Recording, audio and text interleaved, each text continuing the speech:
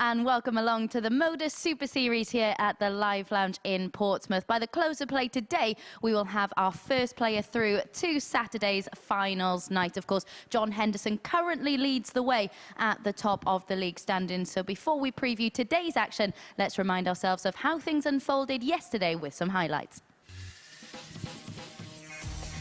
Neil Duff certainly upped his performance level yesterday, but only added 2 points to his tally despite some quality finishing.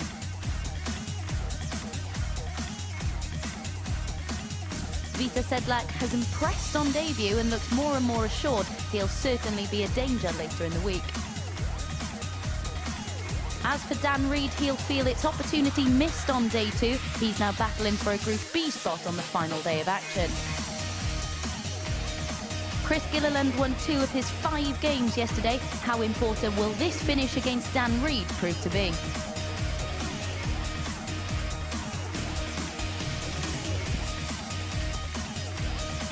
Lukas Wenig looks like he's the only player capable of dislodging Henderson from top spot now, having ended day 2 on 14 points, 2 points behind the Scots. It's Hendo who leads the way with 15 games remaining, winning 4 of his 5 for the second day running, and also for the second day with the highest checkout of the session. Really impressive there from Hendo yet again. And Glenn Durrant is alongside me to preview today's action. Glenn, really impressive from John Henderson, despite not always having the performance level to match the points that he accrued. Yeah, I thought on Monday he'll have gone away and was really happy. But once again, even not at his best, 4 out of 5 yesterday. He is the class act of the group, but it's not all done and dusted just yet. What do you think Lukas Wenig will be thinking going into today's play? That I've got an opportunity. So for someone like Lukas, fit, you know, the 5 days for him will be absolutely no problem. I'm thinking John Henderson probably would like to win Group A and maybe have a couple of days to just, you know, reassess, recuperate, come here on Saturday night flying. But to have John Henderson here on Saturday night is going to be fantastic. Yeah, a lot of players, I remember Jelle Klaassen saying that he probably would have benefited from playing on the Thursday and Friday. You do feel, though, that Hendo's probably the one player who would benefit the most from having that time off, don't you? I mean, I just look at myself, you know, when you sort of reach 50 and a couple of days off, people like Jelle Klaassen, he did it really well by heavy practicing, whereas Barry Van Peer last week, he said he went away and was very lazy and just spent 2 days in bed. So, you know, people can look at what the positives and negatives, they know their own game there, but it just whets the appetite, that second game there, and I just think if Henderson wins that one, it's going to be a struggle, but if he doesn't, stay with us, it's going to be really exciting. Yeah, it would certainly be game on then, wouldn't it? Let's have a look at some of the numbers from yesterday's action then. It was a quality day, and that overall average up around the 90 mark, which is really, really impressive. A high checkout percentage as well over the course of the day. Yeah, the only thing that was really missing with this group was the high finishes, and we were talking about that. So going into that 160 from John Henderson, 125 was the highest going from that. But, you know, great stats. It's been a terrific group, actually, and I think you get the chance afterwards to speak with all 6 players, and they're all seeing the positives. A lot of them are already thinking of Thursday and Friday now, and it wouldn't surprise me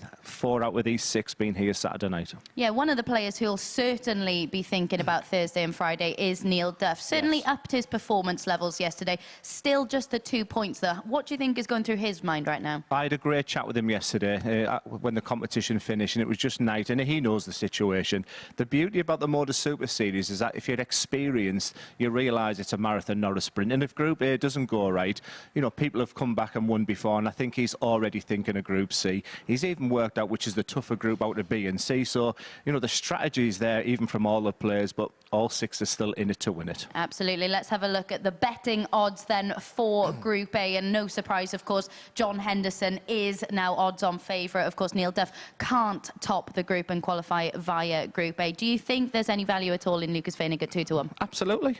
Absolutely. He won't be 2-1, I don't believe, for the game against John Henderson, and if he wins that one, the momentum's with him. You know, John Henderson came out with very, very slow yesterday. He had a really poor opening game, and Wenig has to sort of jump on top of that.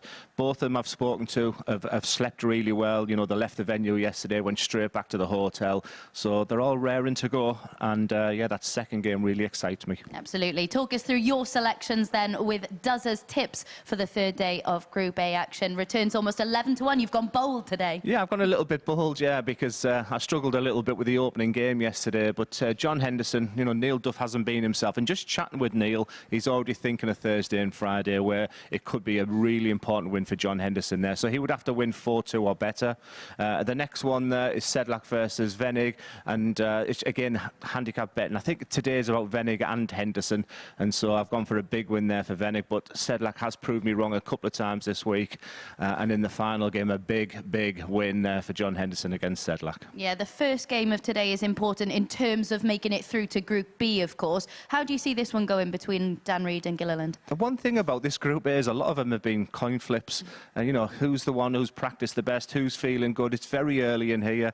You know, like I said, it's a very difficult one to call. Some will say there's not an awful lot to play for. I would much rather play in Group B. So the second and third place is up for grabs. Both have got fantastic A games.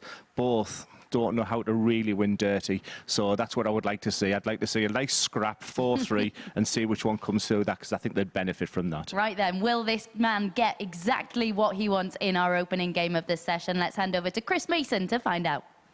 Thank you, Abby. Yeah, and I echo the sentiments there of Dozer regarding our second match of the day. Lukas Wenig against John Henderson. Of course, a win there for Lukas.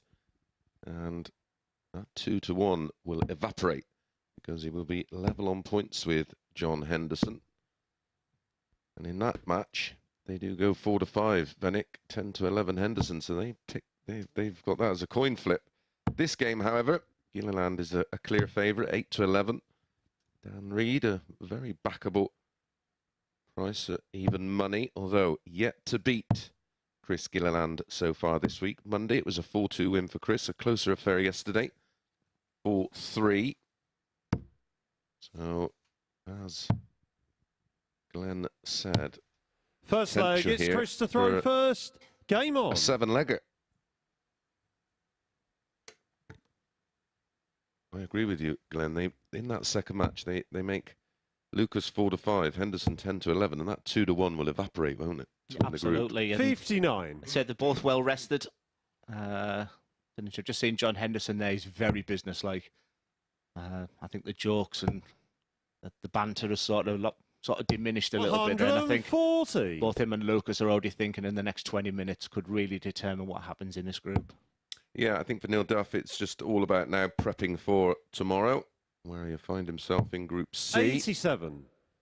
The rest of the field, they've still got an opportunity to find themselves in Group B. Yeah, the beauty that we have is afterwards, I just tried to grab with Neil Duff, and he was very open and happy 85. to chat.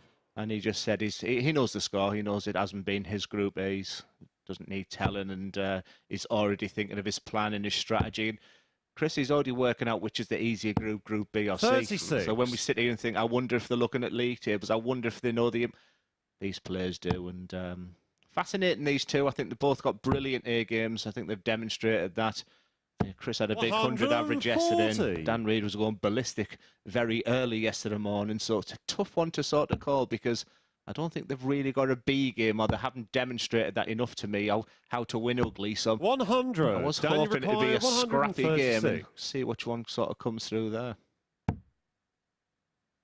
Yeah, I think the very nature of this group, it was imperative for all the players to get off to a really quick start, because always going to be very tough to try and battle back from the foot of the table, and that has proved the case for Neil Duff, even though he did raise his game. Well, they all raised their game yesterday. 40. I was impressed with a near 88 average across the board on game shot the first on Monday, but they raised it to very nearly 90 yesterday, which is outstanding. Right up there with some of the best Group A's second we've leg, seen. it's Dan to throw first. Game on. Yeah, when I realised I was only here for the 3 days, you know, just sort of, let's have a look at this Group A. I hope it's a tasty one. And that's exactly what it is. 125.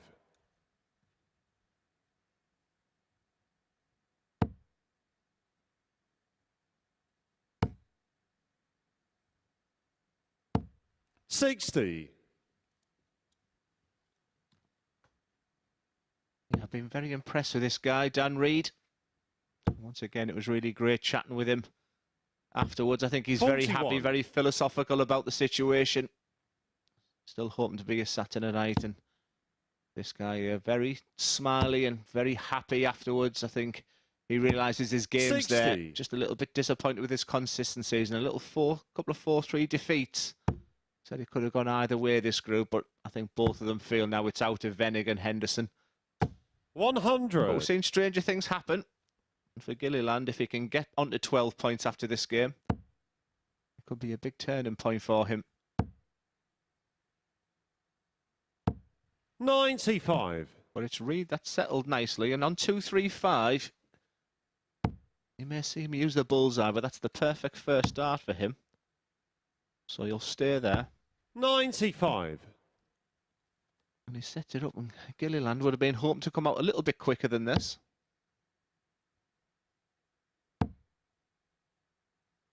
This is better. 140. And that's what he has in his armoury. Don't you require 140? I think the word for him is just a little bit of consistency, but Dan Reed did this yesterday, Chris. He came out the trap so nice, and this double 10 will be absolutely delicious. Mentioned the high finishing. 120. Chris, you require 146. In the second leg of the day.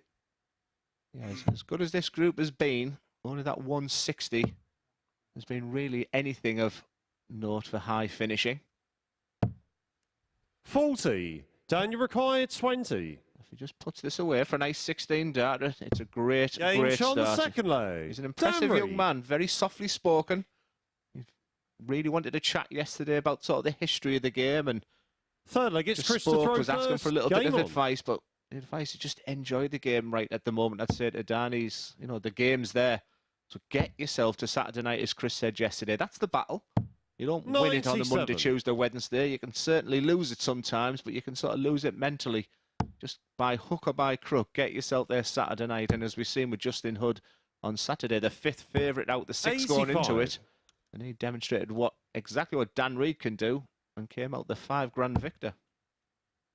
Absolutely. And a place in Champions Week where they'll be battling it out for a first 85. prize of £20,000. And for a few of these players, that'll be a career high payday. He does have every 100. element of the game, doesn't he? Like I said, it was really nice. It was really nice to be speaking to these guys afterwards, and they were all sort of very gracious, very happy. Some people mid-competition, you're concerned, and there was a real bit of 85. banter next door. I thought on the opening day it was very quiet, and I can assure you it seemed very businesslike in there. But yesterday the jokes were flying around. I think the only difference is Sedlak, who's got his interpreter here, and he's decided 100. not to stay in the players' area as much as the others, and just coming in maybe 5 to 10 minutes before his games, and he's using his friend who's here as someone he likes to talk to. I just think that's the language barrier, whereas me and Chris 50. thought maybe Lukas Wenig might have been able to engage with Sedlak. So that's the kind of areas I'd say to Sedlak, just maybe stay in the area a little bit more, try and get friendly with it and see how it works for your game. 55. He's actually going up onto the balcony near our presentation area with his interpreter and his friend, and they're actually sat there watching the action, taking it all in. 136. The Dan, you perfect require setup. 161. He'll take that, unless, no, he will be back at 48. 95. Chris, you require 48. Nice and simple for his favourite tops. Game shot on the third leg. Chris Without Gilliland. the fear of repeating ourselves from yesterday, the 2-dart combination, Chris, has been the highlight of this group for me. Fourth leg, it's Dan to throw first. From Game on. pretty much everybody as well in certain stages and spells of this Group A so far, but yesterday especially, and I think that was 100. shown in the checkout percentages and the overall running average. They were just all very clinical. Yeah, the big finishers. 60. John Henderson with a 160 this week and a 125. And also John Henderson's had by far the most 180s with 17 and top of the group. So you've got to say the main stats are with Hendo. 95. The real class is with him, but just don't underestimate Wenig in the next game. It's a mouth-watering game, and it could determine the league. But if a Wenig victory makes it very interesting, especially if Gilliland can win this 100. game as well, because that would put him on to 12 points. And those implications, those permutations where Gilliland is a major outsider, but if results go his way, He's still in with a shout. Well, Hendo, all 97. but one game on each day where you can sort of forgive a player because there could be a bit of fatigue and you can just sometimes mentally switch off. Outside of that, the 8 wins 85. from 10 matches, he has been, for me, the most consistent and reliable. And he looks the most relaxed in there as well. It looks a different Hendo. Certainly to the last time he was here, he was exhausted. 45. And I think it was a bad decision by him and his planning of coming straight after Q School Challenge to exhibitions and then to Higgett. But it's great he's got the opportunity to come here because 100. Daniel require John Henderson here 164. Saturday night just makes it that little bit special. Like having Wolfie here or Tony O'Shea or them guys. And it must be nice. Though there's pressure on the financial implications. It's not that usual pressure of having to win. Well, this is interesting. 120. Just a little bit of adrenaline kicked in there, Chris. We've seen a 140 missed from this man, and now a 156 missed by Gilliland. Game shot. Beautiful adjustment from Dan Reed. Very tidy start to the day, this. Best dart of the match, that double 16. And I love that word that Fifth Chris used there, that adjustment. Just that little move across the hockey, widen the bed, and I can't tell how good of a dart that was. And what a sickener from 3-1 to 2-2 in a best of 7 is monumental. Yeah. Well, not only are you changing the angle of entry, of course, you're throwing from a further distance, albeit it may be only a matter of millimetres, but all that's got to be factored in on the throw. Yeah. 59. It's also the fact you can use the barrels of the other two darts. I've thrown darts, Chris, and you think, where on earth that gone? It's ricocheted off the other barrels and you just casually walk out. I think my most famous one was against my best friend Jim Williams at Lakeside, and I think he'd gone 180, 140, 180 to leave 41. I did the same on 44. He missed, and I had double 16, hit a big 16, and the double 8 when I let go, and you can see me go, where's that gone? And it actually hit the tungsten net that was sat in the big 16 and went in the angle of the double 8, and when it's your day, it's your day. Yeah, 99. And there was a fascinating discussion that always sort of arrives, what's more difficult, a 9-darter or a 147? And someone said, well, you can't fluke 59. A 180. And I'm like, well, how come you see so many bust 180s then? 140s and they bust? Because, listen, you hit 2 treble 20s, you can throw the 3rd dart, it'd be going nowhere near the treble 20, catches the flight and gets drawn in. And yeah, I've had 100 break at snooker and I've had a 9-darter at darts, so 2 sports I absolutely love. 100 break, wow. 43. Chris require 152. Misspent youth, does it? Yeah. Just as we look at this 152, because the attempts at the big finishes this morning has been outstanding. Is it 3rd time lucky? 120. Well, that's the closest effort so far. Yeah, in Teesside, Chris, it's a game called billiards. Yep. 2 white balls and a red, cannons in us. We've got so many world champions, so the misspent youth was on a snooker 60. table, but like many teenagers 32. from my area. Billiards as well. Brilliant for teaching you about angles Game and shot on the positional 5th play. lay. Chris Gilliland. Very, very nice game this to start the day. Beautiful. 6th leg, it's Dan to throw first. Game on. I did say I thought it'll go 4-3, but I was hoping it was ugly. Well, it's been far from that. Been a superb game from just 2 great lads. 60. Yeah, 2 lads that absolutely love playing darts. It's far from a chore for these 2.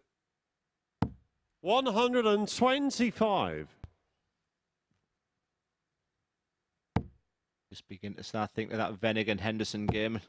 If this is the hors d'oeuvre, the main course is to come. 140.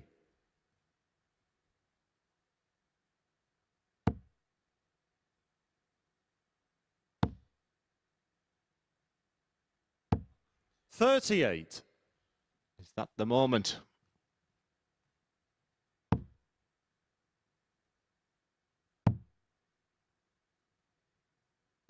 $135. Job done for Dan Reed, but does leave him a bogey number. I don't think you'll panic too much because even a 180 from Gilliland here Would have left him a really tough ask.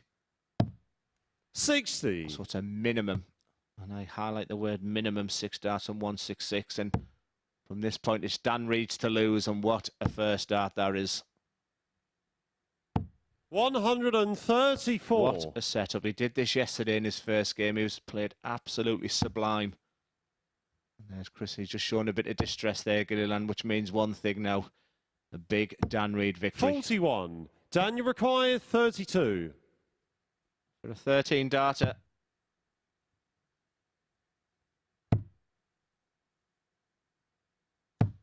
$16. He won't panic. He'll be frustrated.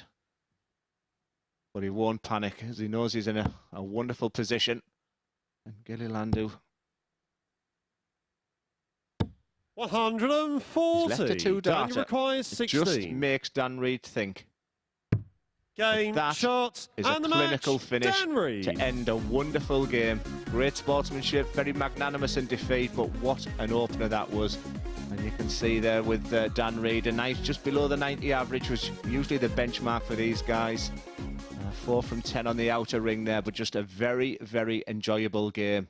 And as I touched on there, if that was the hors d'oeuvre, the main course is to come. Don't miss the next one. Top against second. Lukas Wenig against John Henderson, back after this short break.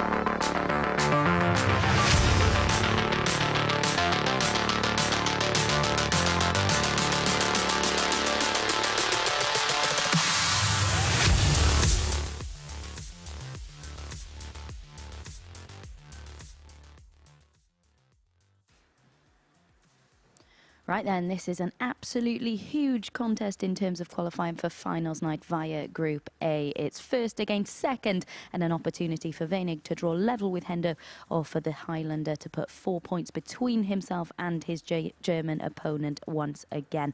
Hendo will be looking to get off to a much stronger start today. He was a bit sluggish in his opener on day 2. To guide you through all the action, let's hand back to Mason Duzzer. Yeah, thank you, Abby. What a game we have. A top heavyweight clash, top against second. The scenario for me is fairly simple. If John Henderson wins this game, he'll take some catching because you just can't see him dropping too many points after that. And if Wenig can produce his magic, his A game, then it's game on, as we say in the darting terms. the only games he's looked potentially vulnerable have been in the openers. Yesterday, didn't get off to a great start, losing to Vitas 4-2 and averaged 78.63. So he'll be looking to get out the blocks a little bit quicker today. Monday, scraped a 4-3 win against First Neil leg, Duff. it's Lukas to throw first. Game on. I just think he'll have seen, Chris, the fact he was playing Lukas first and maybe just upped his preparation for the early games because it's a long day. Yeah, and he's beaten them on 140. both occasions they've met. Henderson, that is, has defeated Lukas 4-1 and 4-2, respectively. Yeah, we did sort of see with Lukas, didn't we, in that 41. game where he went 1-0 up on Monday against John Henderson, and just something happened to his game. Because if you have a look at his balance there, it's really important. His head stays still, his body stays still, and that's why he's conducive to hitting 180s like that. 180. But in the game against John Henderson, he was rocking and rolling as... Well, you picked up on the fact that he maybe have thought about the fact that he was playing John Henderson. 45. Well, it was just the way he spoke. When he spoke to us, he said, it's such an honour, blah, blah, blah. And I just thought, no, you've got to focus on yourself because he's got the game demonstrating here. This is a wonderful start. 140. He went for treble 13 there to leave double 16, but that's potentially on a 10-darter there, wasn't he? 42. Lukas requires 67. Was 415, John was on one.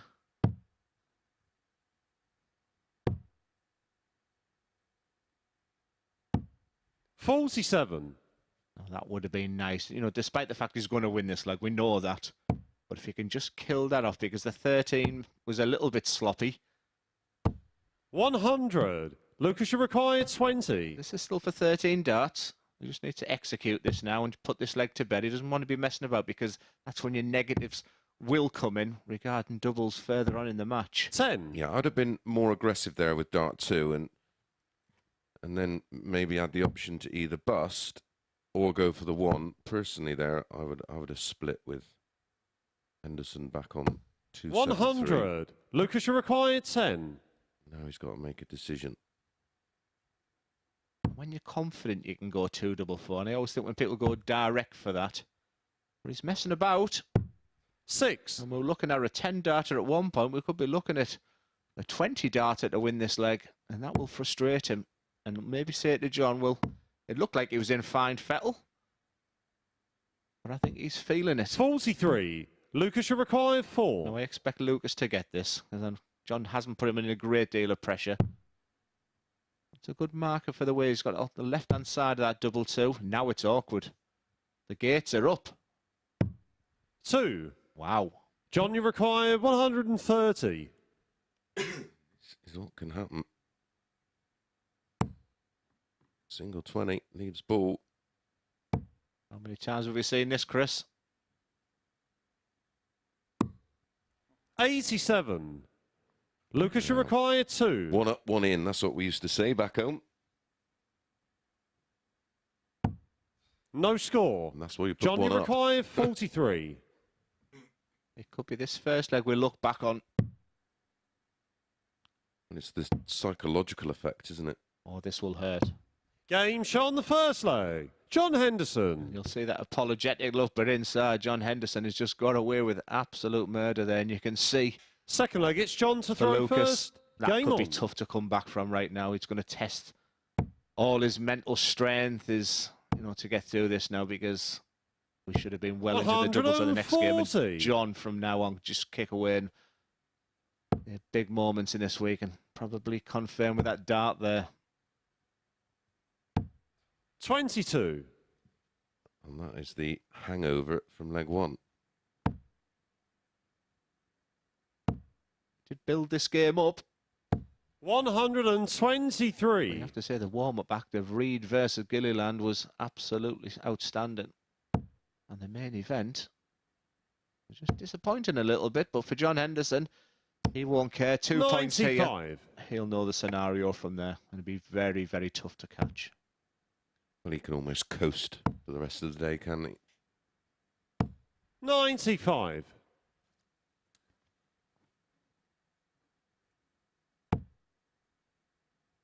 like in leg one. It was Henderson way back. 123. John, you require 143. The favourite.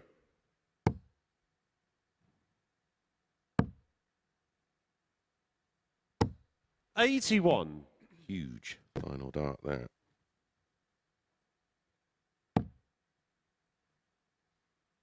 He come down to 17s, yep. Now can go for 54.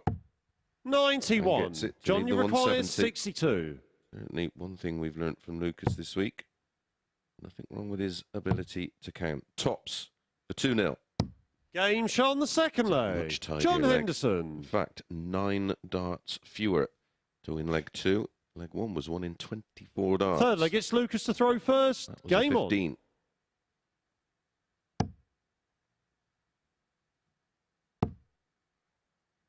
Yeah, he's got a massive favourite now, as John Henderson. 81. All because of that first leg, and now Lukas is all over the place. And sometimes the good players to the great players, as bad as that first leg was, you put that to 85. one side. It's very easier said than done. But Lukas is demonstrating to me now that he is still in leg 1, and I don't see anything now but a John Henderson victory. 140. So that means that Lukas is going to win full 3. 180. That's John's first and his 18th of Group A. 100. Yeah, we touched on the balcony. John tops all the stats. Most 180s, highest finish, top of the table. But there was just a moment in that first leg there 135. where we thought this could get interesting. Well, Lukas had the opportunity just to set the tone for the match. It's the fact he's going under that treble 20 bed all of a sudden now. But a 140 here will make Hendo think. 140. John, you require 101. John will practice so much. 101. You look at treble 19. Advantage Wenig. 49. Lukas, you require 40. We can't afford to mess about with doubles this time. Game shot on the third leg. Lukas Wenig. Almost a sarcastic celebration. But it is a 13-dart hold. Fourth leg, it's John to throw first. Henderson Game on. Still with that important break of throw. Perfect dart for John.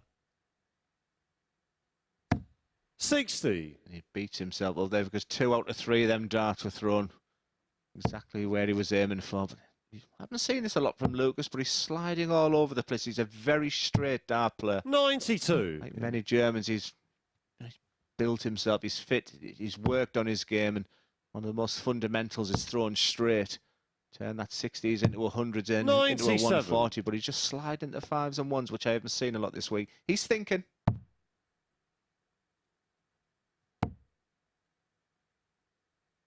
Yeah, can sometimes 139. be a bit of an overgrip, can't it, when you tend to go left as a right-hander. Just not getting the darts coming out of the hand a little early. Ton here minimum. Oh dear. Like you say, there's another example, Glenn. Yeah. 81. Yeah, timing is key in darts. It's, you know, you watch John there and people say, how does he throw a dart? But his actual timing and his point of release. Just watch it, just like a little moment, just at there, just that little stop. 100. Manley had similar, didn't he? Exactly the same. It's all about the point of release. I've worked with people where their arms have done some crazy stuff, but it's all about as soon as they 21. The replication John, you require is key. 104. Doing it the same every time, and John's a joy to watch when he's flying.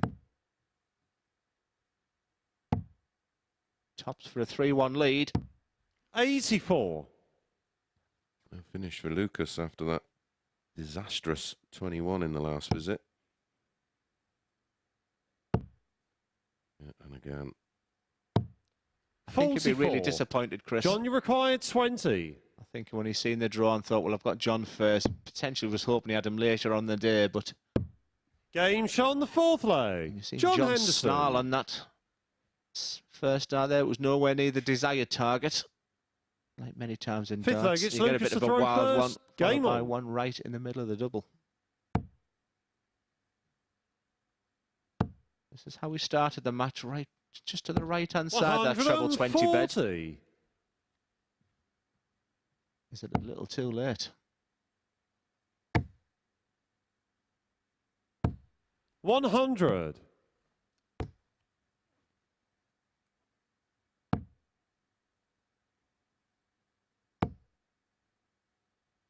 Again, more darts that 57. were low at the treble 20. Yeah, this morning I was looking at leg difference. If Wenig had got over the line against John Henderson and he had a big lead, John. 180. Everything is telling me now that John wants to get the job done early. Something I didn't think would happen when I looked at Group A. I thought it could go down to the penultimate game of the day, even the final game.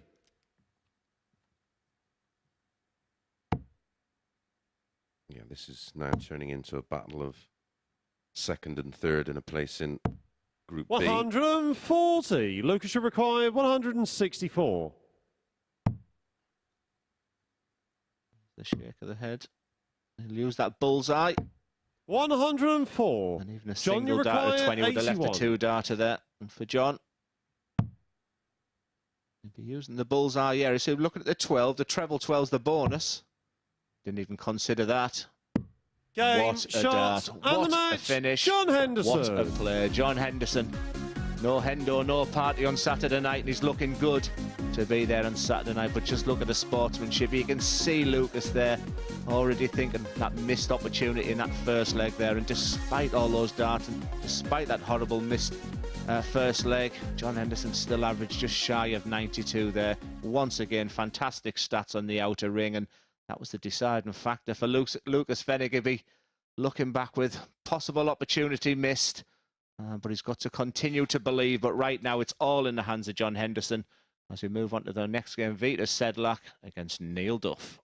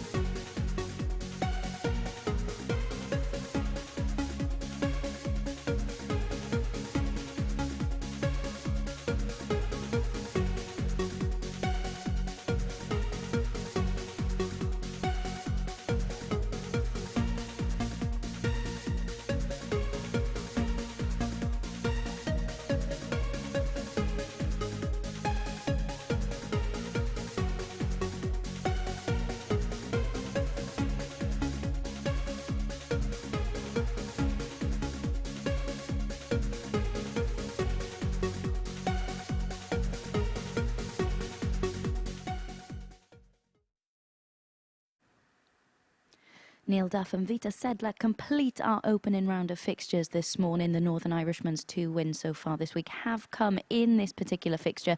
A whitewash on Monday before coming through a decider yesterday.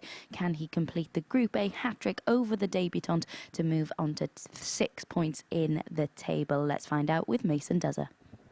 Yeah, thank you, Avi. Yeah, one positive for Neil Duff is when he's walked onto the hockey against Vitas, he's always came out a victor. And yeah, Sedlak has been someone who's making his debut here. Martin's with him as his friend and interpreter. And like I said, he's not spending as much time in the players area. He's using opportunity to be with his friend, and then, you know, a few minutes before he's playing each game.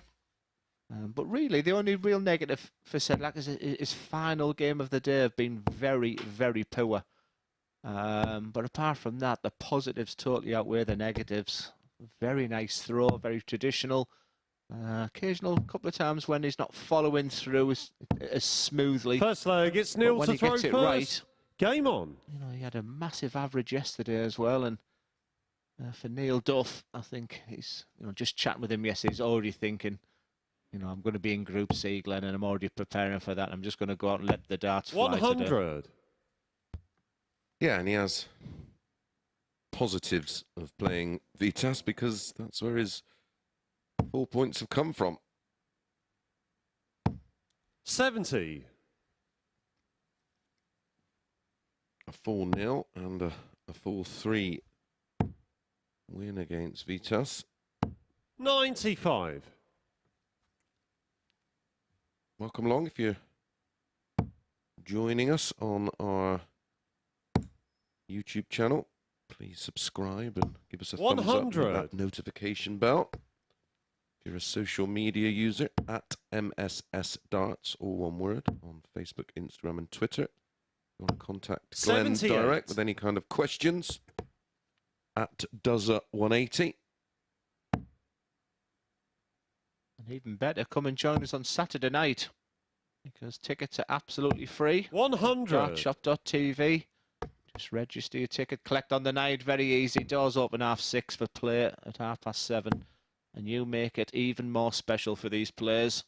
A full house in here on a Saturday night is 81. absolutely fantastic. And, you know, the players are playing right now, as you can see behind you, without crowds. Great stage up there. They're absolutely loving it, and fantastic referee, but the crowd can make all the difference, Chris. And some players, 147. it's about getting through on a Saturday, to the Saturday, and when they see the crowd, they just feed off it. Yeah, it gives them an extra 10% at least. Vito, you require 142. Vitas. Another one of them would be nice. And some big finishes threatened so far. 74. 93. Neil, you require 47. For his beloved tops. We've talked about the 2-dart combinations, 3-dart combinations. Vito, you require 49. Hence the frustration from Duff, because in this situation, Vitas has looked pretty solid. That only just crept in. There's his marker. Is it going to go the same play as Duff? 29. Neil, you require 20. Game shot on the first leg. Neil Duff. It's there in the end with a hold of throw. Yeah, fairly scrappy leg. I think both players will be fairly disappointed the fact that they had the opportunities Game there. on. But for Neil Duff, he wasn't getting that sort of rub of the green. Quite a few 4-3 losses this week for Neil Duff. And he probably feels to himself, it's typical that I'm getting the rub of the green. 60. When it's too Well, late. it's done and dusted, yeah.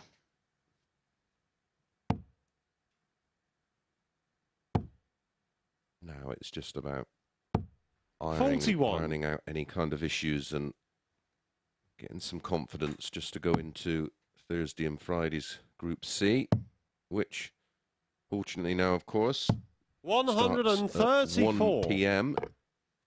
A little bit of a line for the players. 85. Yes, in the morning we'll be joined by Sean Griffiths. Ryan Murray, there's a very, very tidy player. And Chris Wickenden, the ADC qualifier. 60. Sean Griffiths, a prestigious talent, wasn't he, when he was younger? Wow. He is some player. He's still some player as well. I've been fortunate enough to do some 81. comms on a lot of his matches, and when he's on, he is on, and he will go for his shots. Has his own way of doing things, doesn't he? 81. Cracking last start there. The barrier was there, but he squeezed it through to that treble 20. That's the perfect dart for Duff. He'll want a max. 180. All in the middle of a polo mint. He's only had 6 this week, an area he can improve in. And once again, just when you get to that treble 20, 96. just in the top half, Now he's one of them players. 114. These are the type of margins we're looking at now. Perfect after this 114 for his beloved tops. He was short last time. Game shot on the second leg. Smack bang in the Duff. middle. 118, 114. 6 darts. That's what I'm talking about. Third leg, it's Neil to throw first. Game The on. reigning WDF world champion. And it was nice to talk to him yesterday, and he was in good spirits. He was speaking about Lakeside 60. and the confidence that he had going into it last time. I said to him, I thought it was a little bit false. I thought there was a little bit bravado in there. He was like, no, Glenn, I was going there. He said, I got lucky against Jim McEwen. He said that was the turning point. 58. I talked about some of the games where I was a beaten man at Lakeside and just makes you a better player.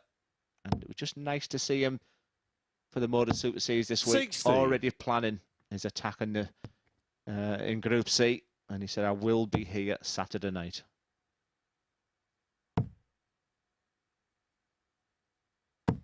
$85. I'll tell you who else will be here Saturday night. Matt Edgar has taken my place here tomorrow. Yeah, I've enjoyed your company the last 3 days, Glenn. 100. I'm off to Primrose Valley with my grandson. Very nice. You'll be back soon enough, pal, won't you? Yeah, 27th of April. Looking forward to that for the full week. It's great to see the first start going on the Monday morning and just see how these players grow, get to know players, and just building a portfolio on these players. So next time you see them again, you can see their strengths and weaknesses there. But the MODUS Super Series just gone from strength to strength. And what I've really enjoyed this week, Chris, is how cosmopolitan it is this time.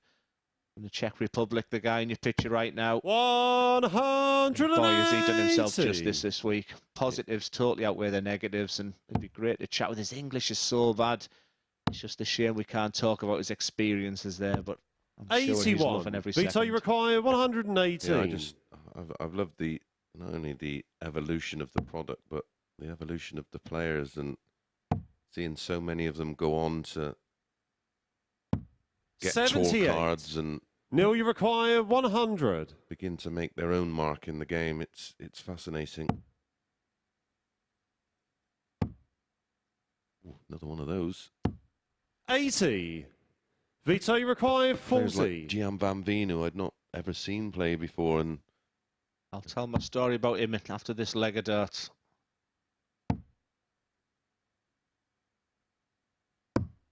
30. That's just a little Neil, you disappointing because require Sedlak's been 20. really good in the opening matches this week. He was practicing quite hard before. Now he's sliding that dangerous double 5. Not a bad marker. 10. He just wasn't Vito aggressive enough required on the 10. second dart there, so sometimes you just lay up. Game shot on the third leg. Vito Sedlak. And he looks fairly disappointed. That's some of the areas I don't like that bit there, because Neil Duff will see that. yep. He shake. Now he looks up to Martin, his interpreter, who's Fourth on the leg, top it's of the Vito balcony to throw there. first. Game on. And all subconsciously, all you're doing is feeding negativity to your body. And just don't show your opponent anything. If anything, tell your opponent you're delighted with that double 5 and I'm coming to get you. 59. Well, you get some players that would give it a fist pump after that, and that would rile you up, wouldn't it? Yeah, and you slide straight into the big one with anger. Yep. Yeah, Jan van Veen. I stood behind him at the Pro Tour, Chris, and I swear to God, he threw 20 darts, 60 darts, and I think he hit 15 180s. And I was like, who on earth is this guy? 180. A nod of appreciation from Vilas tells you there. That was another maximum. 100. I think that if Neil Duff is going to win it on Saturday night, I think he's got to match the Hendersons and the Venigs in the 180 areas. Chris Gilliland also. 95. Been way below par in that area of the game.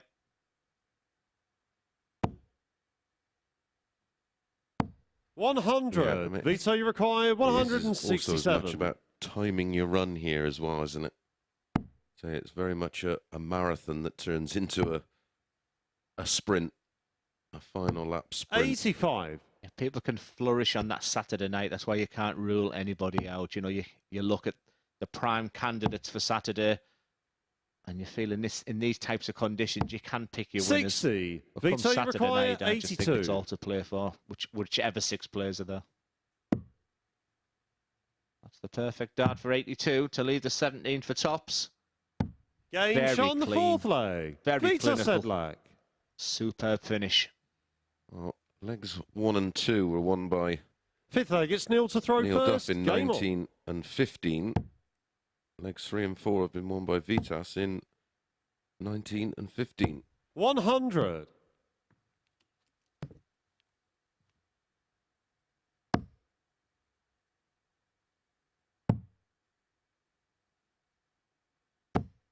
$59. And Neil would just wanted to stay straight there because he'd already taken 50 points off his opponent. 45. And when he got up there, just another steady turn, he probably thought, yesterday he was sliding into that 5. Well, Neil, like Vitas did by stopping the rot in leg 3, 85.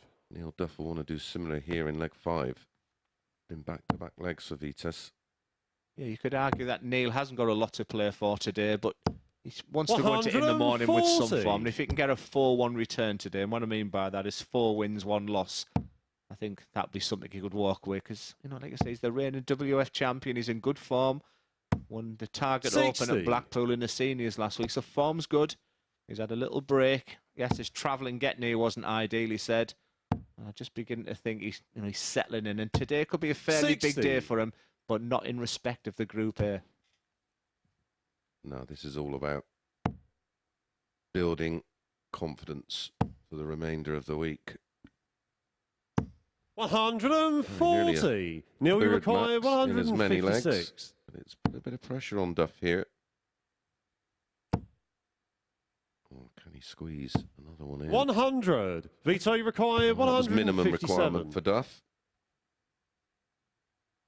I've seen so many players start on treble 19 on that now, so they stay on the tops after the treble 20. 93. Well, I like Neil, that you setup. require 56.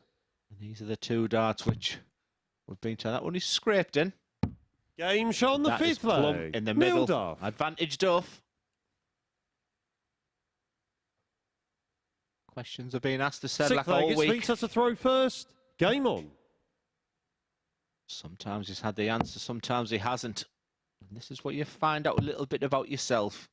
If you can come back and get a fight-back 58. victory from 3-2 down, you're just learning that inside of you, you've got that little steely determination that you need. But there's just something in the speed of Neil Duff's throw today. 140. It's really beginning to relax.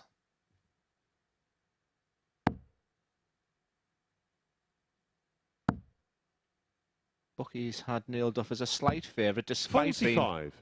bottom of the table at 4-6 at the beginning. Yeah, Vitas was 11 to 10. 60. Dan Reed and Lukas Wenig up next. Dan Reed will be looking to build on that 4-2 win over Chris 81. Gilliland. And Venegar will eradicate them thoughts of that game with Hendo. He flattered to deceive in the end, and he'd be rather disappointed with that, I feel. 60. yeah, that would have... He'd be smarting after that, especially after the start. He was down to 67 after 9, and I think he had 11 or 12 darts in that leg at a double. 100. Chance here for Neil to steal the throw and get across the line 4-2, but 83. good recovery in the end. Leaves a finish albeit a big one. He's been threatened with a big finish already a few times today. Just so straight is Sedlak here. So 100. simple. Neil, you require 158. I think you're saying they did not like that, but treble 19. 180. That is a wonderful setup. Vito, you require 117. Sedlak, what are you made of?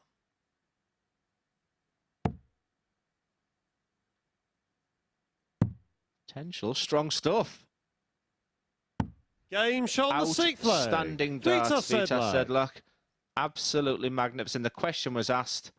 The answer was delivered. 7th and final leg. It's Neil to throw first. Going the distance. Game on. It's the fact that Neil Duff's got the darts, Chris, the deciding factor in this. Yeah, it was our second ton plus finish of the 60. match, and it was to keep in it after that beautiful setup to leave Neil Duff on tops. He just had it all to do. And didn't he do it well?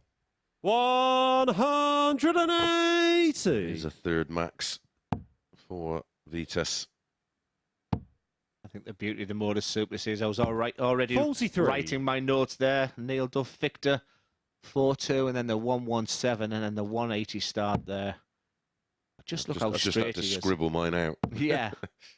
What's impressing me here is, I mean, yeah, it's a shame he's going down the 59. last one. It's just so straight right now. It's Neil who seems to be wavering in the 5s and the 1s, as shown in diagram B. 45. We may see the 18s come into play here. He doesn't need to, but it can be automatic as a dart player, where, and hence the reason a treble here. 42. Now, an experienced player like John Henderson, I feel, may have stayed on the 20s there, because he's well ahead. He didn't need to do anything to 177. worry about leaving a finish, because there was nothing that Neil could do to leave a finish. There's darts in 6 darts. A poor setup play from Sedlak. Oh, poor ball management. Yeah, and a 177. Now all of a sudden the advantage now is with Duff. 60. And it certainly is now. What he'd love for a 140, 136 here. Take a ton now. 60. Vito, you require 160. And this would be the joint highest finish of the week. So straight. 58. The Neil, raise you of the require eyebrow there, because all of a sudden them 116. trebles can just suddenly get a little bit smaller. So it's treble 19 for Duff.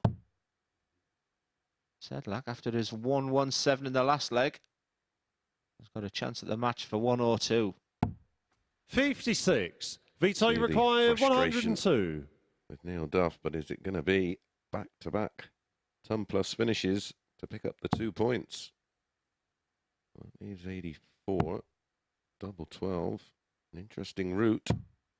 One that 90. nearly worked. Neil, you require 60. I think the way Neil's week's been, I think he thought that was going to go in.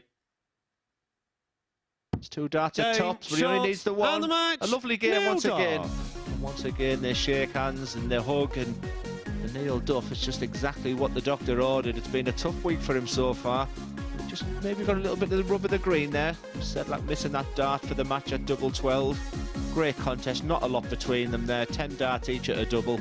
But it's Neil Duff that gets over the winning line. And a great game. And next up, it's Dan Reed against Lukas Wenig. Back after the short break.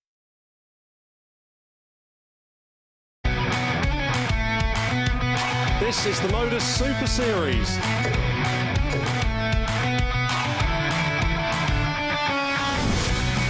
$180.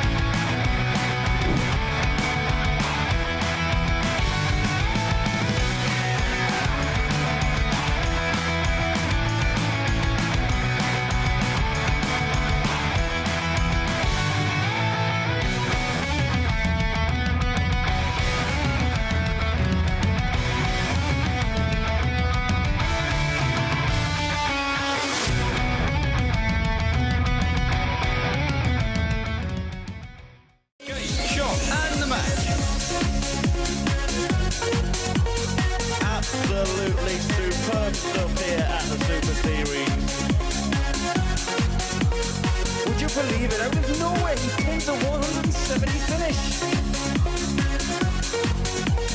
This is just an exhibition of fantastic finishing. 180. That was a cracking leg of darts. 144 were called, just 6 remain. This is the Champions League Grand Final. After 3 months and over 1,300 games, it comes down to this. Game on.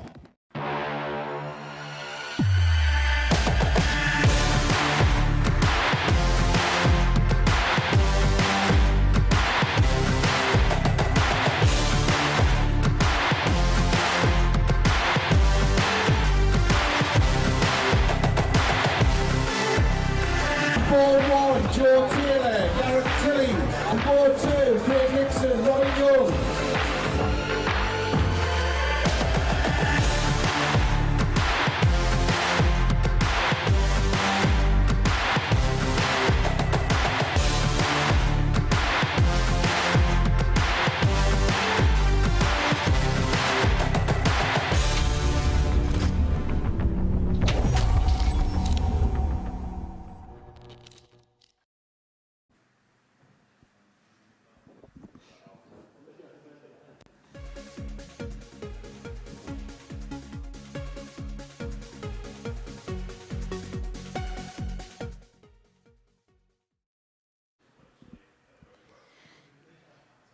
Dan Reid and Lukas Wenig up next. Wenig, of course, defeated by Hendo in his opener, saying he just felt too much pressure in that particular fixture as he walked off the stage. Struggled to recover from missed starts at double in leg 1 and will need to be more clinical this time out. As for Reid, a very tidy display from him last time out, averaging a shade under 90 to give him an advantage in that race for a Group B spot. To see whether he can further strengthen his chance, let's return to our commentary team. Yeah, thank you, Abby. I was surprised to hear that he's susceptible to a little bit of pressure, Lukas. I thought one of his strengths was his mindset, his confidence, and to openly admit that, because I was saying earlier in the week we maybe saw just a glimpse of that. But a 28-year-old for Lukas Wenig, he's got a long, long way to go, so he'll learn from that. And Dan Reid, as you see there, 26, these players just seem to be getting younger and younger and better. But that's what the MODUS Super Series is all about for Lukas. You can come and learn things about yourself. He freely admitted he come here with not a great deal of confidence, and he was hoping to play himself into Saturday night and get back to Germany next week full of confidence, and that potentially can still happen. Yeah, it's going to be interesting to see how Lukas responds after that. First leg, it stands to throw first. Game on. Game. Dan Reid, of course, he picked up a win, 4-2 over Chris Gilliland, averaged 89. But the bookies couldn't separate them, 4-5. Dan Reid, 10-11. 85. Lukas Wenig. Interesting to see how that plays out.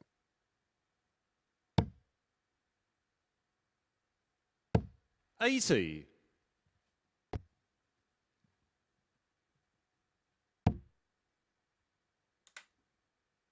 Lukas has won the 2 games they've played so far. 100. Pretty much of a battering yesterday, if I remember. It was 4-0, I think it was. I'm just checking my records here. Yeah, 4-0 with a 98.56 yesterday. Lukas owned, if that's on his mind. Sometimes you need that dance partner where you feel confident against someone, and maybe the pace of Dan Reid just maybe suits Lukas a little bit more. But 100. To admit the pressure got to him there against John Hendo. Yeah, in that one, Dan only had 3 darts at a double in the entire match. It's been feast or famine at times for Dan Reid. 26. He's been absolutely tremendous in spells. And the C game has been pretty poor. Defeated him on Monday as well with 100. On almost identical average, 98.56 yesterday. Monday, 98.69. It was only 4-3. Dan was much more competitive in that one, 94.19. 100. Dan, you require 116.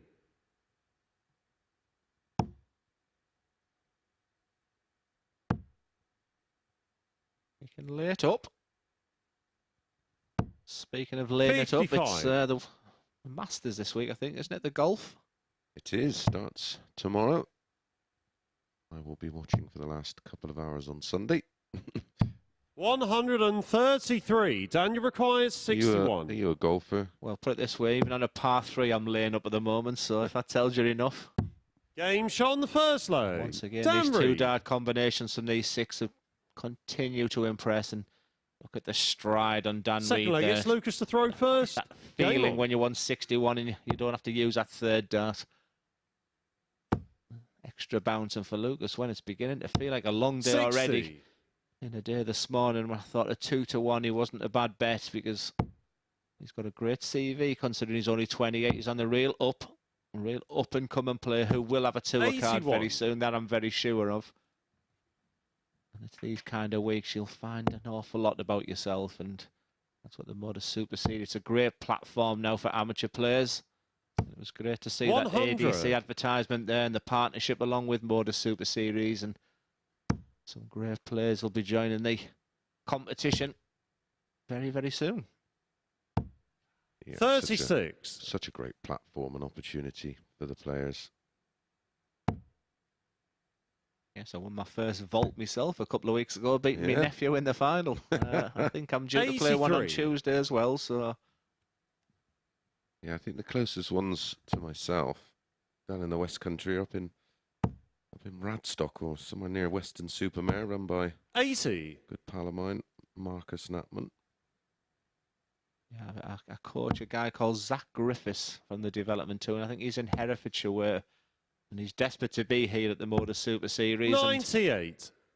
Just there's no ADC competitions unless he has to travel a couple of hours there, so I've passed the message on to Scott Hunt, and he said they want him in every single county in every 55. town Lucas in the area. require So 160. I relayed that message back to Zach. Well, years ago, the only opportunities really was to try and get through the World Masters from your Super League, then county. 140. Or maybe back in the day, the Gold Cup, and then, of course, Lakeside, where now the players have an opportunity to get TV experience under the lights. 100. By our Lucas, local you require qualifier. It's 20. remarkable. Great stuff, and a great response here from Wenig. He's been sloppy on his doubles today. Game shot on the That second will help. leg. That will just Lucas make him Wenig. feel good, and you saw the reaction there. A sigh of relief, an exhale of breath will tell you an awful Third lot. leg, it's Dan to throw first. Just think he needs Game to on. relax and maybe just enjoy the experience now. He probably feels that John Henderson's going to run away with this now, so just let your body just relax, clear your mind. 60. And like I said, suck that air in, because the tighter you are, the anxiety in your body, the tension in your body just makes a very, very difficult game. 100.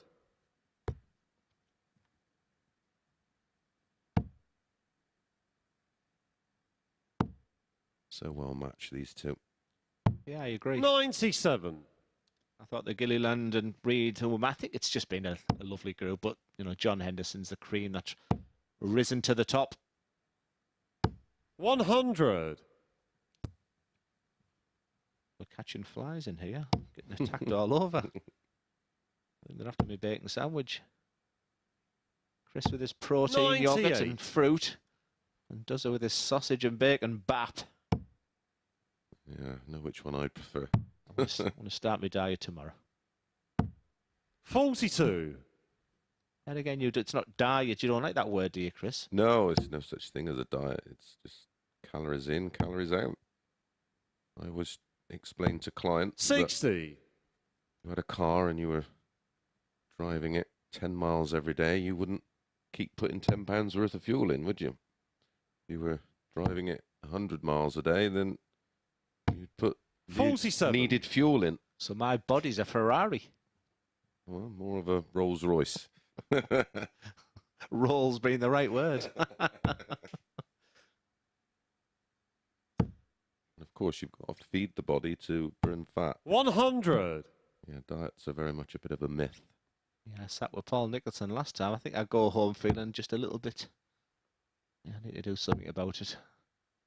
And for Lukas Wenig here, 60. needed a Daniel treble. require 86. Dan's got a decision to make if he misses the treble 18 here. Does he attack the 18 and does he go for the bull? Because 152 is a toughie, but wasn't even a Game consideration. shot on the third leg. Not when you can hit the bullseye like that. Superb darts once again from Dan Reid. A strong contender to be there on Saturday night after the shower. Game on. Such a lovely feeling picking off the bullseye. Just fills you with confidence. 100. Yes, and he's in that second place now. Third place, sorry. So Group B would really suit him. Just gives him extra time to be prepared for tomorrow night. 100. Albeit that looks a tough group, that Group B. A couple of lads from Yorkshire coming down. Yeah, Martin Turner and Darren Johnson being two of them. 100. I thought that was a lovely touch when Darren played in the World Seniors and wore the Dennis Priestley shirt. They're good pals, of course. It was a 95. lovely dedication. And speaking of legends, today, of course, marks the 5-year anniversary of passing of the first darting 100 superstar, Eric Bristow. 5 years. Where's the time gone? Sadly missed still. The Maverick, the Trailblazer. Wasn't he? 95.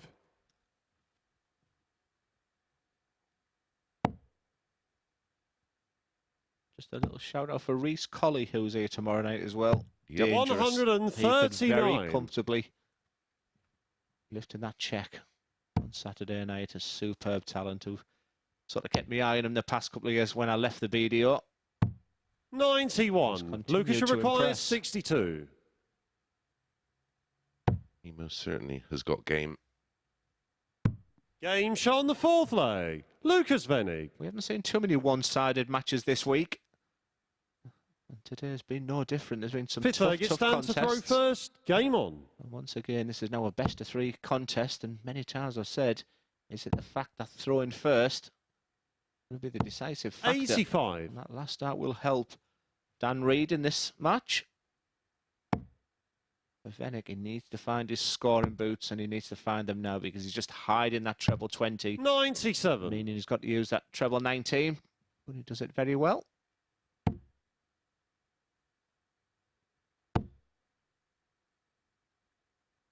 $100.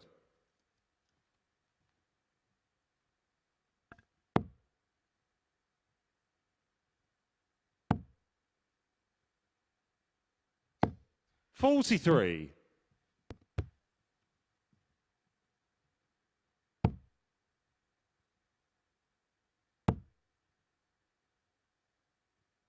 $100. Yeah, both averaging in the mid-80s here, but the checkouts have been outstanding. 2 from 2 from Dan Reid, 2 from 4 from Wenig. 56. That's quite clear from me. Hasn't been only 140 in this match. 1800s. Staggering, isn't it? I was surprised that the average has been in the mid-80s. It just feels a better game than that, doesn't it? Yeah, make that 19. As Lucas in the 300s have said, his board management using the bullseye. 120. Daniel require 116. Not the perfect marker. He'll just try and float it above. And make a 60. That's not the end of the world, that last dart. I'd even have gone a bit bigger 20 than that, but it leaves a 2-darter when your opponent's on 185. Is he going to use the bullseye again? Lots of it, but say that treble 20 bet looked inviting still. Daniel require 56. No pressure on this 56. Finishing has been tidy. And that's his first start, missed at a double. 16. Lucas, you require 45. Was that due to the 140, Glenn? I think so, and the fact, the frustration, I think he knows that Wenig's going to hit this double 16, and you see the shake of the head there. He doesn't expect Lucas. Lucas is talking to himself there. He doesn't look that comfortable. 13. Hence the reason he's just slouched. Not in a great position, Lucas, mentally today for some reason. There's his marker. Game shot on the fifth leg. There's the execution. Well, for Lukas Wenig, we're just sort of seeing the signs of distress that I didn't expect to see this week. And again, from German players as well, who were so meticulous in their preparation. and that killer instinct that Lukas has. And I just did not fancy that double 16. But now he's sped up a little bit. 140. Played a little bit better there. And they're the kind of little things I hope he sees when he sort of self-reflects and looks back. Yeah, it's certainly one side of his game I thought he would be weak on, the mental side.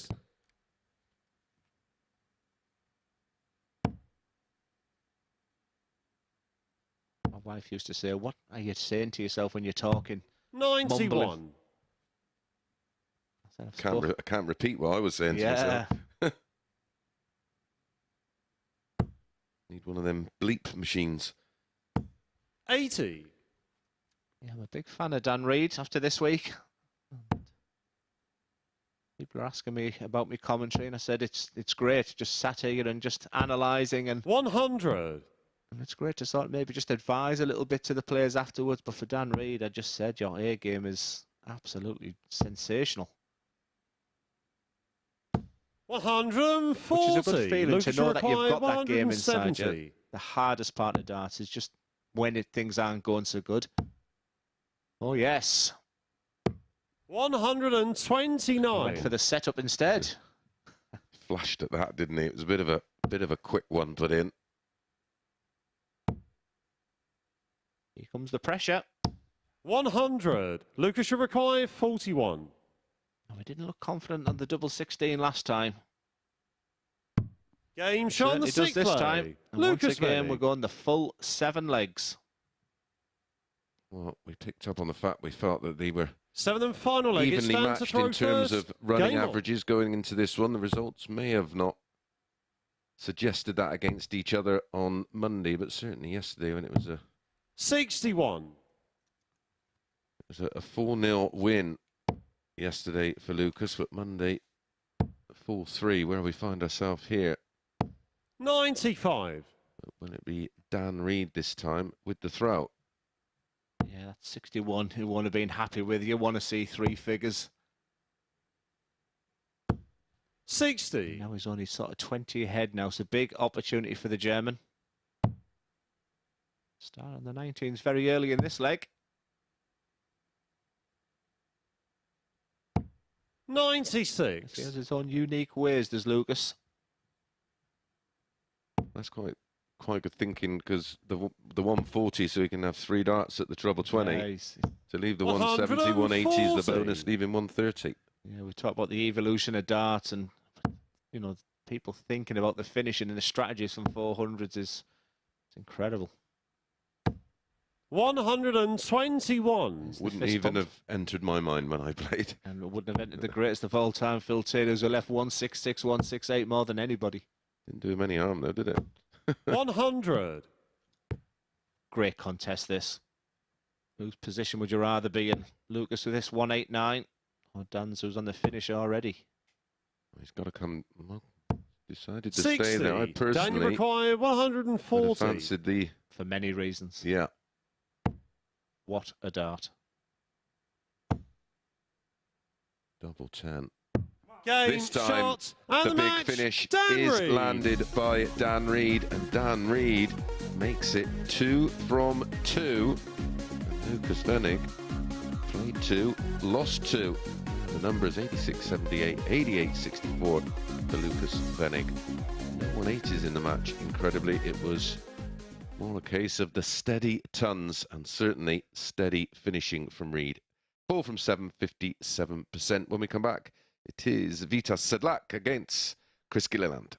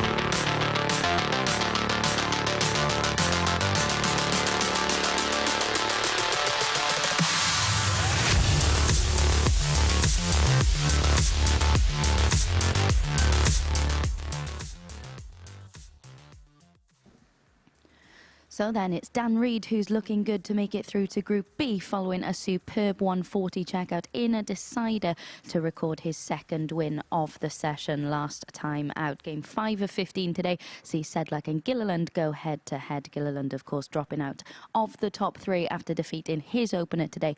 Can he keep the pressure on Reed, who currently occupies third spot with a first win of the week over Sedlak, who of course lost out in a decider to Neil Duff in his opening game of the day? Let's find out with Duzza and Mace. Yeah, thank you so much, Abby. Been an interesting day so far, hard fought. Rory, I'm looking at that league table now. It's totally in the hands of John Henderson. I think we'll be talking soon what he needs to do just to cement first place. It's a little bit of a shame from the neutrals' point of view. I say if Lukas had come out the traps today, it would have made this Group A very, very interesting. But still all to play for. There's a big difference about being in Group B and Group C. And for the first, people who join us for the first time, the players that finish in second, third position will play tomorrow night in Group B, where there'll be 5 players and 3 out of them 5 will go through to Saturday night.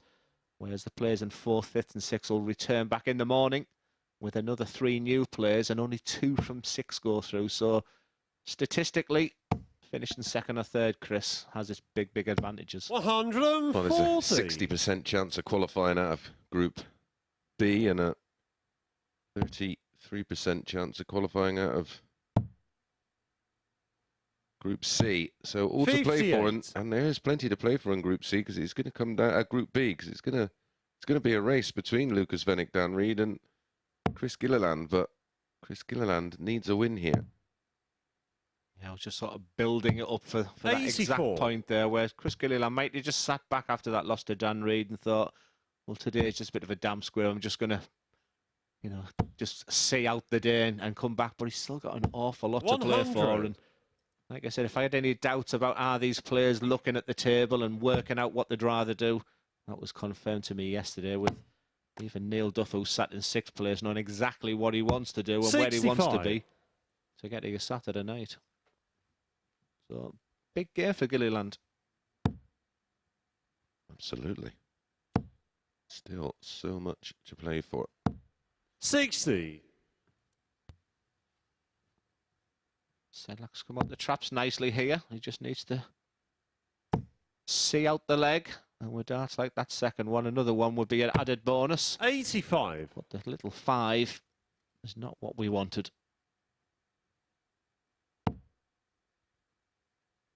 I am a huge fan of this throw.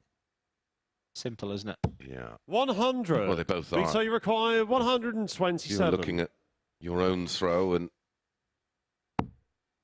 you won't go far wrong replicating either of these two. Yeah, I get so frustrated, when people 87. make it. People who come and see me, and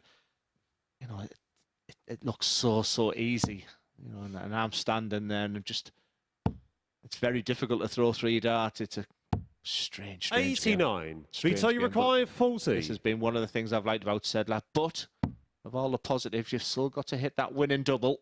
And right now, he's just spurting them around a little bit. Game shot on the first leg. That double 5's been kind to him this week. That transition from 10s to 5 seems to work from him, but its reaction is afterwards that I don't like. It's Chris to throw first. Game on. I've got a theory behind why so many snooker players are good at darts, because I think the throwing action, if you actually reversed it and looked at a cue action, it's the same kind of thing. It's a light grip, it's smooth. The follow through, and you playing snooker will probably better explain it better than me. There's 2 other sports I use the analogies in my coaching. 84. One is golf, because a golf swing, if someone tells you to hit a driver, you try to bring your shoulders in, your body in, but the best golf players in the world have got the smoothest. I remember practicing with a guy called Fitzpatrick. He came to Redcar, Cleveland Golf Club, and I thought he was just chipping the ball, and he was knocking it 300 yards.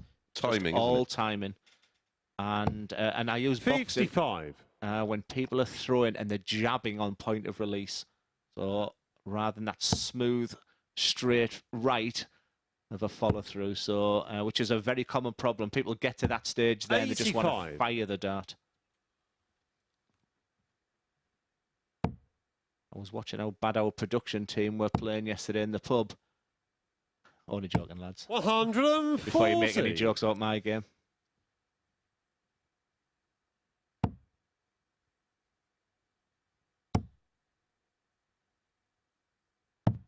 $61. Sedlak's in a good position here. Averaging just shy of 90 again. On Monday morning when we 58. got here, was like, let's do a little bit of work on Sedlak. I mean, knew he had this 85 to 89 average in him. He demonstrated yesterday. He's even got a relay game where he averaged 99. But for Gilliland, it seems to be a bit of a struggle. 125. Vito require 164. Sit back and look at the league table and realise he's got all to play for. And he's really good friends with Neil Duff. They live 20 yards away from each other. They practice with each other. 100. Does he really want to meet him again tomorrow? 105. He's had the better of him, but if I was him, concentrating himself as he looks at treble 15 or treble 19. He's going to stay down there for treble 17. 28. I think Vito requires 64. So you'll see Vitas look at the 16 and 8 area. He'll stay there and decide if it's an 8 or a 16 he wants. A 1 dart, a double 16. Game shot on the Simple, second leg. effective, Vito and Sedlak. efficient. It's 2-0 Sedlak. Very, very comfortably too. Third leg, it's Vito to throw first. Game on.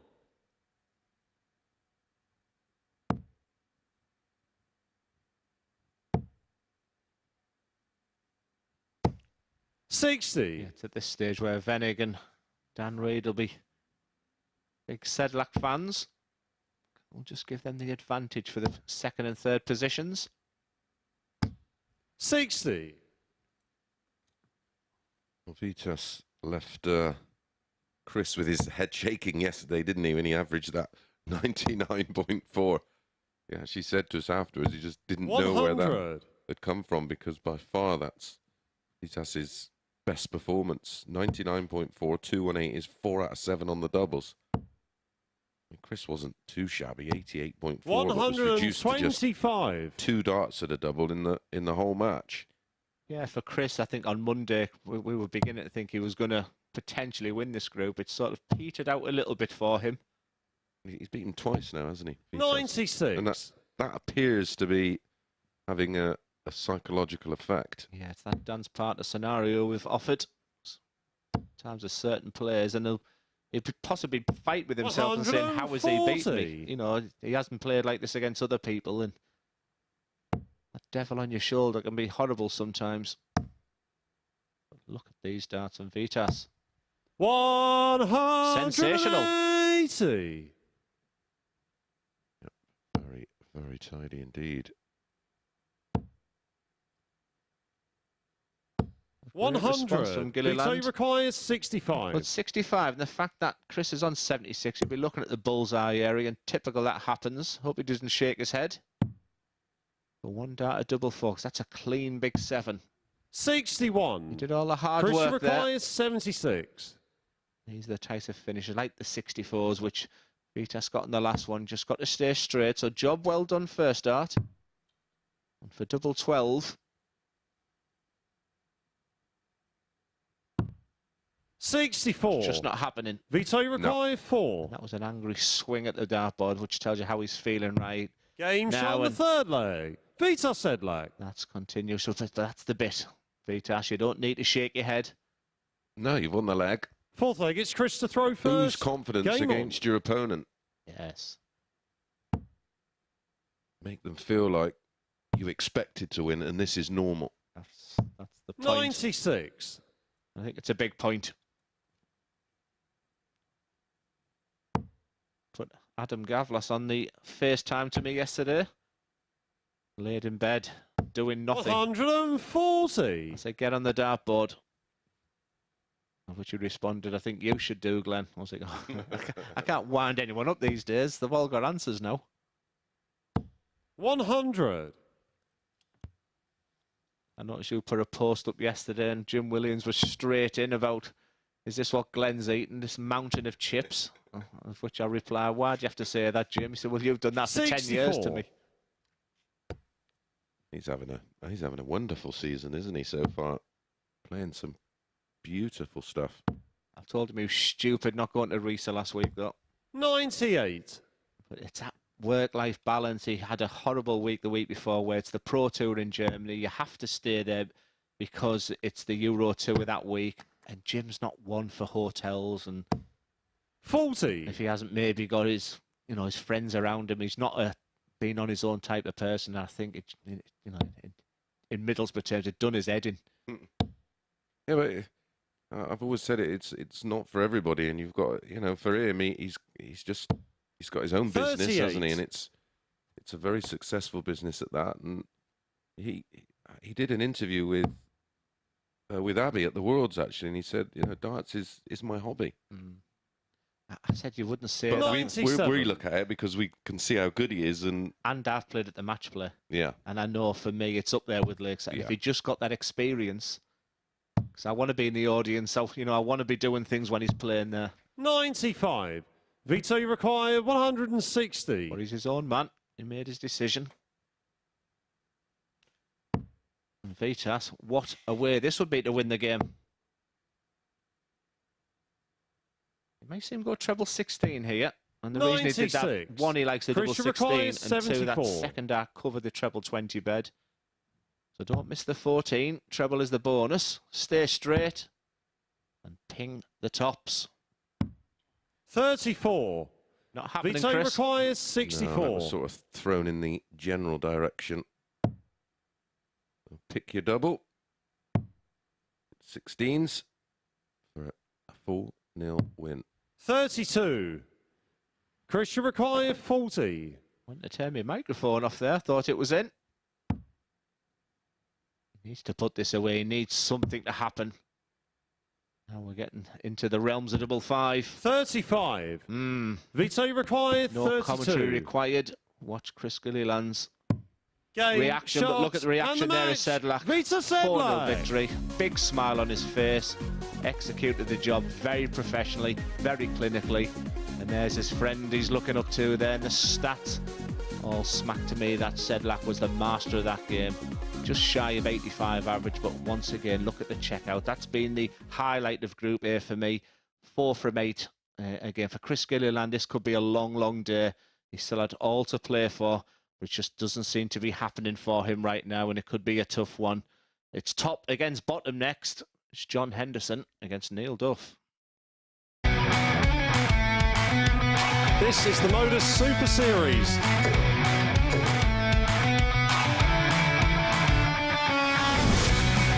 $180.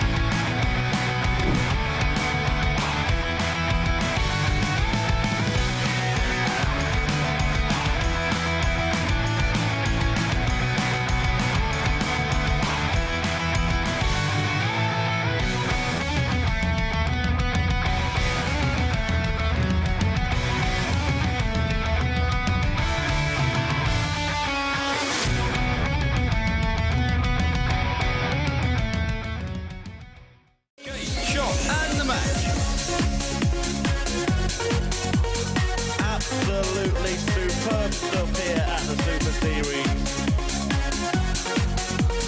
Would you believe it? Out of nowhere, he pins a 170 finish. This is just an exhibition of fantastic finishing. 180. It was a cracking leg of darts. 144 were called, just 6 remain. This is the Champions Week Grand Final. After 3 months and over 1,300 games, it comes down to this.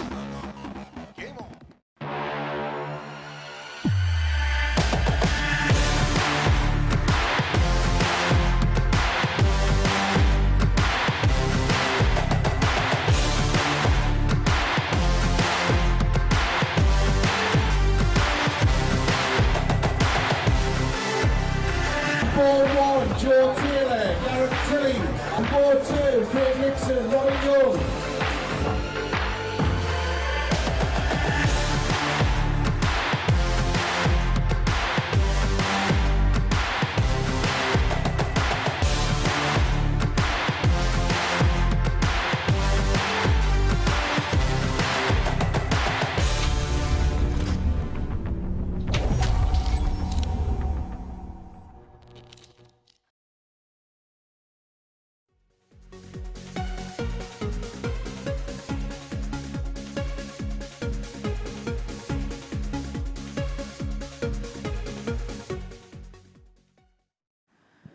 Welcome back to the MODUS Super Series. Can John Henderson edge himself even closer to qualifying for finals night with a third win of the week over Neil Duff? Of course, we knew the Highlander was coming into this week in form, and it's been great to see the Scot enjoying his game again. As for Duff, he recorded his third win of the week last time out, but can he pick up a win over someone other than Sedlak and try and go on a bit of a run on the final day of Group A? Let's find out with Mace and Duzza.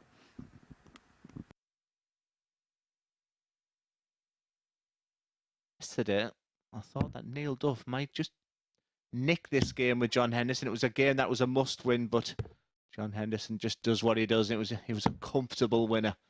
But this time he's got Neil Duff on the back of his first victory on the opening for his opening match. And if you look at that momentum, we talked about that Neil Duff will be hoping to win maybe 4 out of 5, so he can start the day feeling confident and have that winning feel about him. But John Henderson will probably know right now a win here, and we're then beginning to talk and looking at numbers and can he be caught? Yeah, he's a huge favourite for this tight. 1-3, 9-4 about Neil Duff. Like you said, they've met First leg, it's John to throw week. first. Game on. It was a very narrow victory on Monday, 4-3 to John Henderson. He was 4-7 on that occasion. 5-4 about Neil Duff. 85. Yesterday. Well, it was a thumping. John Henderson 4-0 in fine form yesterday. 4 out of 6 on the doubles, 2 on 80s, and an average of 140. Yeah, it was a surprise for me, that 4-0 yesterday. And just, like just say, John, just put the afterburners on when he wants to win. That's the feeling I get in this group here when the chips are down or when he's required to win. I don't think he's been at his outstanding best this week. Yet he's the one sat on 18 points and 6 points clear. We begin to look at how many points can Reid and Wenig get, and then we start looking at leg difference. It's already beginning to tell its own tale that Henderson's cruising his way to a Group A victor. And he has that look about him. 26. Glenn, that he does have another gear. Yeah, I don't think he's been at his best. We've seen spells of brilliance. 140. Almost like that. And he'll know that he wants to peak Saturday night. Yeah. And he looked at what Barry Ventia did last week, who I thought in Group A, he was absolutely 65. incredible. John, you require 135. We've been spoilt with fantastic Group A's. Treble 15. He'll stay there for treble 10. 75. Neil, you require 170. We haven't seen a 170 this week. We're not going to know. 26. John, you require 60.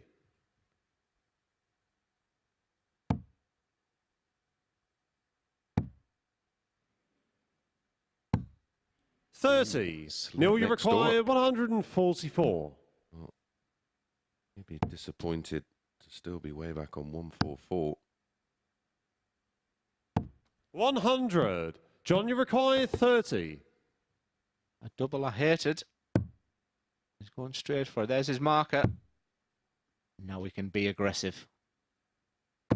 Game shot on the first anybody leg. hit it more than John Michael Henderson. Smith? Yeah, he loves it on 141s and everything now, doesn't he? And seems to be coming into his Second game leg, more it's and Neil more. to throw first. Game I on. don't think, apart from James Wade, I've ever seen a double 10 hitter like Michael Smith. And John Henderson there, just that second dart was a little 55. bit half-hearted, and then that final dart, you know, to win or bust. Fully committed.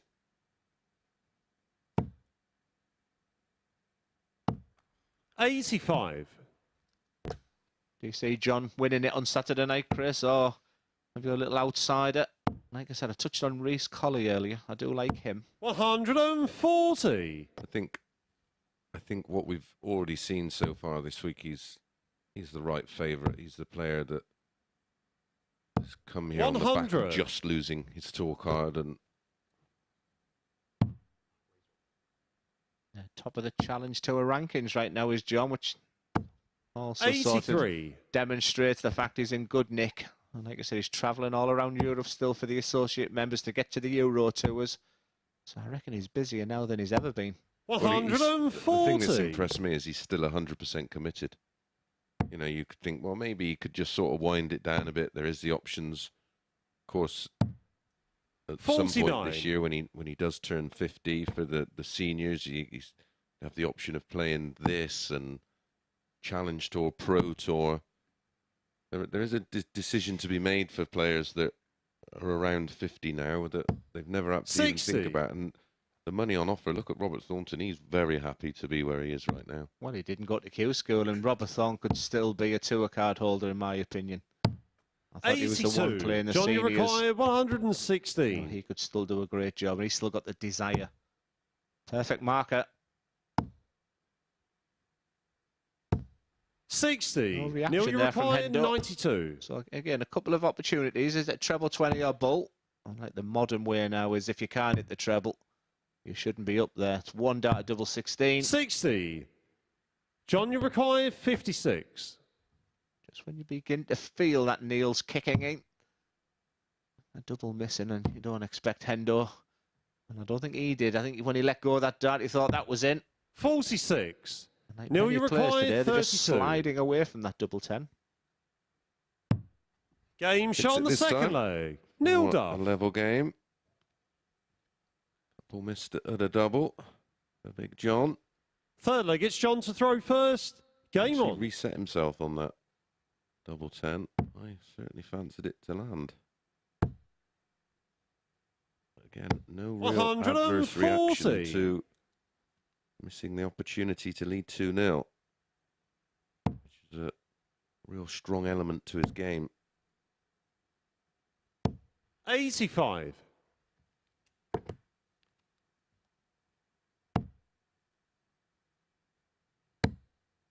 Both in. 135. Just tried to find the open side of the bed. Slid in to the treble 5, but a beautiful start to leg 3 with the darts. 100. 140 followed by 135. 90 the lead plus these.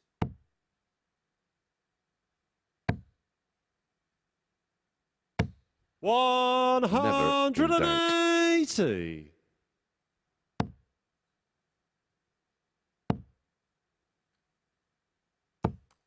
$45. John, you require 46. 6 or the 10, but I don't even think he had the 10 into consideration there. That's a sign he's feeling good. Game shot on the third That'll leg. make him feel John even Henderson. It's a little bit one-sided here. I expected more from Duff. I think I've said that a few times this week, Chris. Fourth leg, it's Neil on the to back throw of him winning first. that first Game on. game, you know, running through the card today, would just give him that good feel factor. But once again, he's flattered to deceive. 100. Not too much he could have done in leg 3. Would have needed a 9-darter to have won it because it was a 12. The big John. 60. 140, 135, 180 and out.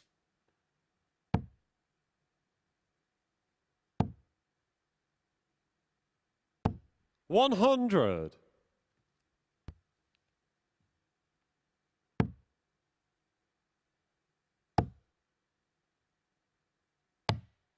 59. Advantage Duff now. 80 ahead plus these. That's sliding into the 5. He's just begun just a little too often for me. 82. And you feel good about that last dart, that treble 19. Once again, that fact it's the last dart, meaning, and even a maximum here for Hendo, which is not going to happen. 78. Will give Duff a big advantage here. So you'll see him using the 19s on the last dart, you would have thought, but that's slide into the 1 again. This will hurt. No, that's not a laughter of laughter. That's a sarcastic, angry laughter. 19. And he'll hate them 3 darts because has he thrown away his big, big lead in this one? But John Hendo's doing nothing. 78. The only positives both players here, the cover shots have been fabulous. That is the perfect dart. 80. And an expression of why isn't that followed? Yeah, he's just not throwing straight. Well, they're neither of them. They're just not throwing straight. They're not just getting the basics right. He barely missed in the last leg. Has John won this league, 40. this Neil, you group already require in his mind? 'He threw 120. 9 darts at the treble 20 in the last leg and only missed twice. One of those was in treble 5. 80. Great camera angle. Great shot of nearly a great shot, but he will be back to level things up. 140. Enough Neil, you frustration. require 40. When the leg's gone. Flyer. Game shot on the fourth How many leg. times do you see Neil that Duff. happen? And the reason being, you just want to get above that double. That's all he's trying to do. He's Fifth not leg, it's laying the John to throw marker. There's no first. better Game feeling when on. you go to lay the marker and it goes plumb in the tops, because you've got to consider the fact that you've got a bit of anxiety in your body, a bit of 82. nerves. Sometimes you just got to take that into consideration. But it looked like a flyer, but the second was right in the middle. Once again, Chris. Yeah.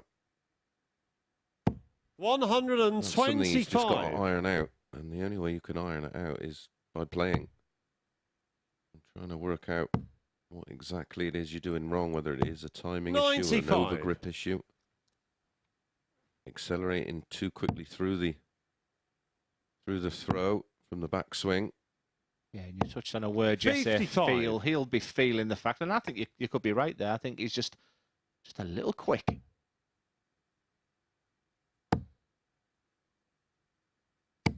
$140. You could time John Henderson's, and it would be within a millisecond. Well, that's what it looks like. 100.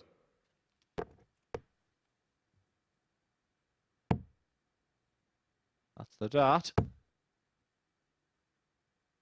136. Fantastic setup play, and all Neil can do is put pressure on that 48. I like the bull at this stage. 100. John, you require 48. I agree. Game shot on the fifth leg. John Henderson. This is very tidy from Henderson. His 2 winning legs. Well, it's 3 winning legs. The last 2 coming in 12 and 14. Sixth leg, it's Neil to throw first. The Game opening on. leg was an edgy one, a 21 darter, but he's still averaging close to 90 after a 21 darter. That tells you how good it's been 85. since then. Treble 20 looks inviting. We're talking of Chris's England debut 23 years ago. The treble 20 didn't look as big as that them days. 123. No, it was covered in metal. It wasn't as bright and as big. 26. People say, what was your favourite throw? And there was a place in the BDO called Chelsea, England Open, England Classic, England match play. 66. Whenever, I don't think I ever lost on that stage. It was just psychedelic. It was just so bright when I got up there. All I could see was the treble 20. Yeah, when it feels like it's 83. the size of a bucket, there's no better feeling. I always say there was a knack that the players don't really tend 100. to need to use, but years ago you had to play across the treble 20 bed, so whether it be bang in the middle and then to the left and then to the right, you couldn't really 60. hit a 180 vertically because there just wasn't the room. I think they're points as well these days. These longer points Yeah. are giving opportunities to players now. I mean, you look at John Lowe's 9 darts. 100. Yeah. One dart just filled the Covered it, treble. yeah. And it was a skill to hit a match. on- 100. John, the you older require boards. 112. You couldn't just throw 3 darts the same. Well, that throw of Lowe's was sensational. Beautiful. Still hasn't spent the money, the 9 darters. John Henderson looks at double 16. For the match. It's what we call the reset. 80. Neil, you require 147. Not the biggest fan. As we've been talking about the Crucible this morning. As Neil Duff goes for the 147. I think we'll see one of those. 100. In John, you the require 32. Crucible. There's John Henderson for 32. to get himself to 20 points. Game, And shot, 20 points. and the John match. Henderson will John be Henderson. in a comfortable win over Neil Duff there. You can see Neil Duff probably slightly disappointed with his performance there. Expected a little bit more for John Henderson. He just continues to do what he needs to do, and he's cruising his way to victory. I think we'll be getting the calculators, the abacus out very soon, because it's looking like it's going to be very tough to beat, in a sense that his average is very good on plus 22, 88.50 on the tail of the tape, 4 from 13, just a very, very solid job. And speaking of solid jobs, next up it's Dan Reid, very impressive this morning against Viteslav Sedlak.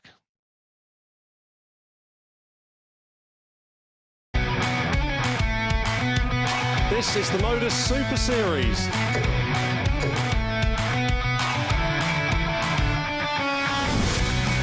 $180.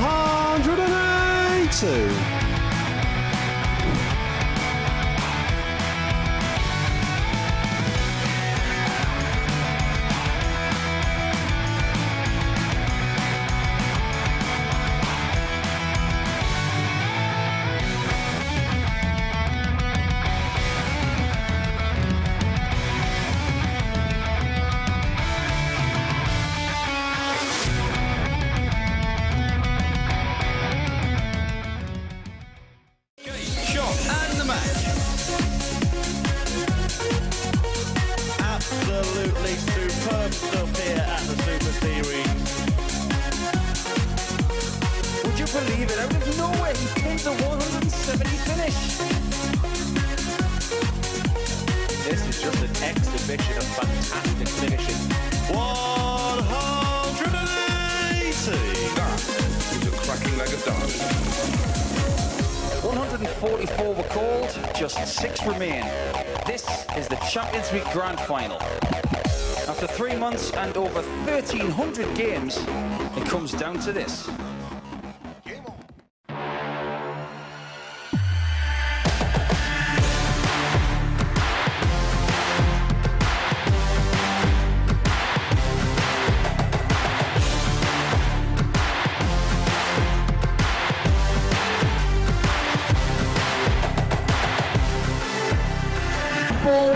Joe Taylor, Garrett Tilly, and 4-2, Craig Nixon, Robin Young.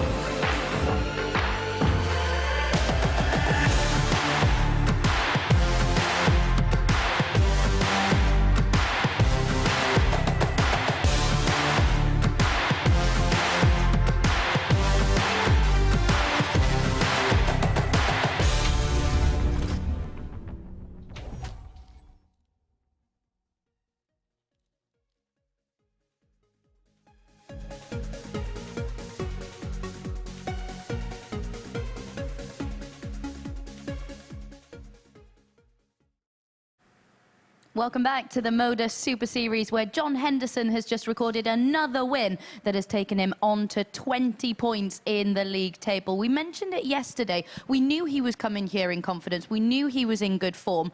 But are you quite impressed with the way that he's back enjoying the game as well? Yeah, he just looks so comfortable, doesn't he? In control of everything. He's had a couple of iffy games, both which he's lost. Outside of that, he's looked pretty unbeatable so far. And a word on Neil Duff as well, because we expected maybe a bit of a reaction today. You know, he was playing with that freedom, or we thought he would. It's not quite worked out like that. What do you think is going wrong for him? I'm not quite sure. And whether it's just a mindset and he knows his race is run, but he looks like he's trying on every dart and probably trying a little bit too hard. I think he's just got to relax. I think he's got to watch the acceleration from point A to point B, the backswing to the release point. It sometimes looks a little bit too quick, and that's causing his darts to sort of veer left. Let's have a look at the league table then. It is, of course, John Henderson who looks to be motoring towards the finish line now. Dan Reid, of course, making a really, really impressive run for a Group B spot. His mindset, his mentality has been really impressive, because he could have let things get to him on day one when he wasn't getting the results that he merited. How impressed have you been with that side of his game? Yeah, it's been a great response. Lost his opening 3 matches and has not looked back since. Started today, 2 from 2. and he is looking for that spot in Group B. That's what the players are playing for. I don't think John Henderson's going to get caught from here, not unless his arms fall off. So yeah, and an impressive start. I like Dan Reid. I have done since we first saw him down in Southampton. He's getting better and better as well. Yeah, you mentioned Hendo not getting caught. Well, Lukas Wenig hasn't started this day very well at all, really, has he? And I think those missed starts at double in his opening match have sort of lingered, haven't they? Yeah, they have. It's sort of a bit of a hangover from having, I think it was 11 or 12 darts in leg one. He was down to 67 after 9, and you know, when you make that kind of start, that allows you then to kick on through the course of the day. And he's basically doing the opposite of Dan Reid. Yeah, he is indeed. Right then, let's get back into the action, shall we? And rejoin Duzzer in the comms box. Yeah, thanks, guys. Great analysis and a great understanding. But the guy in your picture there, Dan Reid, very impressive today. Big win over Lukas Wenig in his last game, and I thought he was absolutely sensational in the opening match of the day. And just a very impressive young man. And speaking about players being impressive, Viteslav Sedlak, we weren't really sure about him on Monday morning. But today, once again, a big 4-0 victory over the very impressive Gilliland, he's a top-notch player. And only a 4-3 loss to Neil Duff for Sedlak has ruined his day. So two guys will be feeling good about the game right now. I think Dan Reid has just got that little bit of momentum. But every time I've doubted Sedlak, it's proved me wrong. Game on. And here we go. And it's Dan Reid who's going to open. And will his trend of winning continue?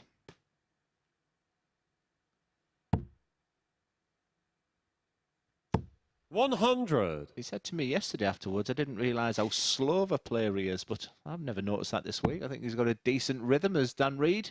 Yeah, and it's a tempo that he retains. You don't see him slow down or speed up. Focuses with every dart. He does everything you'd ask of a player, really. Yeah, he sets himself and his head sort of goes down. 125. The mechanics of his throws really important, and I've spoken enough about the throw, but he's just so straight, is Sedlak. And every time I say that, I expect the 1 of the 5 to 99. go in. The commentator's curse, alive and well.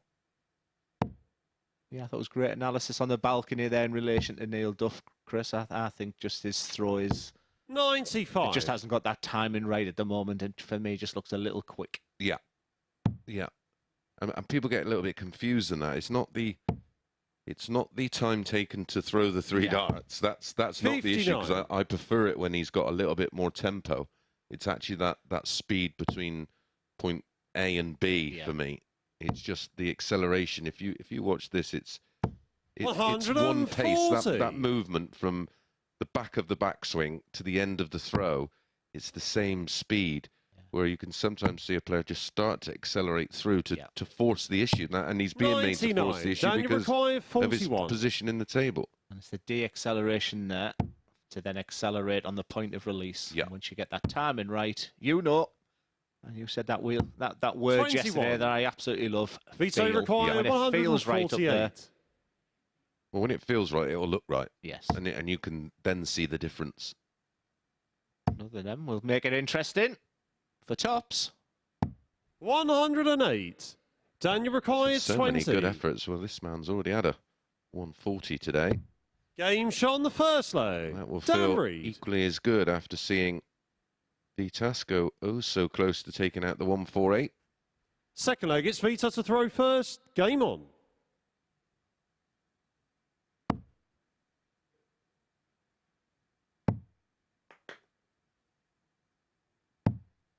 $58. I mean, it's looking likely Sedlak's going to be in Group C now. Don't be surprised to see him, Chris, there on Saturday night. Nope. No, for sure. He doesn't 85. look like he's enjoying every moment of it, but I can assure you he is. Yeah, like I said, it's a shame his English isn't. Oh, my Czech was better, but be good to get his feeling, like an interview 60. with a team afterwards. I'd like to think he's seen a possibility. Or did he think he'd come here and win it? You know, maybe he believes in his own ability and that we've underestimated him. Well, that's 83. That's the beauty of the Super Series. We get to see players that not just ourselves, but the viewers at home know very little of. 140.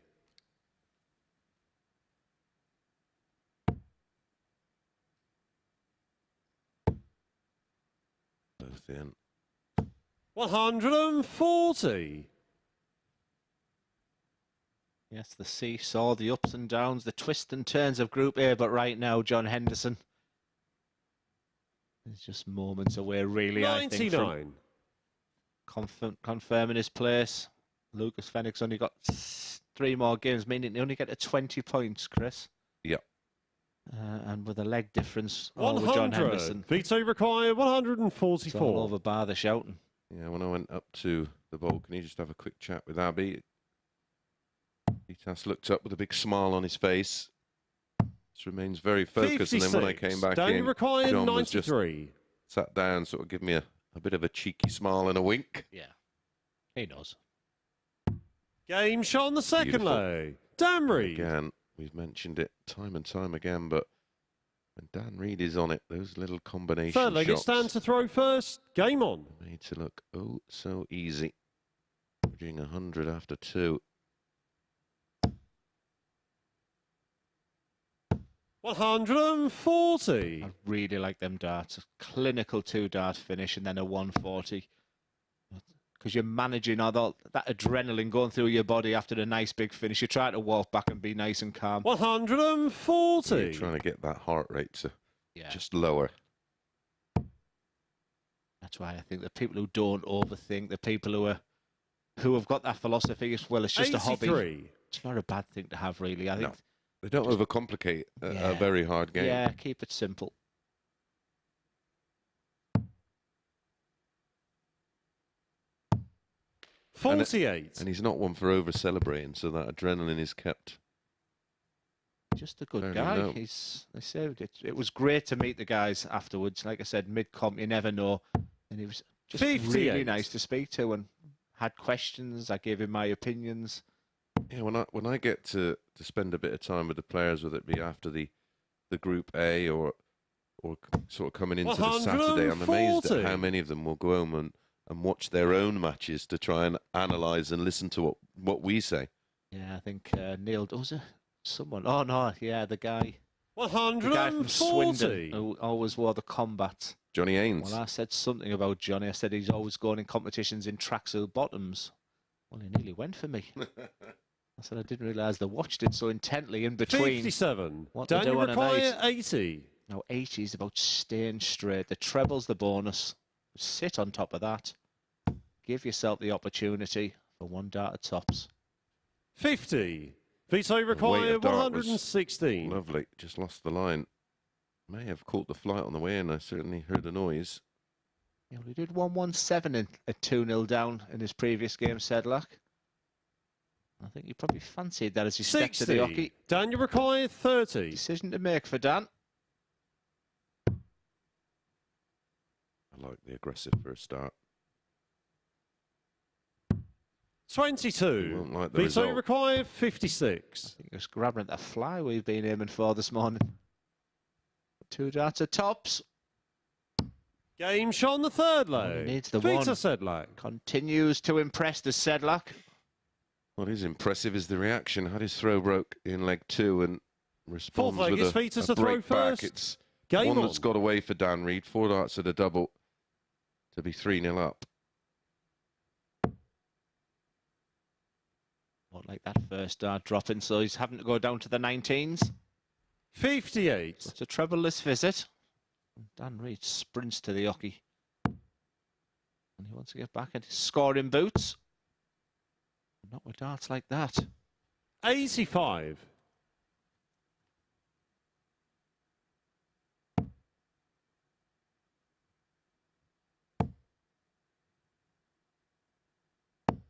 $60. Line and length, good. Away to the dart. Both of them just seem to have lost it all of a sudden.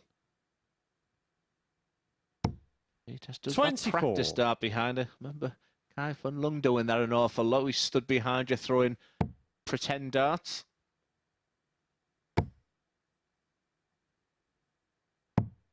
$59.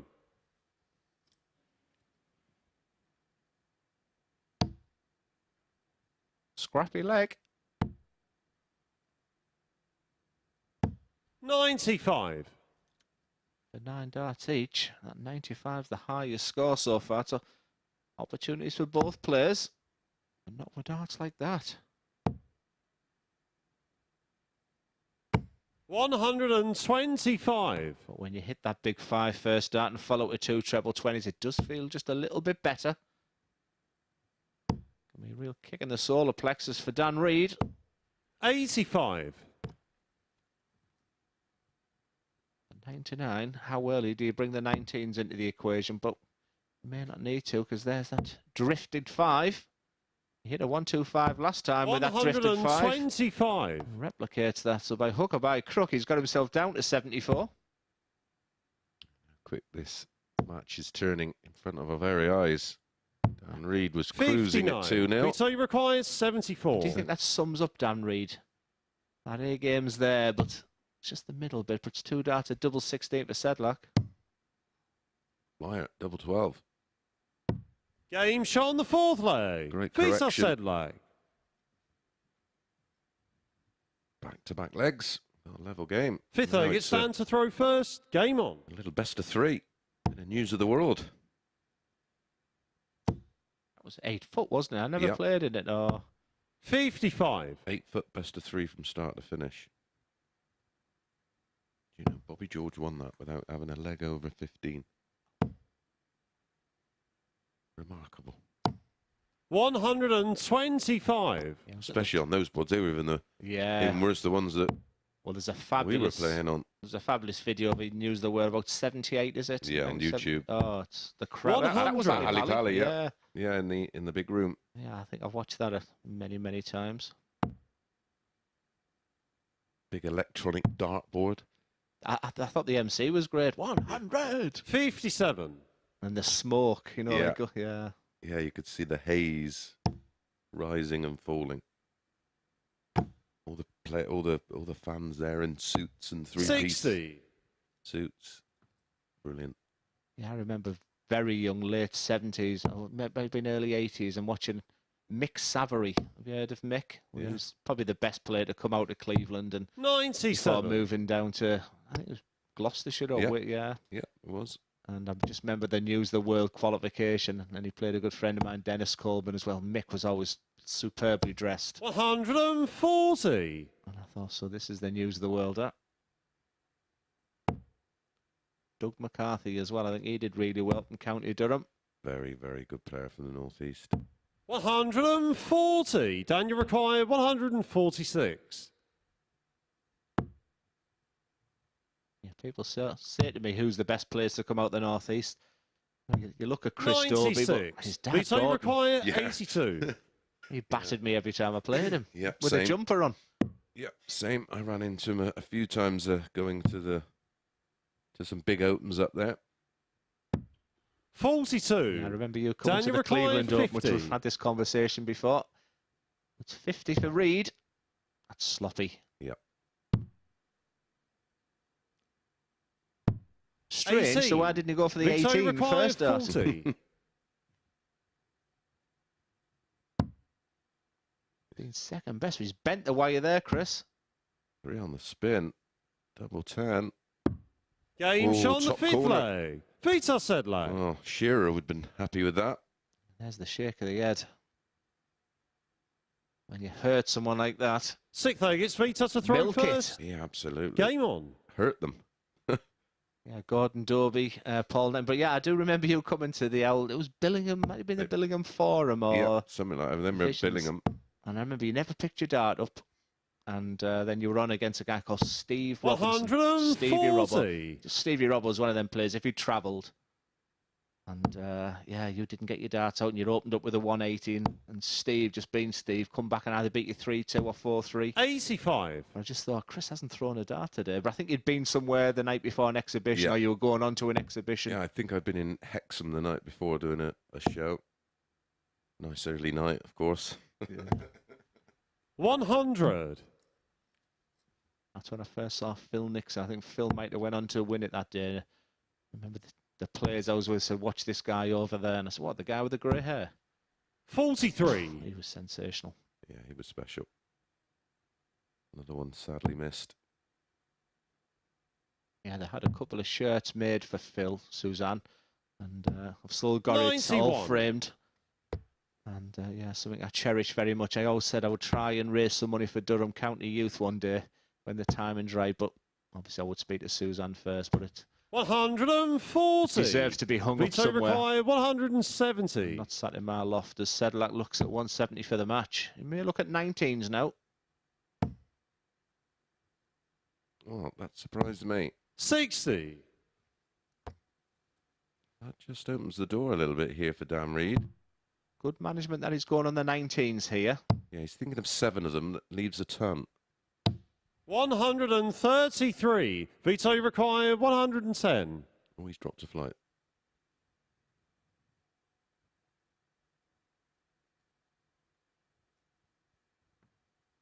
Sometimes that can just help. Triple 20 for double 16. Wow. Very assured finish from Sedlak. Very impressive. Dan Reed, who's been great this morning, just seemed to have this mid-session blip.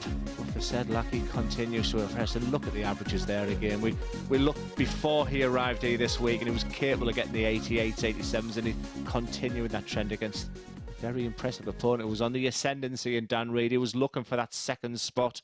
Sedlak just played a little bit of a spoiler role there, but that 110 was absolutely sublime, absolutely clinical. A professional job done by Sedlak. Next up, it's Lukas Wenig, who wants to get up and running today against Neil Duff.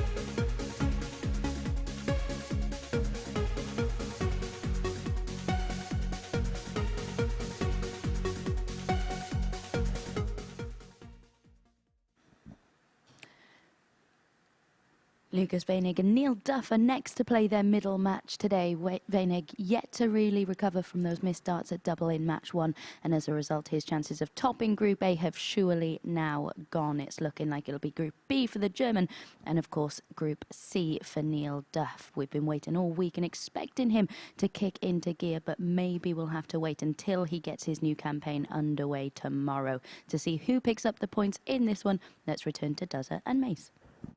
Yeah, thank you, Abby. It hasn't been a great day for Wenig so far. I'm a little disappointed for him and for as a neutral for the competition.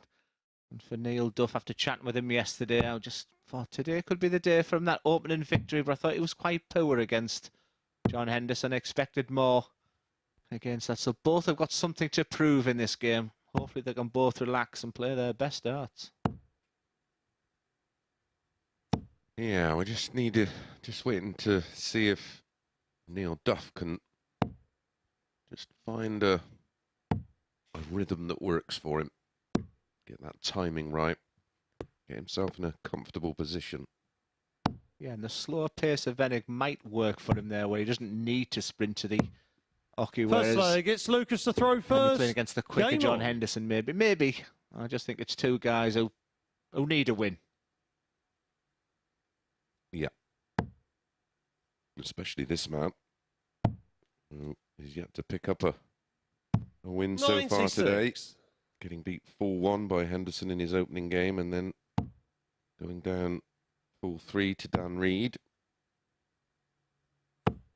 60. Neil started the day brightly with a 4-3 win, which included a 177 and a 180, defeating Vitas 4-3, but then on the wrong end of a 4-2 defeat to table-topping John Henderson.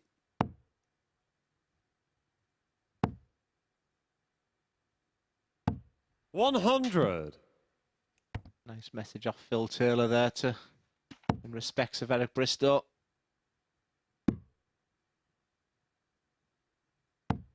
$65. Well, it was Eric that created the monster.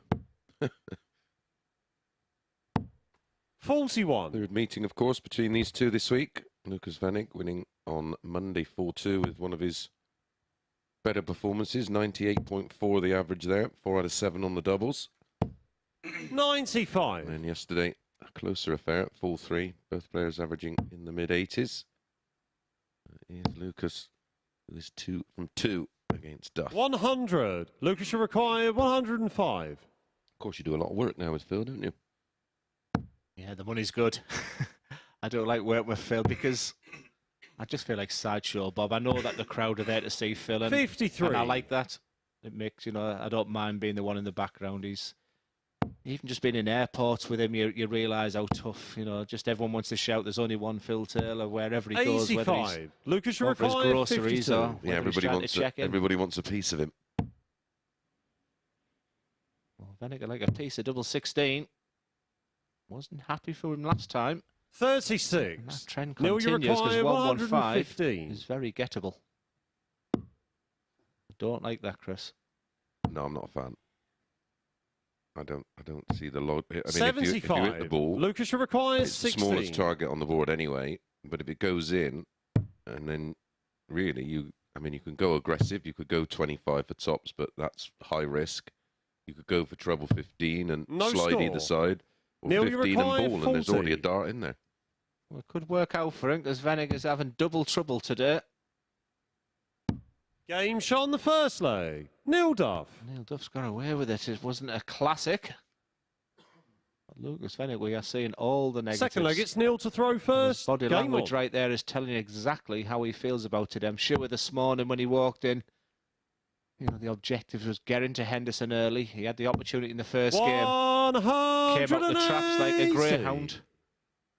It's been downhill since then, and that 180 there from Duff gives him a massive advantage very early in this match. 59. Lukas, huge favourite for this match, and Neil was 7-4, and what we've 43. seen today, that's quite a big price. Probably too big, 7-4. More so what we've seen from Lukas rather than Neil. Yeah, but every time I've sort of tipped 134. Neil Duff, it hasn't really worked. Did your jinx? And there's that as well. 100.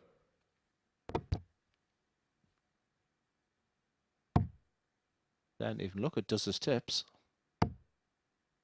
Sedlak's doing well. I think I had him to have a batter in a couple of times. 69.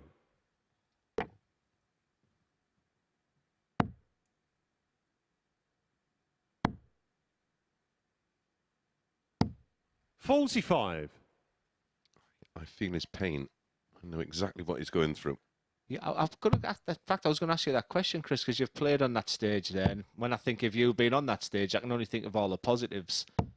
Because 59. the headlines Neil, you require 133. Did you go through a couple of games where you went on a 2 or 3 run loss? Yeah. Did you? Yeah, I don't think I won my first game until my 3rd or 4th game on day 1. And I think I won 3 games on 38. day 2. Something similar on day 3, and then day 4 I went 5 out of 5. Wow. I was settled by then. But winning that one game, which is all I needed on the Friday, was Neil, you the require hardest 95. one of them all. I think I lost my opening 2 on the Friday and then got over the line in match number 3. 55. Lukas, you require 80. Now, Neil Duff should have known what he was going for there, and he just sort of hesitated a little bit. There's that. This is just not the day for Lukas Wenig, and 58. Neil Duff's got to jump Neil, off you require 40. all over this, because once again, it could be 20 darts. Game That's shot all on he the needs. second This time leg. it's only 19 Neil Duff. darts. But a 2-0 up, I don't think you'd be expected with winning legs of 20 and 19. But Lukas Third is leg, having it's his Lukas to real throw problems first. at the moment. Game on. He'll want to set his foundations. These two could well meet Saturday night, and the last memory you want of playing an opponent is 140. inflicting defeat on them. And I thought it was a given that Wenig would be in Group B. But I tell you what, it's just beginning to tighten up, and you just see Sedlak flying through the field at the moment. 70. Well, Henderson clear on 20 points. Wenig on 14 and looking vulnerable, as you just mentioned. Dan Reed on 12. Sedlak on 12. 42. Gilliland on 10. All within striking distance. More importantly, if Wenig doesn't win this game, it's all over for the rest of the field. John Henderson will 60. top Group A. Yep. I mean, I think he's got it because of the legs difference anyway, but I'm sure you've seen some strange things happen at the MODUS Super Series, Chris, over the years. Not that strange, though. 99.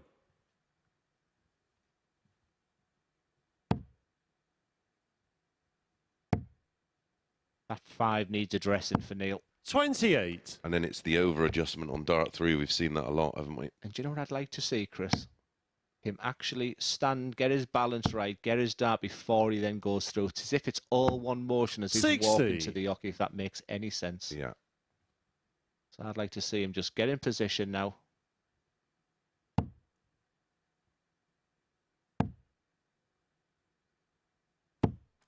$41. Just not Lukas, feeling you it. require 160. This is a scrappy game.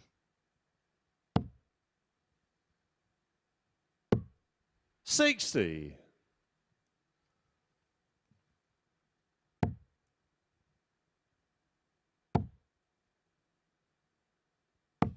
Fabulous. 126. Lukas, you require 100. 6 darts for Wenig from 100. Just stay straight. It was a 60. half-hearted attempt at tops. A safe tops, that.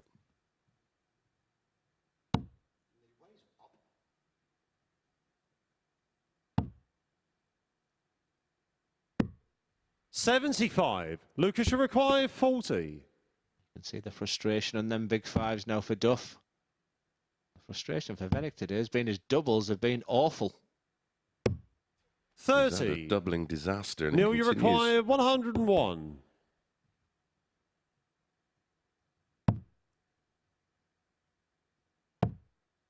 Great dart. Just needs to remind, I think he was going for double 16 then he realised mid-throw it's double top, isn't it? I think 93. he's miscounted. Lukas, you require 10. He made me doubt there.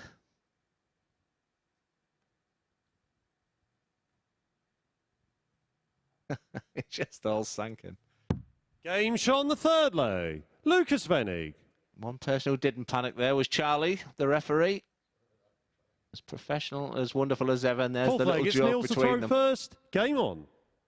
Well, just to acknowledge your mention of the doubling disaster 100. today for Lukas Wenig. He's had 29 darts at a double today. He's at 5. And no explanation for me apart from the 100. fact that today was about expectation. Today was about accountability, and he fell short a little bit. Yeah, 100. just looks a little jaded today. And I probably didn't think about probably the fittest guy out the lot of them.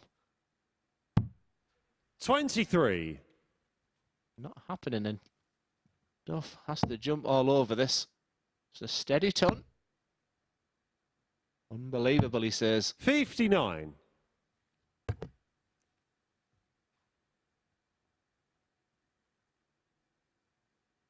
Such an advantage speaking another language, isn't it? You can have a right old curse and a cuss and you can't get fined. Brilliant. 100. Yeah.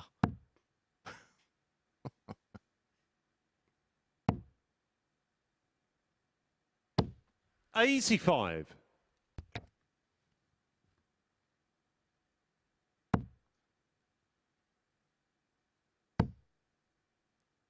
It's not pretty. 30. Neil, you require 157.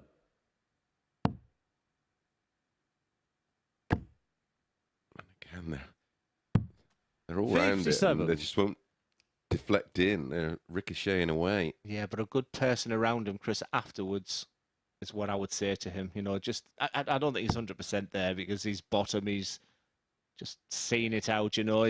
But he's round about the treble. And I just think a bit of added focus, a bit of concentration. 117. Back on Neil, you 0 require points tomorrow with 100. everybody else. Yeah, and that's the beauty of the Super Series and playing Group A, that it is everyone's back to 0 tomorrow. 48. Lukas, you require Except John Henderson, 131. maybe tucked up in bed, enjoying a couple of days rest. Didn't expect that. When he went the treble 17 route, I just assumed it was tops. Same. 91. Neil, you require 52. Wax lyrical about how good they've been with these two dart Game combos. shot on the fourth leg. Neil Duff. And it's been justified one more time, and somehow with 20 dart Fifth leg leg, it's again to Lukas to follow his throw 20 first. dart and 19. He leads 3-1, and with them numbers, if you'd have said that before the match, you'd have been surprised. 55. Well, if you go back 24 hours ago, you wouldn't think he'd be winning this one with these kind of numbers. 87.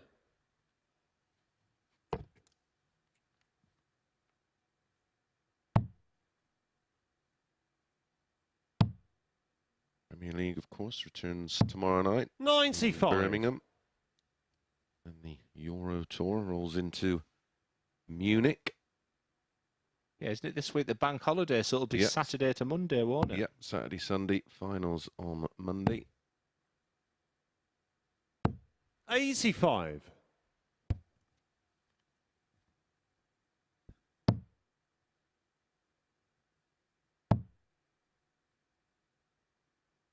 $171.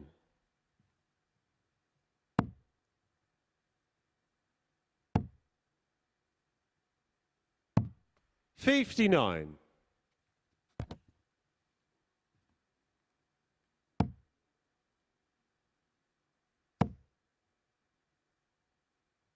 140.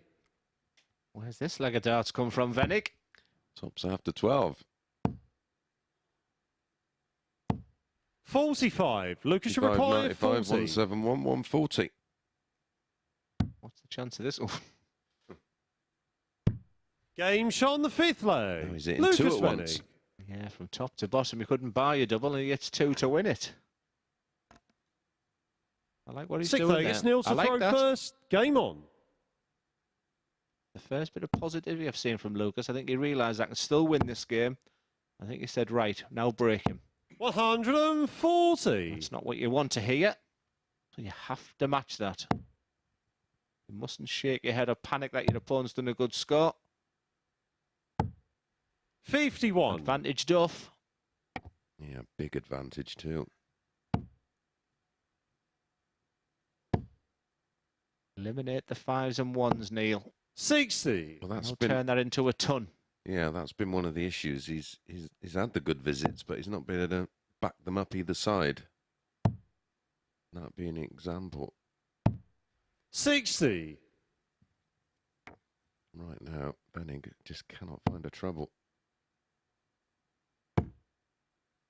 He's had double trouble. Now he's got treble 60. trouble. Now, I like them darts from Neil. He sort of caressed the dart in. His hand, for me, is just a bit tight. Yeah. As he's throwing them darts. And that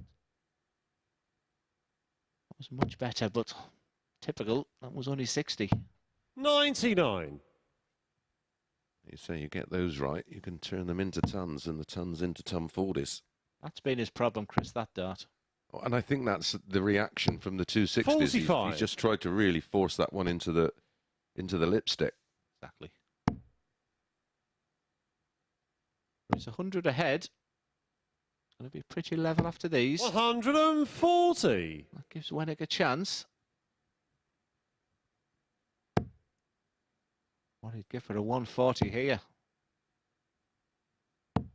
55. Lukas, you require 151. I was going to say I fancy this.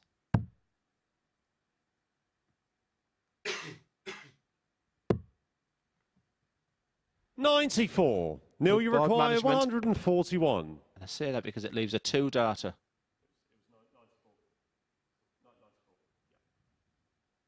Don't ever doubt Charlie Lucas. Premier League referee. 60. Lukas, you require 57.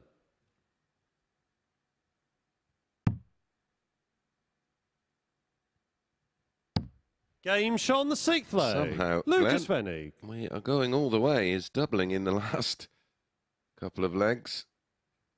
Has been 7th and final impeccable. leg. It's Lukas to throw first.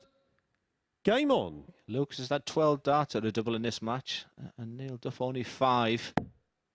So the fact it's 3-3 and Wenig to throw first, but that second dart's lovely, surely. 96. That's the minimum. That's what you want. 1 treble a visit. Just make Neil need and require a 140. And away going now. Just Neil, just 60. 60 after 60 after 60.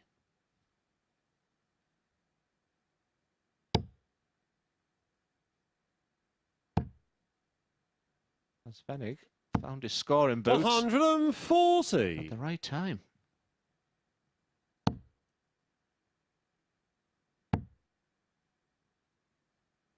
Now, Wenig has a decision to 55. make. He doesn't need to go down in the 19s on 265, which is the norm. Just keep it simple. Keep it simple. Mm. There's an 45. example why. Just absolutely No need. no need.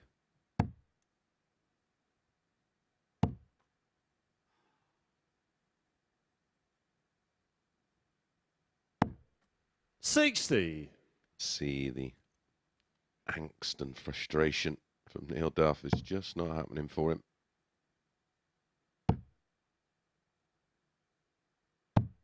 $82.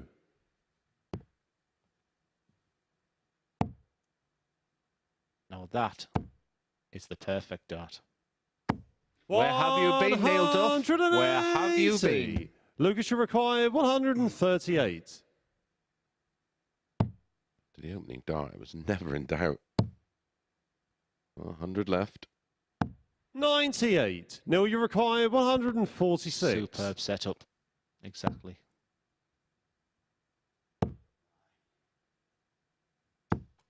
$40. Lukas, you require 40. It's over to Lukas, 3 darted tops. I didn't expect this after the first couple of legs. Shots and the But match. he found his scoring Lukas boots Wenig. and his doubles at the right time. It was still a big struggle for Lukas. Hence he walks across the hockey, looking dejected. There's the little fist pump.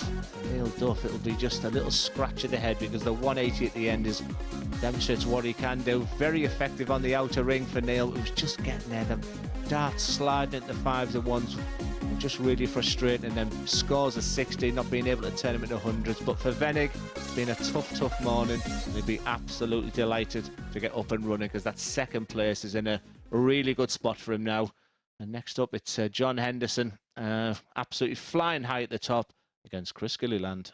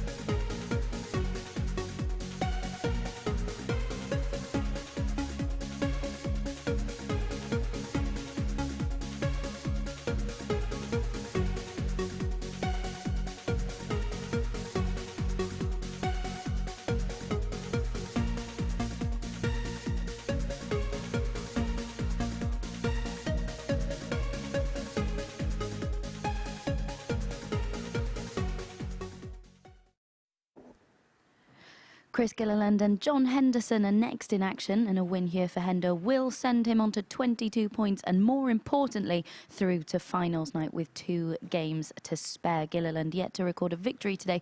Can he get it here? Well, he is one of just 2 players to have beaten Hendo this week. That was, of course, on Monday. Can he do it again and make Hendo wait that little bit longer to book his spot in finals night? Let's find out with Duzza and Mace. Yeah, thank you so much, Abby. Yeah, it's been a tough day for Chris Gilliland today, and for John Henderson. He'll know now a win here cements the top of the group here. I think he knows exactly what the situation is all about. There'll be no panic on his side, but Chris just hasn't been at the races today for whatever reason. He had the real chance to try and get that second place, but right now, with all points done, he's in 5th place. And looks to be joining his good friend Neil Duff in Group C. Unless he can just maybe go on a little spurt, and last 3 wins then would put him on 16 points and give him some chance, but could still be relying on others. So it's looking like Group C for Gilliland. For John Henderson, it just keeps rolling on. First leg, it's Chris to throw first. That's a great Game analogy, on. Glennie, is he just goes through the motions, cool as a cucumber.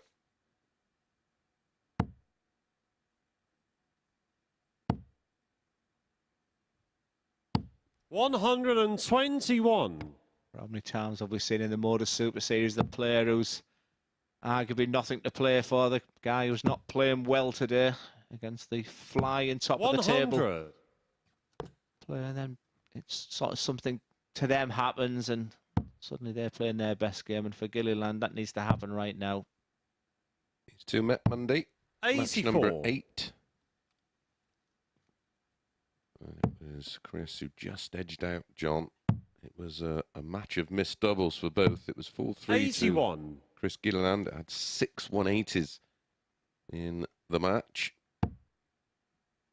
Revenge for John yesterday, but by the same scoreline, 4-3 in another game 58. with an array of missed doubles.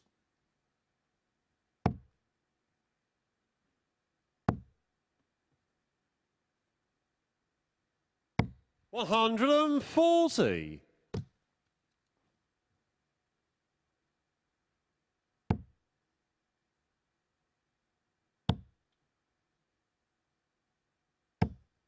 $45.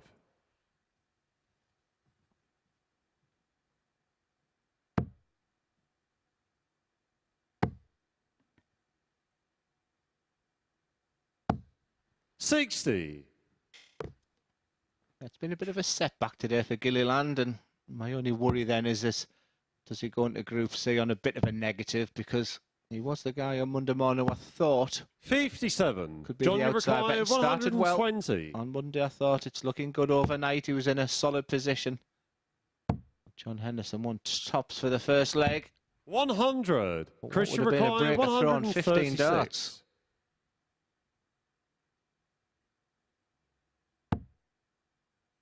Not to be again. It's even more frustrating. 82. John, you require Just 20. a fraction to the right, wasn't he? At double 10 for John. Usually very good Game down shot here, on the first and leg. John that Henderson. trend continues with a 17 dart break of Second 12. leg, it's John to throw first. Game on. No reaction again from John. Just going through the motions. Get me to 22 points. Thank you very much. And I'll see you Saturday night. 140. And you can see John Henderson on Saturday night. Dartshop.tv, and tickets are absolutely free. It's a fantastic atmosphere, unique atmosphere when you are here. 45. It's just makes it that Saturday night extra special. And someone will lift that 5,000 prize and a place in Champions Week. So get yourself 100. here, the live lounge in Portsmouth. Yep. Come and make it a special night. All you got to do, head over to www.dartshop.tv, register your ticket. And your name will be 95. on the door. If your name's not down, you're not coming in. Doors open at 6:30 for a 7:30 start, and it is a very unique atmosphere. And the 45. players really do appreciate everybody that goes out of their way. It makes the experience even better for the players. Yeah, the acoustics of the building is great 80. with the crowd in. It's yeah, I do like the Saturday nights, I must admit. And so do the players. They want to see a crowd. You make it special.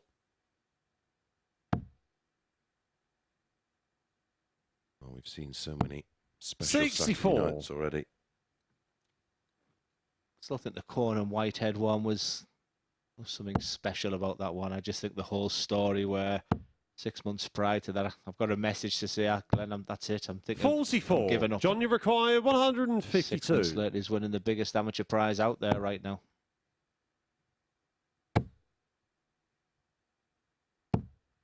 $100. Very nearly went on to get a card, didn't he? He was in one of those horrible situations. Had he not played on final day, he would have got through. Yeah, believe it or not, we were chatting about that with the players this morning. I'm not sure what their 99. conversation John, was you about. require 52. As Henderson looks at 52. I think it was Chris Gilliland that beat him on the final day. 12. I wonder if he Christian knew. require 138. If Yeah. someone said to me, if you don't play today, you're in, you don't play. Because you can draw Chris Gilliland, who can do finishes like this. Outstanding. 126. Down at John, the you final require hurdle. 40. For John Henderson, 40 is usually meat and Game drink. shot on the second leg. John Henderson. It's 2-0 to Big Hendo. Big Bad John. Third That's a leg, it's strange Chris to nickname, throw 'cause first. The word Game bad on. and Hendo shouldn't be associated together. No. Nicer bloke you wouldn't meet. Top fella. Yeah, that was a crazy scenario. 140. Conor Whiteley could now be a Pro Tour card player by not playing on the final day. It seemed to be the headline story. I didn't realise which player it was. 100. And that would be my fear. You've got to go and win one game. Sounds easy. You know, if you're drawing John Henderson or Chris Gilliland first round. 85.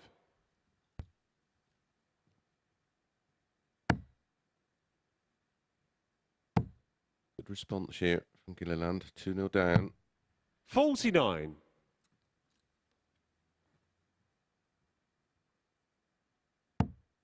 Want to have a good Wednesday. Just either way, whether you're in the situation of Henderson, who will be 60.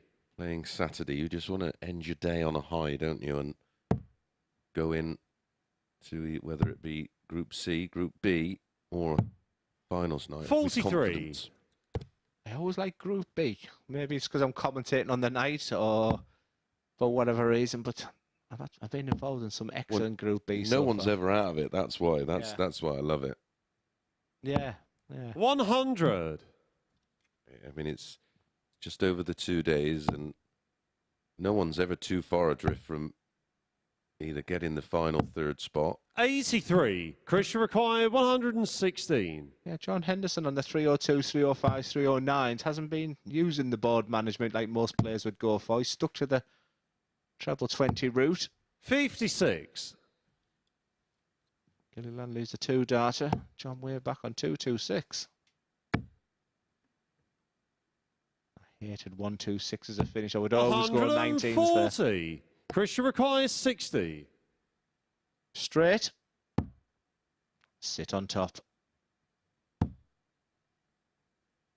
Perfect placement, that first start, 50 wasn't it, for him. John, you require 86. For most, it'd be awful. As Hendo looks at treble 18. Perfection. Game shot on the third Lovely leg. jubbly. John Henderson. 3-0 to John Henderson. Once again, he's running away with it, despite the fact that Gilliland has Fourth had leg, it's John chances. to throw first. Game on. 3 darted a double Gilliland's had. Executed 0 of them. Once again, Hendo, 7 darted a double. And a very creditable 3 out of 7. 100. Yeah, anything around 40% is right up there, isn't it? The average is 33% here at the Super Series, so 60. nearly 10 above that. It's non-stop for you now, Chris, isn't it? Over the next few weeks, you're a busy boy. Yeah, I'm here for the end of this week and then the next 2 weeks. 140. Then home for a couple of days, off to Holland to do the Euro Tour for the PDC. And then fly back on the Monday and then come down here to do Champions Week. 60. It is pretty non-stop right now. And then, of course, we're not going to be far off the match play, which I cover for Talk Sport. 121. Yeah, we talk of evolution and at MODUS Super Series, but I think darts on the radio. Yeah, I think we talked about yesterday, like long-distance lorry drivers, and people Christmas shopping. And 140. Cab drivers, Johnny required Uber drivers. 140. I thought it was fab. Another one of them would be nice. What a way to cement victory. Game, shot, what a way and to the match. confirm that. John Henderson is the Group A winner. Absolutely fantastic dart, and what a way to do it. A whitewash victory over Chris Gilliland, who's just having one of them days to forget. And the stats are all about John Henderson, averaging over 90s, 4 from 8 on the outer ring. That's stunning 140 finish. John Henderson, Group A winner. Series 3, Week 9. Job done. Next up, it's Lukas Wenig, who'll be looking to secure second place. And Viteslav Sedlak, who's on the rise.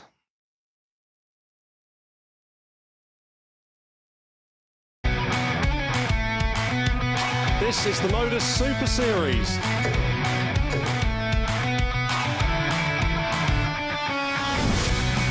$180.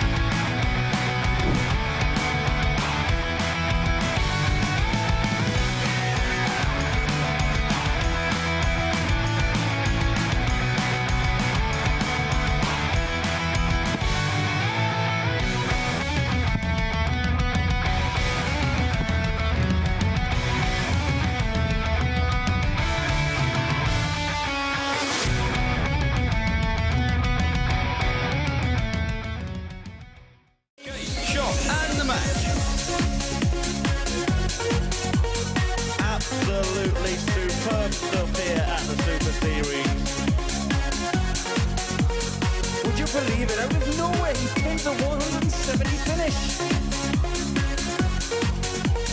This is just an exhibition of fantastic finishing. 180. That was a cracking leg of darts. 144 were called, just 6 remain. This is the Champions Week Grand Final. After 3 months and over 1,300 games, it comes down to this.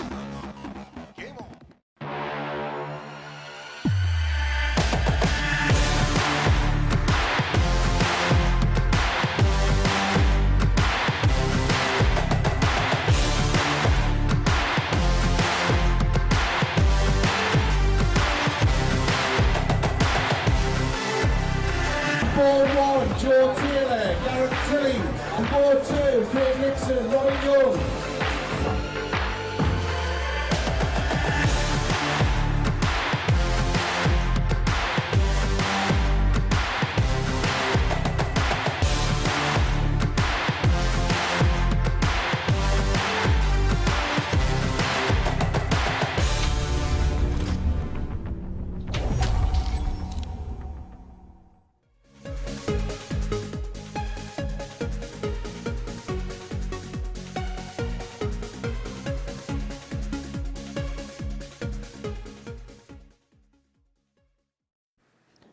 So John Henderson has sealed his place in finals night in spectacular fashion, pinning a 140 to complete a 12-dart leg. As for Viteslav Sedlak, he's been very impressive today, hasn't he? Really settled into the environment and is warming nicely to the challenge. He's taken on Lukas Wenig, who'll be feeling significantly better, having come from 3-1 down to Duff last time out to record his first win of the session. Sedlak the winner when these two met on Monday before Wenig completed the whitewash win yesterday. To see which way this one goes, let's hand back to Mace and Duzza. Thanks, Abby. Yeah, he will be a little happier with his day so far, Lukas Wenig, but his actual level of play will be of concern. 81.64 last time out. Prior to that, an 88.64. Prior to that, an 84.83. He'll be looking to raise his levels. Sedlak just goes about his business. Last time out, he was a 4-2 winner over Dan Reed, averaging 88.10. First leg, it's Vita to throw first. Over Chris Gilliland. Game on. 85, 50% on the doubles. And before that, a 4-3 defeat to Neil Duff, where he averaged 85 with 3 180s. So playing at a very similar level. They go Vitas 11 to 10, Lukas 4 to 6. I'd probably take the 11 to 10 personally on what we've seen in terms of levels from both 96. today. I think it's great. It's a great story, Sedlak.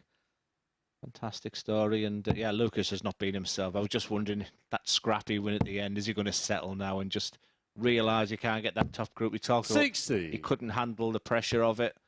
Now he can just relax and just, cruise through to Group B, where as a debutant, you may not know the importance of that, but like I said, the scenario 94. 3 from 5 is, the place he wants to be, really. And he could be fabulous on Saturday night with the crowd and, just the focus. But it would concern me, the fact that it got to 96. him against John Henderson. What's it going to be like on Saturday night when he's really up against it? Tenner in the post to my good friend Carl Hamilton, the greatest player to come out the northeast. 135. It's an easy question, Glenn. It's you by a mile. Oh, bless you, my man. And I think he's back at the MODUS Super Series soon. If I just read one of his old messages there. And we've got Richie Parker and Jamie Durrant coming soon. 60. Real big news is the MODUS Super Series in the northeast, and all really, really excited about it. Just seeing the advertising there. The work Scott Hunt's doing alongside Steve 45. Brown. Vito, you require 145. We've had Tony Wood, who was a double qualifier down, haven't we? He played very well the last time he's he been was winning here. everything, Chris.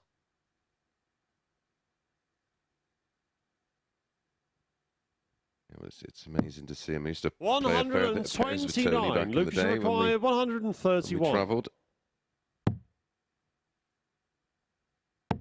Always great company.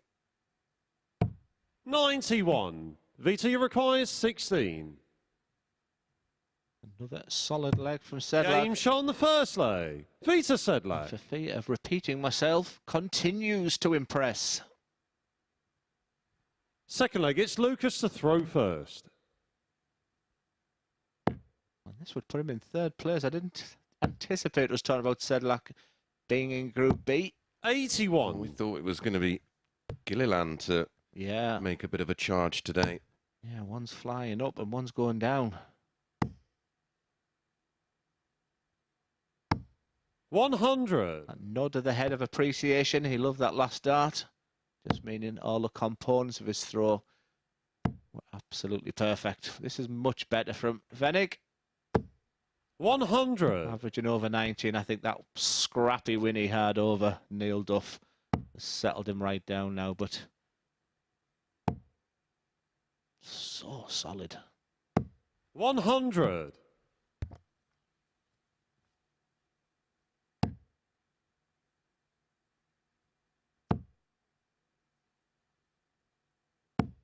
81. What he said there, but he has to be aggressive on this second dart.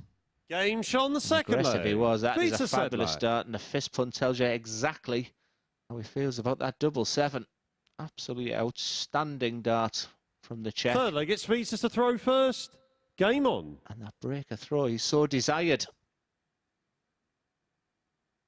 Deflated looking Lukas Wenig. And I don't say that with any jest the size of him. 100. Does mean that Wenig's got to break Sedlak twice now, and right now doesn't look like happening. 85. I think you called it, Chris. 11 to 10 looked very, very generous. Remember to gamble responsibly. BeGambleAware.org, 18 plus. If the fun stops, stop. 60. Well, they were just playing at such a similar level, really, that sometimes you got to take the value. 180. The first dart there is the best dart Lukas has thrown all day. FDM, first dart merchant. He just sat up absolutely perfect. He gave that dart the option to 59. really get in the air before entering the board. He needs that. They've just been sat a little flat. As good as that is a treble 20, that's just a little flat for him. Yeah, they just need to 100. sit up slightly. And a good response. An overpitch there. And that one was well underthrown. 59. Lukas, you That's where we require see timing go. 136. Yes, you can hold on to that dart and let go. If you ever wonder 96. why you're going high or low, then take into consideration that follow through, and then take into consideration the nerves and tension. This is outstanding. 133. pressure on this 40. Lukas, you require 40. Doubles haven't been great for Wenig today, but he has improved. The timing of that drop dart won't have helped.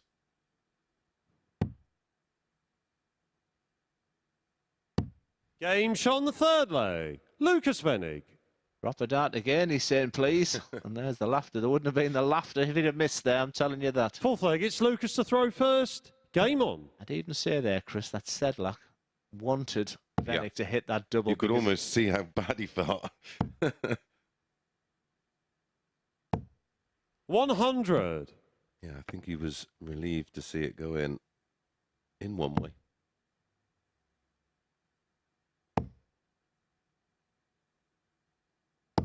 $95.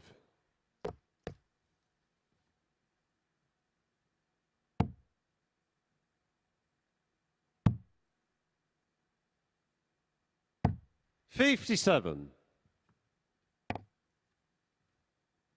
My day gets worse. Week 11 of the next series. I'm working a week with Matt Edgar.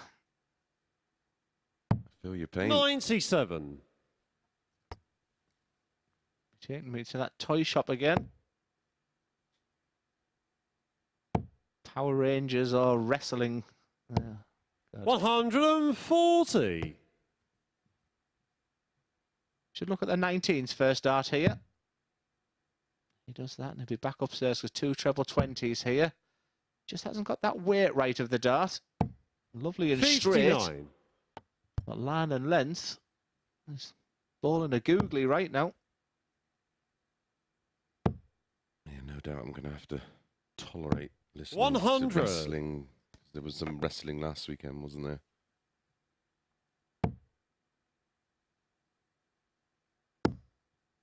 Apparently Roman Reigns beat Cody 41. someone. Right. Lucas, you require 104. Yeah, Just to give you some sort, as if you've done your homework when you see him. Oiled up muscle men rolling around on the floor with each other. It's just not my thing for some reason. 64.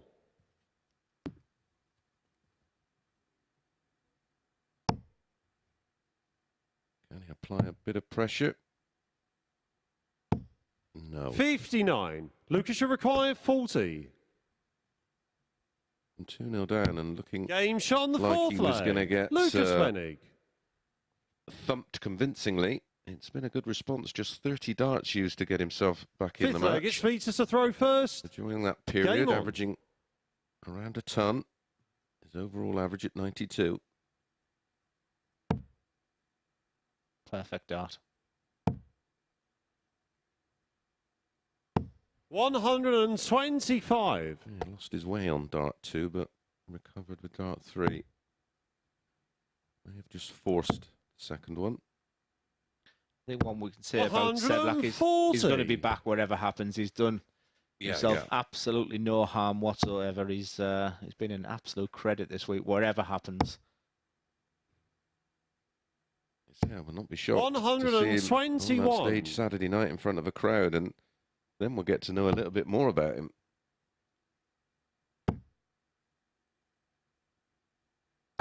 $180. I don't know where it's come from, but all of a sudden, Lukas Wenig has found his A game again. Yeah, they both put the afterburners on in this leg. 180. Stunning.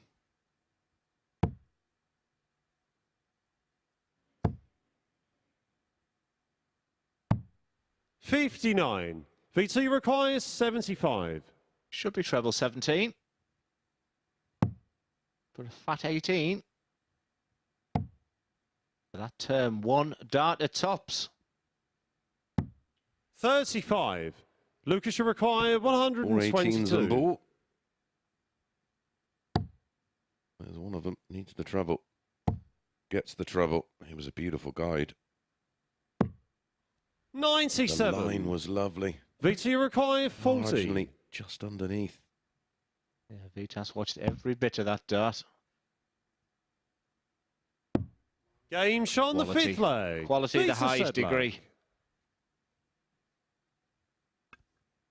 Really enjoyable game. Sixth we'll leg, have it's to see Lucas to Wenig throw hit back in first. such style. He remained straight and true. On that leg in 14 81. darts. He's a real ton machine, is Sedlak.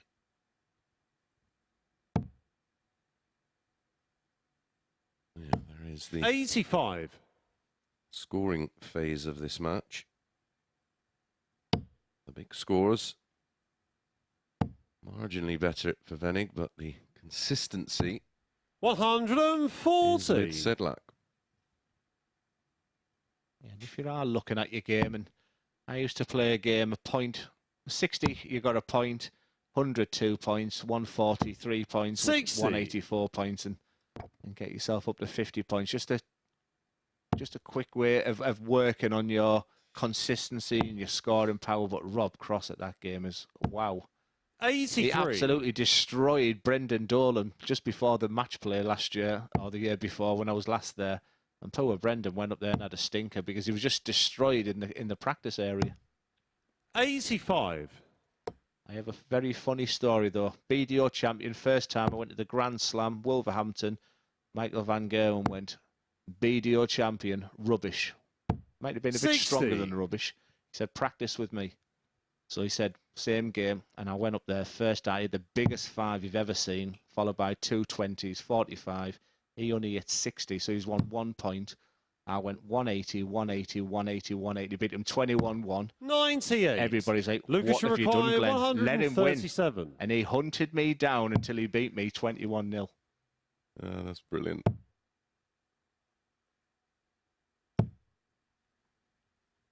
$121. Yeah, Fabulous setup. I was always amazed the new players that would come in that were maybe a potential threat to Phil Taylor, and very much like Eric used to do back in the day. Oh, do you want to have a throw? 99. Yeah. Lucas requires 16. He'd absolutely destroy them.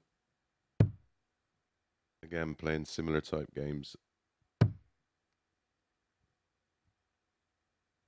Big dart. No score. This is for the match. And Viti another requires impressive 74. victory for Viteslav. Yeah, go on to 14 points and into third. Well, he's missed the treble 14 by such a big margin. He's at a 9. Well, that's a great recovery. He wants double 10. Game, what a dart shots, that is. and the match. Vita Sedlak. For Sedlak, he picks up yet another win, and in fact, he does move on to 14 points. That's an impressive haul of points today. A possible 6. He's picked up 4. An average of 87.35. 93.32 for Wenig in defeat. But no more shot more important than that 74, the highest checkout of the match. And it was to win the match. When we come back, table topping, John Henderson takes on Dan Reed.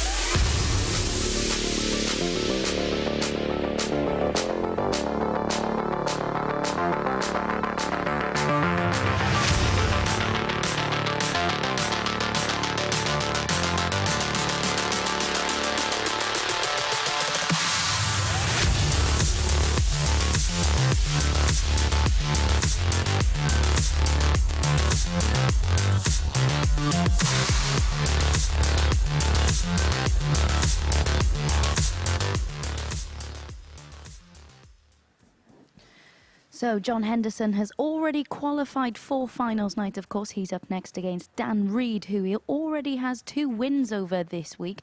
Reed made a really good start to proceedings today, but needs a win here to keep tabs on Sedlak, who now occupies that second Group B spot. It could be a very interesting race to get into that evening group. Could this be a good time to play Hendo now that he knows he's already through to finals night? Let's find out with Mace and Duzza. Yeah, thank you so much, Abby. We're just having the same conversation there. How is John Henderson going to react to this? He knows he's through. Actually, the guy in your picture there, Dan Reid's got much more to play for. He's just seen Sedlak go to 14 points. And Dan Reid will want to join him there. I'm just looking at sort of leg average, and Dan Reid is in a better position than Sedlak and would sneak that point there. And just looking at, you know, games to come as well, it could get very, very interesting for that second and third spot. You feel like Wenig has done enough. Maybe one more win and it'll just secure that for him. So how will he react here against John Henderson? Will John Henderson be totally relaxed in this game and blow it apart? Or will his momentum take him through the game?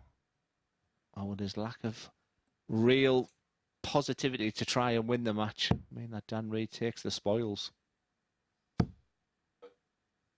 2-5, John Henderson. First leg, it's John to throw first.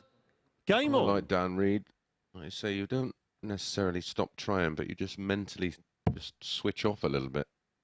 It wouldn't be human if you didn't.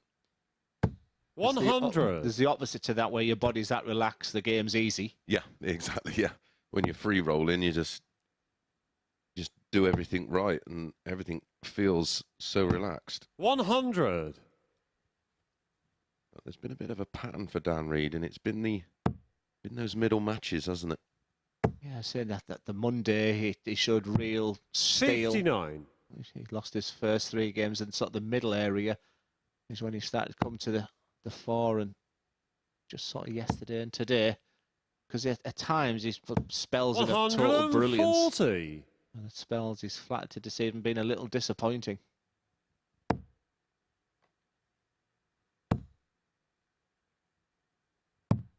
$47. Just credit to Sedlak. In that last game there was very impressive. Aesthetically pleasing on the eye, a very simple throw. I say he does his things his own way. He's not really engaging with the other players. He sort of plays his game and then goes back to the balcony. And, you know, a few minutes before his game, he goes back.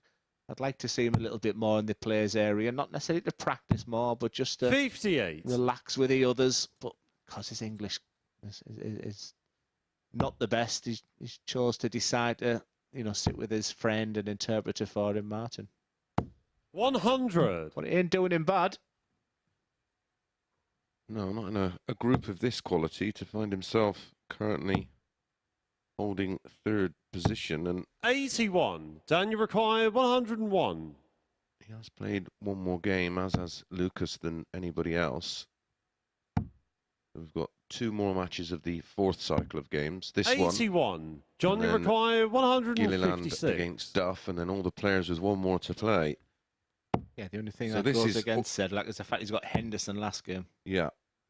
But this is a 45. A must-win game for Dan Reid, or he may find himself game shot on the first leg. Group Dan C. Reid. That's a great start to this one, and a win here, of course, against Hendo will be massive. Yeah, you sort of called it Second off leg, there, where you said I really like Dan Reid at that price, because my feeling is John's done his job, and will his mind be off the job? Whereas my sort of theory was John will be totally relaxed now and 140. Pop a little 120 averaging. So far it's Mace 1, Durrant 0. Remember, Vitas did get the better of John Henderson yesterday. 4-2. It was the opening match of the session. One of only 2 players to have defeated Big John. Is Dan gonna add his name to the list? 81.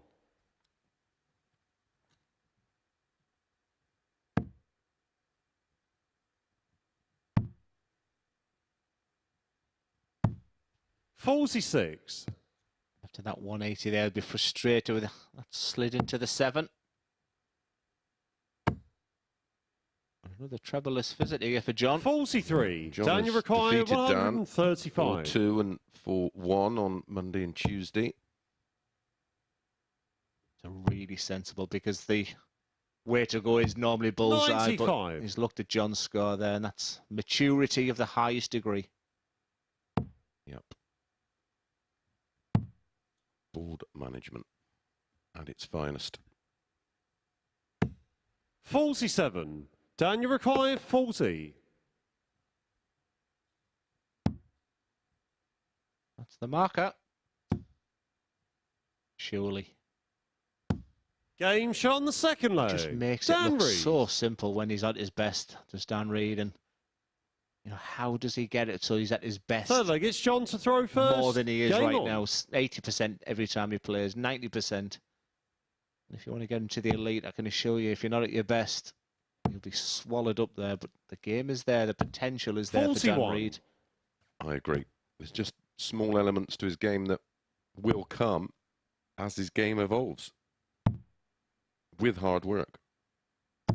96. And it's certainly not a technical issue.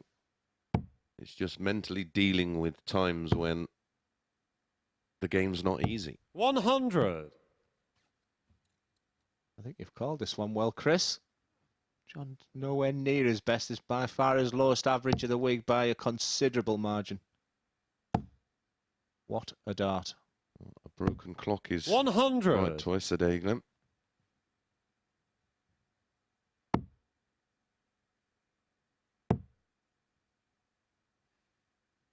I'll use that analogy with my wife. 82.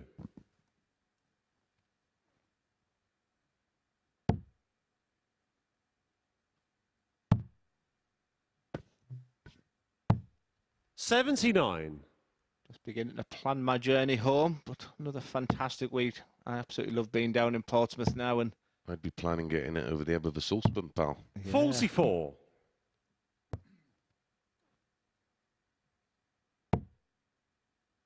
back here on the 27th of April.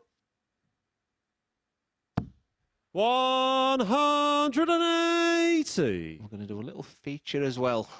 We're going to be looking at some of your questions, but hoping to be doing some practical answers where I can get on the stage and try and answer 100. some of the Daniel problems I'm Ricciardo, getting 46. sent. One thing I can't help, though,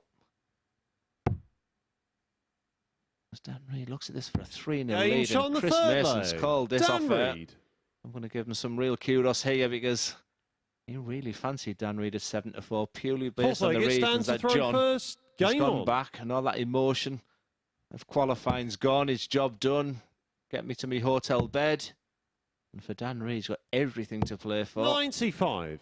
And I think you've called a blinder here. Well, we had the last one right with Vitas, didn't we, at 11 to 10? That'd have been a nice 100. little double. Yeah, I'm hoping to do some practical replies, but many people are writing, Chris, about kind of how can I help with dartitis, and I can't. It's a 100. Well, psychological thing. I had one idea with that. Get yourself 100 table tennis balls and a waste paper basket. Put it 8 foot away and just throw balls into a basket. 140. And just get your mind used to throwing something with no hindrance. It may work. It may not work.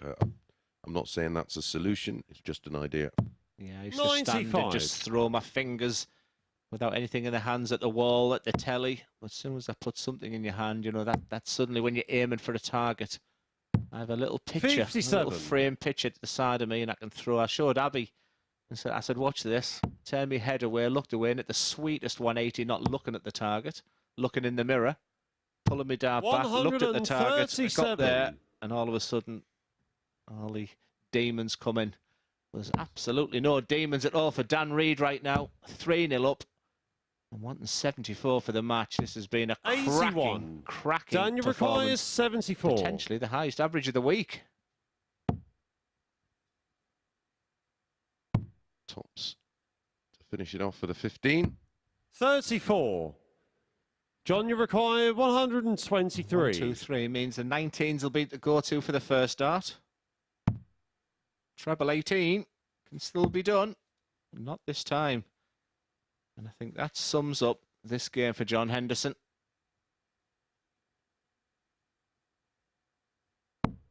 Can Dan 80. be the man? Dan, you require 40.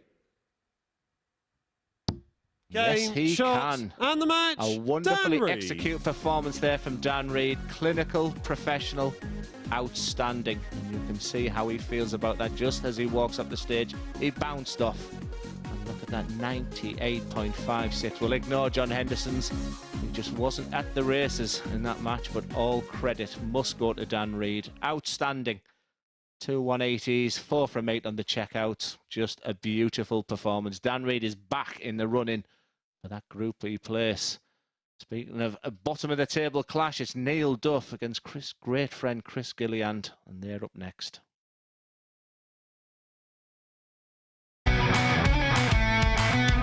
This is the MODUS Super Series.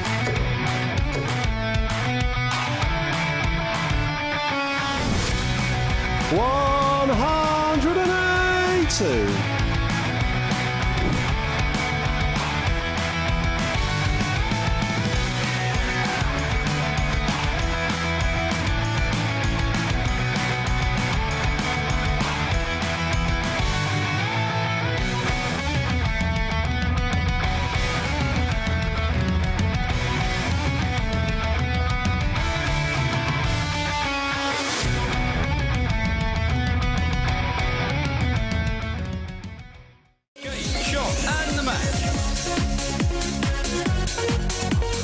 Absolutely superb stuff here at the Super Series. Would you believe it? Out of nowhere, he pins a 170 finish. This is just an exhibition of fantastic finishing. 180. He's a cracking leg of Duff. 144 were called, just 6 remain. This is the Champions League Grand Final. After 3 months and over 1,300 games, it comes down to this. Game on.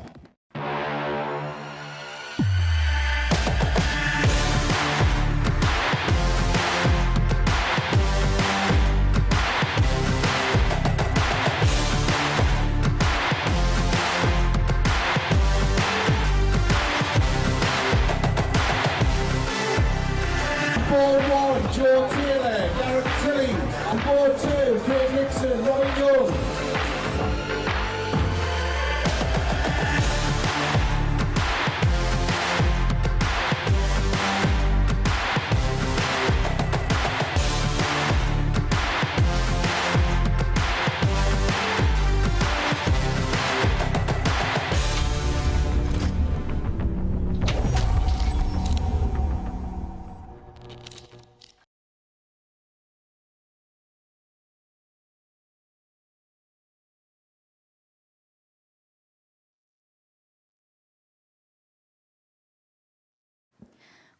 Well, Neil Duff has had a lot of time to think about where things are going wrong for him today in between matches. He has 3 wins to his name in Group A, but I'm sure he'd give anything at this point to just put in a convincing high 80s average and to be pleased with his performance level. He's taken on a good friend and Northern Ireland teammate Chris Gilliland in this one, who's also had his struggles today. Let's see which way the points go here then with Duzza and Mace. Both players have had a bit of a stinker of a day today. I had real high expectations for Neil Duff after his first game, but it just hasn't happened after that. For Chris Gilliland, everything's gone wrong that could have gone wrong, and it stems from the very early game. He played the opening game of the game against Dan Reid when expectation was high, and it's tough sometimes to get up there, but it's even tougher when you're playing a good friend. 20 yards the level from each other, and the practice regular. He told me Neil Duff is the worst loser to ever play in practice. But they'll know each other's game inside out. But a big win here. First leg, it's Neil to throw first. And your day is totally different tomorrow because they're going to meet each other again tomorrow because both of them will be in Group C. Even if Chris Gilliland can get up to 14 points, Lukas is already on 16. 60. And you can't see Dan Reid and Sedlak not getting another win.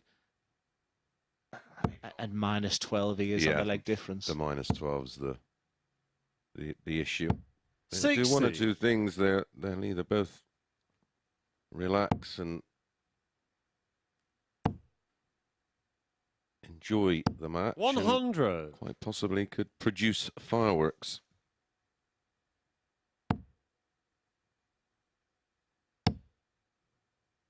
Monday. Chris was a 140. convincing winner, 4-1 with a 94-24, a couple of 180s and 66% on the doubles. 58. Played even better yesterday, of course, winning 4-3 in a fabulous match. He averaged 100.80 in that one. 4 out of 9 on the doubles. 91 and change for Neil, and 96. he was 3 out of 4 on his doubles himself. Neil Duff and Chris will be joined tomorrow by Sean Griffiths. Ryan Murray, watch out for 100. Ryan. I've played Ryan a couple of times. Big scorer. Yeah, loves a 180. He loves a 180. And Chris Wickenden's already, that's turned out to be a real juicy group. And only 2 from the 6 will go through. That'll be tough. 58. I'll leave that one to Matt Edgar.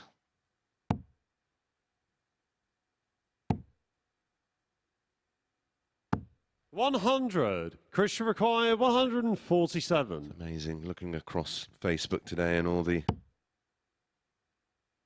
people with pictures of Eric Bristow on their wall. Game shot on the first leg. What a Chris lovely Gilliland. 147. Well, ironically, talking about the snooker and the World Championships at the Crucible, we get a 147. Second leg, it's Chris to throw first. Game on. Yeah, a real outpouring of love for the legend. That was Eric Bristow. Well, that is Eric Bristow. 100. Yes, Eric would have loved that finish there. He'd have loved the Super Series, wouldn't he? He'd have been all over this.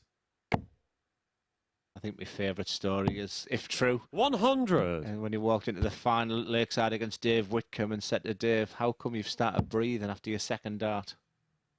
And Dave was like, am I? What do you mean? 55. And Dave said he got up there and after the second dart. He said, am I meant to breathe here? He was the master of mind games, was Eric. 6-0 later. Job done. 140.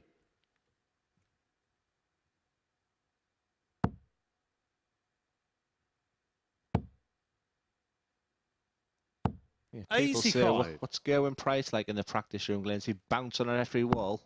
I went, no. He's really quiet, isn't he? Very quiet. Yeah, I spent a bit 60. of time with him last year. I did a show with him in Swansea with him, Luke Humphreys and Johnny Clayton, and yeah, absolutely 49. brilliant company. But yeah, I was surprised he's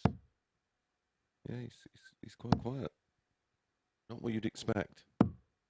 82. I know a lot of sportsmen are like that when you meet them. You'd think they'd be totally different, but it's just a persona. It's like Peter Wright. He's literally painfully shy. Very shy.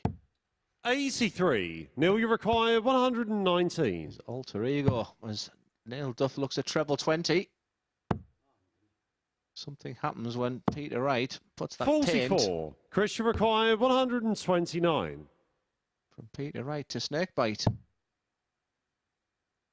still do it with treble 20. It's like some boxers as soon as they get the 64. wraps done Neil, and you put the require gloves on. 75. The tops. Game shot on the second leg. Neil Duff. Finishing from both. An exhibition of finishing from both. And many times when I've not been in the greatest Third form, leg, it's I've Neil to throw walked first. into the Game practice on. room trying to appear 6'6" and strut through with my chest puffed out like a bantam.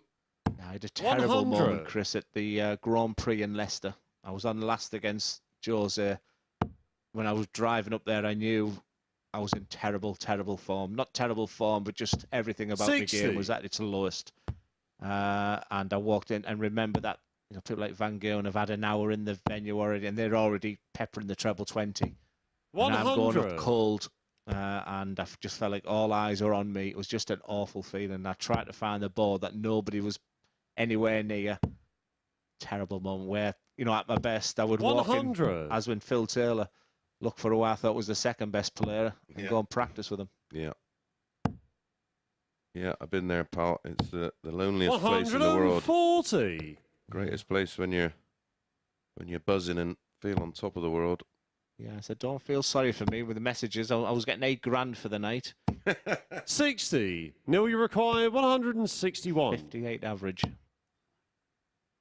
I noticed though there was a stat out this week, the lowest ever averages in the PDC, and my name was on that list. 40. Albeit double off.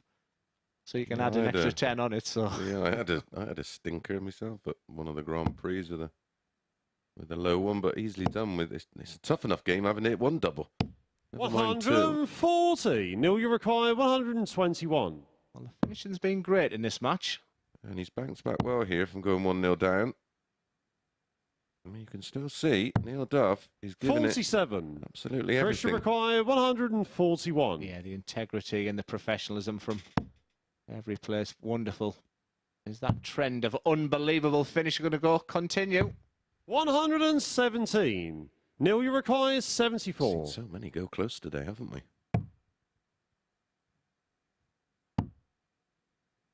It's a bit high for him. 54. Pick the right Chris, side. you Just require 24. lost the length. Game shot on the third leg. Chris Gilliland. 3 consecutive. Breaks Fourth the leg, throw it's in Chris this to one. throw first. Yeah, if they're regular practice partners, I wonder how many legs of darts they've had against each other. Because this is definitely the first time Chris has looked at ease today. 97. I'm just wondering, does he get the better of Neil in practice? You know, I mean, I was never a brilliant practicer with other people. I did prefer to do my 100. own things. Yeah, I was well, I did a bit of both really. I was a spell where I was driving up to Stoke to practice with Phil, and then practiced with Andy Hamilton. And I sort 125. of, when I first started, I'd split my sessions up where I'd practice in the day on my own. I had the keys to a pub that was only open at night. Go in there in the day and have 100. 3 hours, and then I go back at night and then find someone to sort of utilise that practice in the day to sort of practice the practice in a game scenario. 59. And that would work for me. Yeah, 2 questions. Did you hold your own with Taylor? No, No. even at my absolute best, where I'd go up there 123. and an average in excess of 100, I'd still get absolutely pumped. Yeah, my other thing was Ross Smith said to me, he went to the pub every night and he beat the barmaid, the local snooker player, 50. someone who was in for the night. He just learned how to win again. And he said, Glenn, get to your local club, go and beat up the barmaid, go and get that winning feeling again. He said, just learn how to win. 58. Yeah, well, that would Chris, have- you require not that I would- 170. I would give you any advice when you look at what you've achieved, but that would be my advice: is just go back to playing, go back to enjoying the reason why you 39. became Neil, such a you huge require success by 120. going back and playing a game you love and start to enjoy playing again. Yeah, I never lost on that dartboard. The Northampton Workmen's Club. 45. 7 years. Chris, you require Never lost on it. 131. It makes sense to do it now, but that was just the mentality I had as Chris looks for 2 tops. That was well thrown. 91. And the way Neil, these you 2 guys require are finishing, you've got to 75. finish. Fancy this 75. He's had a look at it already. He's treble 17. Hit the big 18, no problem last time. He just went above the tops. Game shot on the fourth leg. Quality Neil game. Duff. And there's his holding his hands. Where have you been all week, he said. When I've needed you most on the doubles. Fifth leg, it's Neil to Got throw the tail of them. first. I've Game had 3 on. darts at a double and pork 2 of them. Nothing wrong with the scoring phase of the game either. 140. Yeah, I'm not going to tell a lie, Chris, but off air I said, I don't think I really fancy this game. No. And you know, it's been one of the better ones today. 97. Yeah, I myself went back playing just local league darts, and it's a real variation. We played double in, double out, and 44. best of 3, best of 5. I tell my experience though, Chris, I had a 27 average, so it's not the end of the world. But the first game went on Super League, and I thought, I'll handle this. Second game on, the 140. whole club came round, from the bar, the pub, the lounge. And it was just like Glenn's on, and it was one of the worst experiences of my life. 99. Yeah, well, I can sort of blend in where for you, I suppose, especially living and being brought up in that 55. area. It's such a huge moment for your area as well, isn't it? Yeah, Yeah, the support was great. And that's why when I went to the seniors this year, I mean, I knew. 98. I knew when I was going to play Mark Dudbridge, I knew what the situation was. And then I seen that army of people. And the only thing I remember was you were doing the VIP. And I walked in and... 60. And you knew. Neil, you require I knew. 120. And someone said, can Glenn beat Mark Dudbridge? Of which you said, no, you can't. And I was like, right, come on. And I went back on the dartboard. 60. And even Chris that didn't- required even that didn't, like, get me 149. going.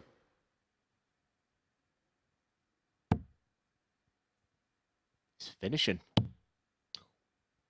With the wire. 89. Neil, you require 60. For our first hold of throw. So that's not the ideal first dart. Big dart. Game shot on the 5th Big leg. finish. Neil Duff. This has been excellent. 3 from 5 on the outer ring for Neil Duff. 2 from 3 from Gilliland. This is really, 6th leg, really it's Chris good. to throw 2 first. good friends Game on. out there battling for it. It's been an advantage Gilliland so far when they've played each other. I think Duff, now knowing he's going to be playing Chris over the next 2 days, just want to 55. lay the markers down. Yep. And we've seen how Gilliland can 81. sometimes be affected by prior results, and this is a good time for Neil Duff to get one over his good pal. Like you say, it just plants 60. a seed, doesn't it? Yeah, just get yourself back to the hotel, Chris, I would say, and just watch a bit of TV and rehydrate. Just realise everyone's back on 0 points because he's got the 96. game. Like I say, he's got They the game. both have. He's just really. I don't think Group A really suits him. I think Chris could be someone who just came into a Group C or a Group B and just do what you need to do. 59. Neil Duff said to me last night, "I will be there Saturday night, Glenn." And with the new afternoon starts as well, that's going to suit the players much better. 180. It's hard work getting up at 6 o'clock. I know, listen, it's hard work having a proper job, don't get me wrong, but day after day getting up at 6 o'clock to try and prep yourself and be here for 7:30 and then on the board for 9:30. Neil, you require 144. May not be as physically draining or as exhausting as digging holes on a building site or whatever, but 128. mentally it's crippling. Neil Duff has found his best. Probably not when he wanted to. 100. But in the Neil, Battle you of Northern require Ireland, 16. in the Battle of the Good Friends, the WDF World Champion wants double 4 to secure success. 12. And the bragging rights for the day.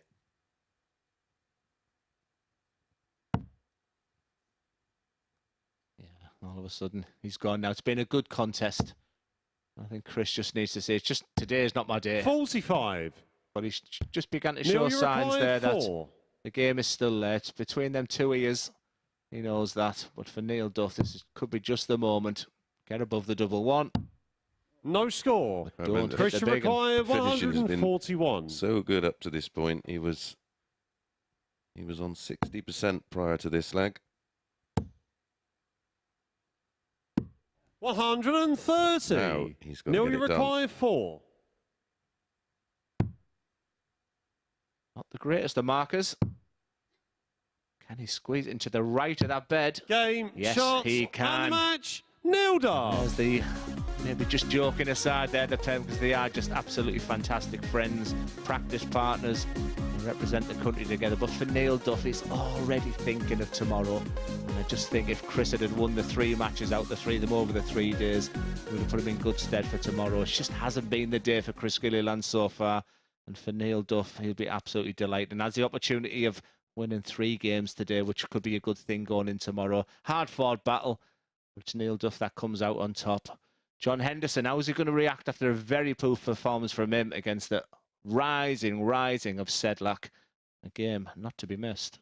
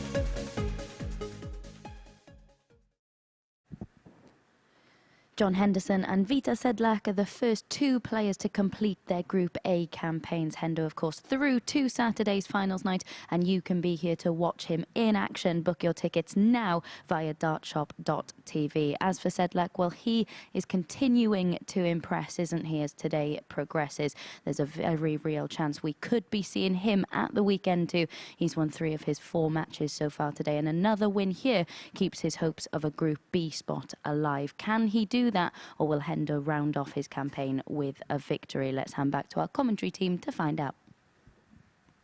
Yes, can the guy in your picture right now, Viteslav Sedlak, maybe a name that many people won't have heard of before this week, but what an absolute credit he's been, and I didn't really think we'd be talking about him with real potential to get into Group B by finishing in 2nd or 3rd position, but he has to beat John Henderson. Now, John Henderson in his last game looked like he played where job's done, and he just didn't perform at all. And I think maybe he's just gone back and just reset himself and just thought, you know, the final game, I don't want to go into Saturday night after 2 defeats.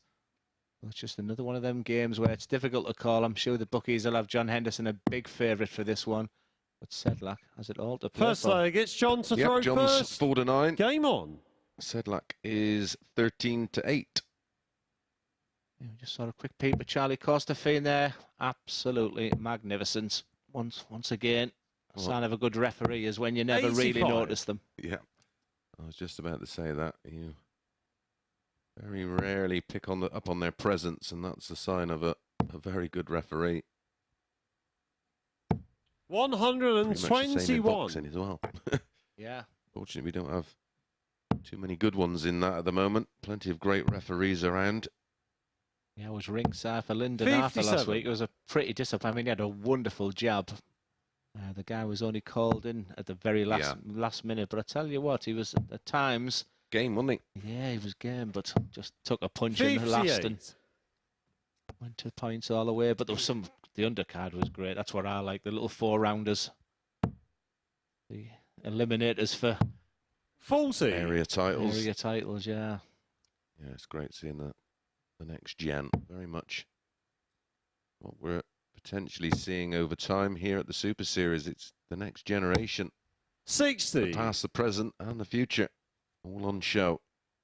Yeah, the actual organizer of the night, the promoter of the night, came up and said, I'm a massive Dart fan. I mean, everyone was 81. overshaking his hand. You'll have known who he is. But the guy who promoted the whole night, and then he put me and Bobby George right ringside. It was fantastic. I can't remember who promoted that. I want to. 92. I think it was a Hennessy show, was it, on Channel 5? Yeah. He looked like he could. He looked fit. Yeah, he's just. I thought I knew his face. 140. VT require 170. Was he a small? Yeah. Quite Yeah. Yeah, that's Mick Hennessy. Yeah. Yeah.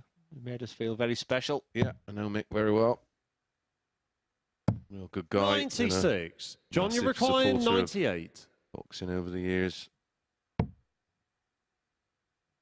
Did, of course, initially look after Tyson Fury. 38. Really? Yeah. VT requires 74. He's done this already. Was Paul today. Booth the MC? Yes, he was. Yeah, then that would have been pretty sure that's a Hennessy show. 2 darts, a double 16 for the ever so impressive Sedlak. Look at the concentration in his face. 42. Well, he John, you attacked it, but require it 60. went high instead of going right. How many times in his life Game has John shot on the Henderson done first that? leg. John He Henderson. loves his top, so he'll have been left on 60 many times, and that first dart was absolutely perfect. Second leg, it's Vita to throw first. Game on. I think this will be frustrating. We talked about moving across the bed on that double 16, but he decided to stay still and just didn't get the line and length quite right this time. But 81. his weakness this week, Chris, has been his final game. Yesterday was a pretty of a stink, a 71.17 average, and the day before a 100. 72. Bizarrely enough, so Yeah, well, that could be a sign of. Well, it is obviously a sign of fatigue. he looks pretty fit. His throw's not too aggressive on the body. 140. So I haven't been able to really work it out, but that's the one thing. Tough ask against John Henderson, but you will have had the hope after you've seen John's last game. 45. It won't necessarily be fatiguing physically, but maybe fatiguing mentally. It's a lot of darts, and it's unlike knockout darts. You have to go 60. through every emotion here. The joy of winning a game and then losing a game and then having to motivate yourself back up, because in normal situations, of course, you lose a game, that's your day over. 80. That's the word I was searching for, Chris. Motivation for John Henderson after qualifying for the group. And the word I was searching for is just getting yourself motivated when you know you're through. But for the integrity of the group and the professionalism of John 100. Henderson, that you get up there and do, you do your job, but it's tough to motivate when you know it's job done. I didn't expect to have a qualifier from this group so early, so testament 100. to the skills VT and attributes required of 120. John Henderson. Well, to only lose 3 matches over the course of 14 is testament to 56. John's efforts in Group A.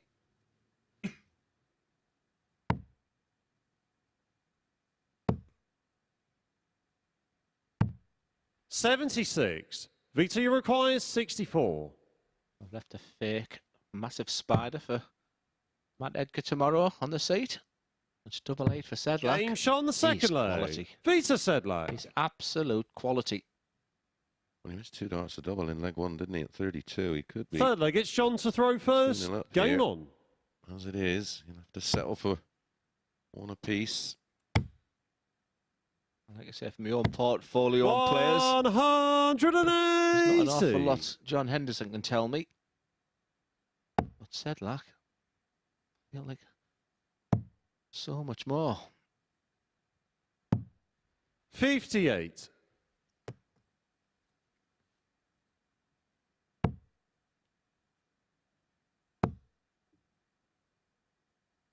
$140.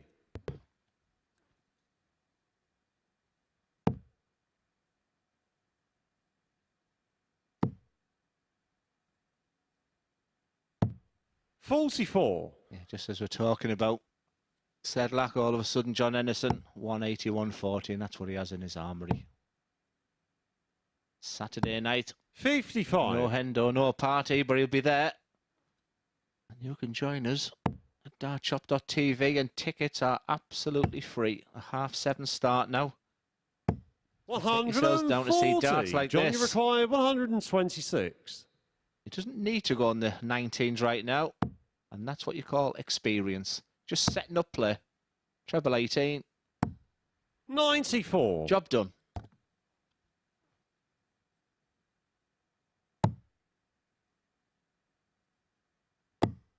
Oof, that'll hurt because that was plumb.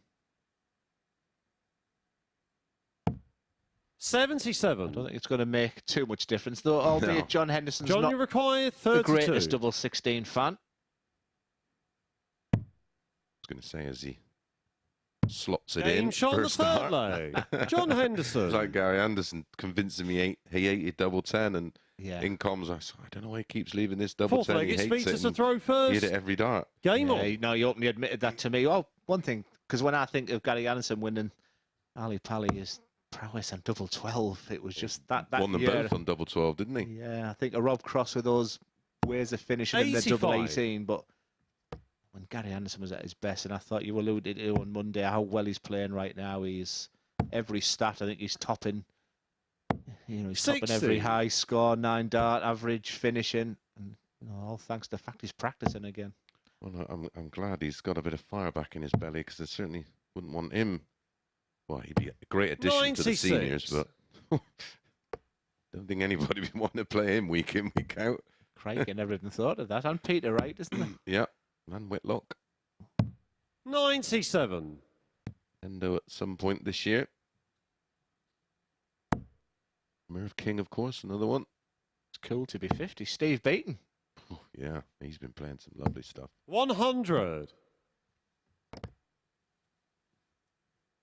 I did have a look down the order of merit, looking at those who potentially, over the next few years, will be making that transition. 140. Chris Dobie must be near 50.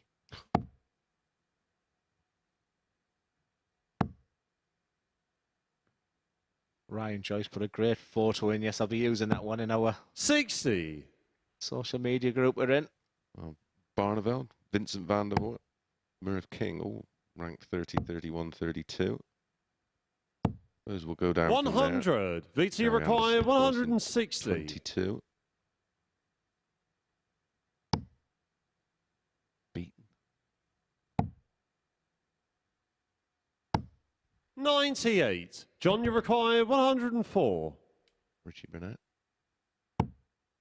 Many ways to go, but very traditional is John. Back on the 16s. 64. Picks off the VT 16s, requires but, 62. Yeah, that's something that someone didn't do yesterday, which you highlighted. Huge moment here. He's going to get one dart at double 18. A change 44. of tact. I don't recall him John, you require 40. leaving double 18 before. Game shot on the fourth leg. And part John of me thinks when he Henderson. walked to the hockey, Chris, he probably didn't even realise you're going for double 18. It's just sometimes you change your mind last second. It's a bit like when you go to Fifth the leg, races. it's John to throw first. You pick the winner. Game on. And as soon as you go to put your money in, you Go on decide something else. Yeah, and I just think he got up there and had all the intention to go for tops or 16s. 125. One person will be really happy with this scoreline right now is Dan Reed. There's a John Henderson win here means that Group B tomorrow will be Lukas Wenig and 96. Dan Reed. And Group C will be Sedlak, Gilliland and Neil Duff. Two more 99. matches to bring you. Chris Gilliland against Lukas Wenig. Cheers. Well, just for pride. 96. Dan Reed against Neil Duff, and depending on the result here, but it's looking like it's going to be Big John doing the business, 140. making it to a very impressive 24-point tally.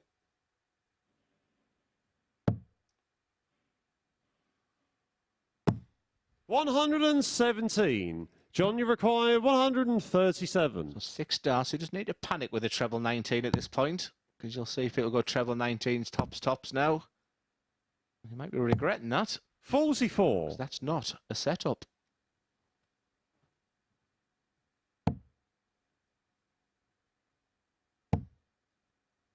This is the final dart for Sedlak in Group A. 60. John, you Sean require Henderson. 93. Eyes up this 93 finish.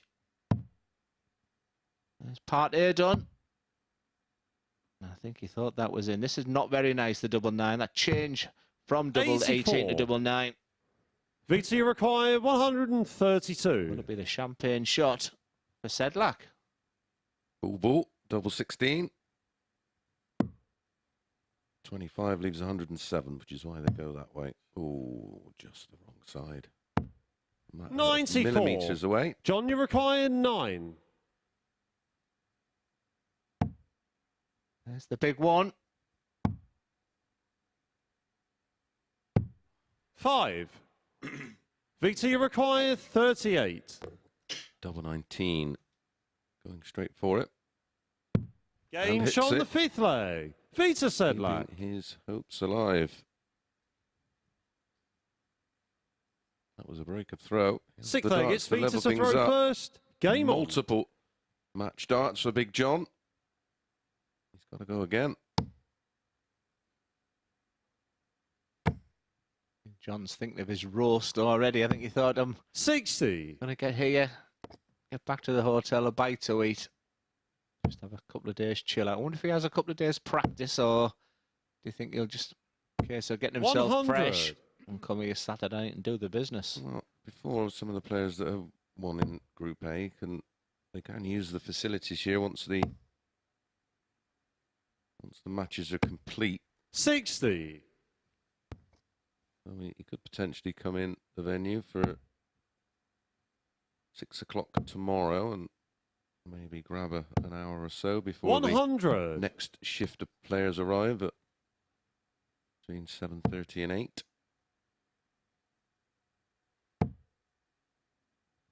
Sedlak has gone a little bit quiet here. 45. And that's not going to help. Advantage Henderson now, who's stolen the throw in this leg. Yeah, back-to-back tons, taking him down to 301. 100. We talked about that satisfaction, didn't we, of ton. That red pen leg. All tons and a 101 out. The perfect red pen leg. 100. Yeah, the old Super League sheets. Yeah.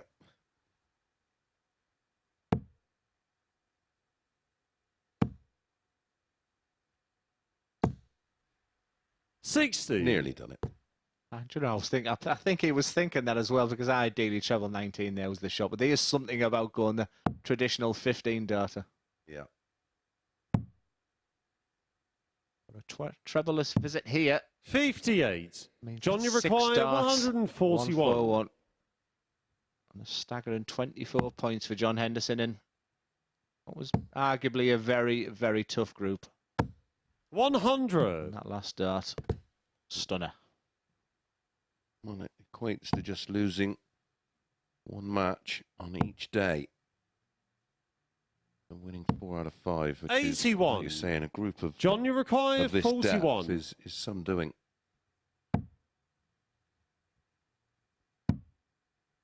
Right in hand. Gets Game, the job shot, done, John Henderson. And the match, John Henderson. Ends his Group A campaign right out on top on 24 points. He has lost just one match on each of the 3 days of Group A, an end average of 86.20, 40% on the doubles, and the only 180 in the contest. Right, penultimate match up next. It's Chris Gilliland against Lukas Wenig.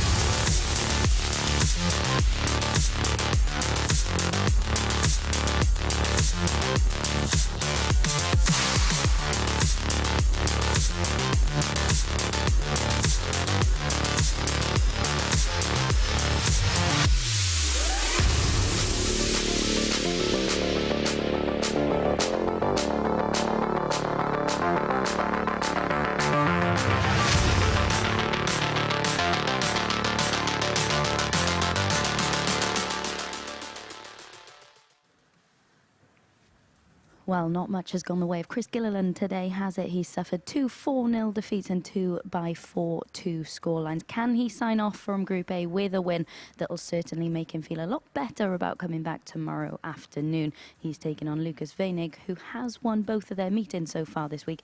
Will he make it 3? Here's Duzza and Mace to talk you through the action. Thank you so much, Abby. Totally agree once again. This is all about winning this game for momentum going into tomorrow.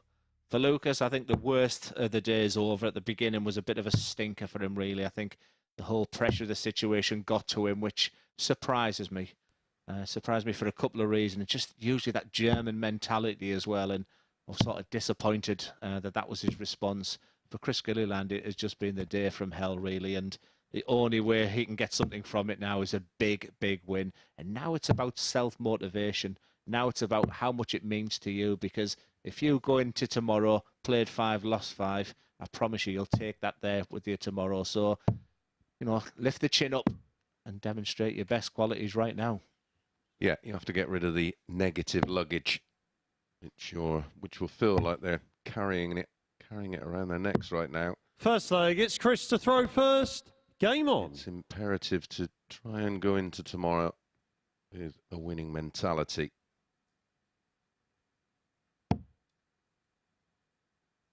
But the pressure will be firmly off tomorrow as everything's reset for groups C and groups B. Don't forget, we're underway from 1 p.m. tomorrow afternoon on our MODUS Super Series YouTube channel. So make sure you subscribe over there and hit that alert bell. We'll send you a notification as soon as we go live. 100. That was the promoter. Oh, it was a Callie Sauerland show. Callie and Nissa.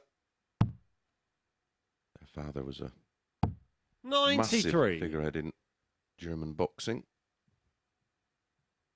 The two brothers now taking over.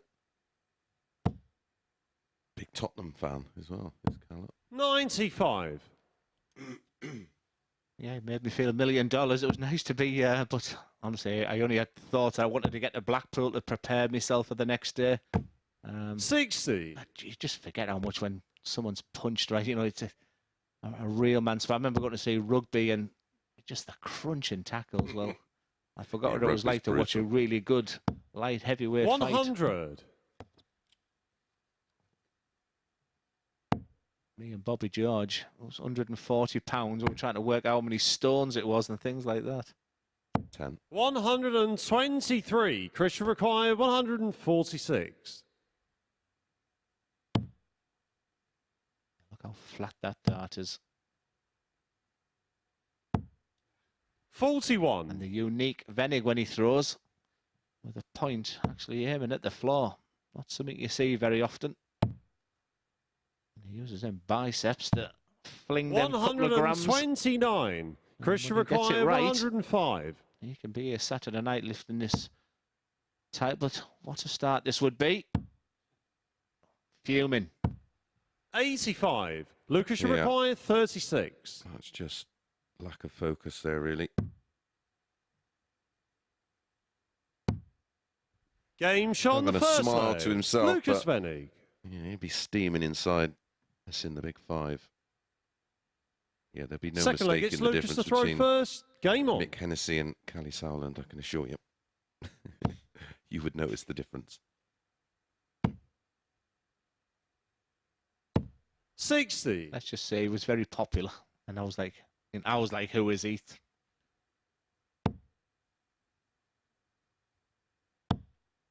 Actually, Chris Eubank Jr.'s promoter. 135.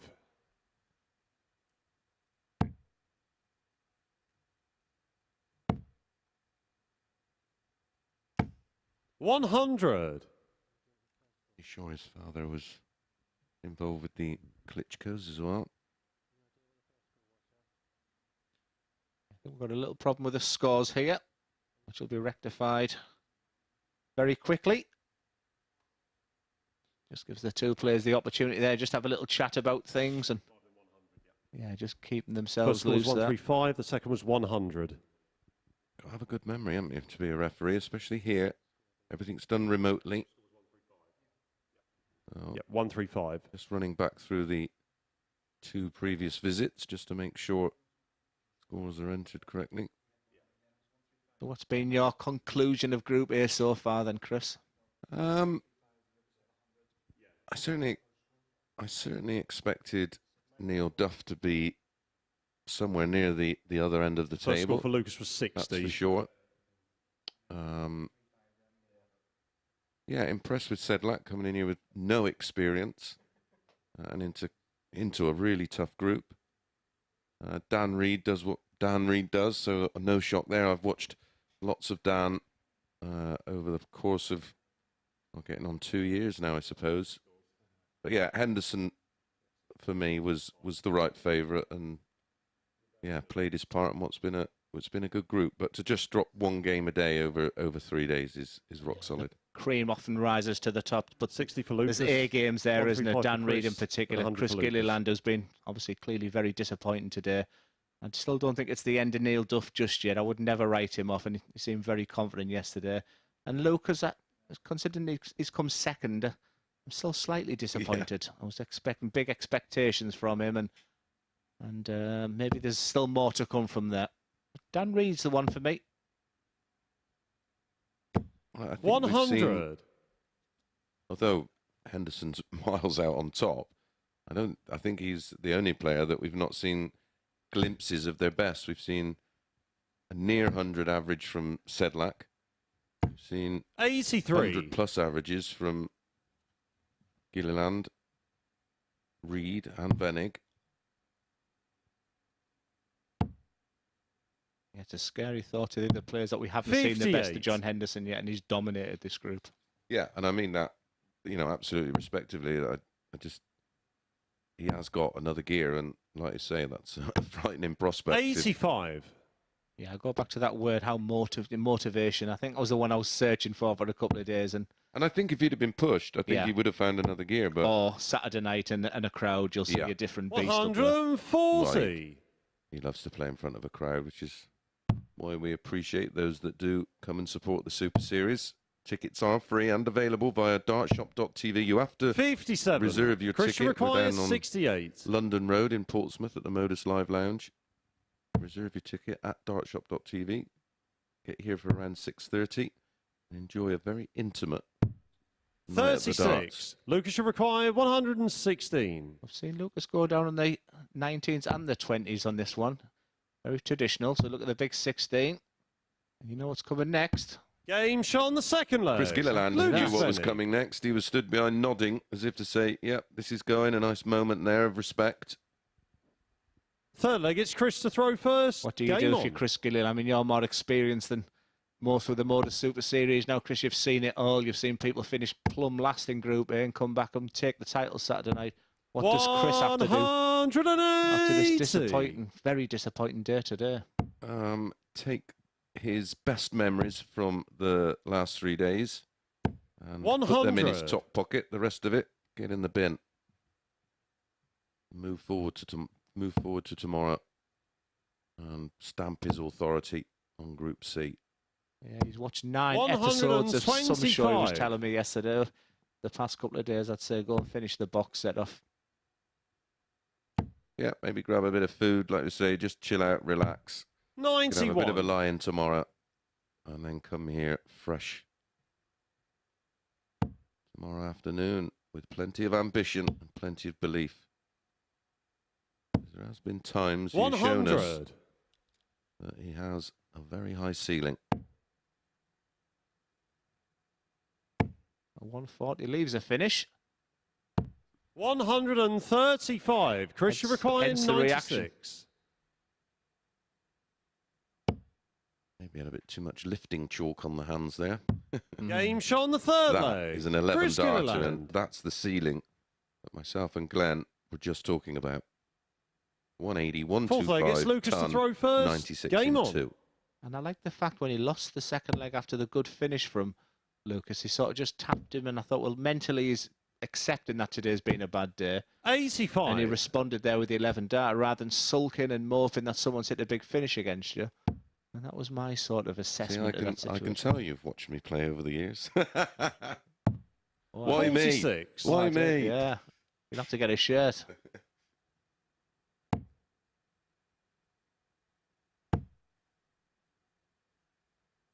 $100. Everybody else must be thinking, why me right now, who's walking into Gezi Price. Did you ever suffer with the heat, like i.e. Blackpool or something? No. The 45. I once wore a shirt made out of the thinnest wire you can imagine, and it was so cooling. And that was I always think like 100. the older shirts used to be that horrible synthetic I thing. had a black and gold county one and went to the Gold Cup at Lakeside. I was dripping. Yeah, you got. But of course, the Wimmo have a lovely range of 100. that cool wear, don't they? I think it's called. And they are brilliant, lovely breathable material. Doesn't stick to you. Because especially Blackpool, it's even though it's a massive building, 140. it's like a green. Not that there's any windows in there, but it's like a greenhouse inside. I thought the practice area was worse than the stage. Yeah. In fact, I thought the coolest place was actually on the stage. 54. Lucas, you require 76. You know, there was one particular year there it was well over 100 on stage.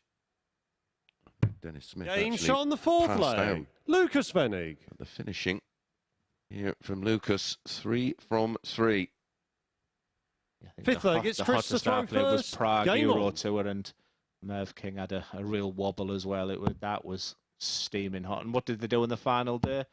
Opened the the extractors, and it was 60. fine. The dart players didn't need to worry about it. I think the concern was if they open all that, the darts will go all over. But it was a much better conditions on the Sunday.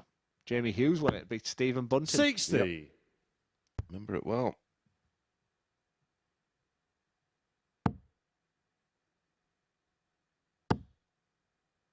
Played a lot of darts with Jamie back in the day when I was 60. in the West Midlands. I think Paul Nicholson did, some of the reports he does, Paul Nicholson, I think one of them was the best throws in darts right now. And I think he had Jamie Hughes right up there, if not 100. Yeah, it's a wonderfully simple action. As is this one. 43. Ian White's another one that a lovely simple action. Steve Beaton. Yep. I mean, you look at Price and Van Gogh. 100. Just look at the follow through. It's simple, and then when you get up there, you think, I know what I want to do. And your hands pointing to the ceiling because you're throwing with fear, and 60. they make it look so easy. I remember was something you said to me, Chris, which resonated with me, and you said, Glenn, if you're searching for the perfect, you never had a great throw. 81. And I think at times you're searching, as a coach, you're searching for the perfect throw. Yeah, and you're trying to replicate others. And it's very much like holding a pen. Everybody holds a pen different. It's just an individuality thing, which is why there's Lucas, you require very 160. few throws that are the same. You see elements of people's throws, but ultimately it's what works for you, and then refining what you've got and what you've 40. got to work with. Yeah, that's why I never teach grip. I say, go, see that pen? Pick it up. I mean, look at Taylor's grip.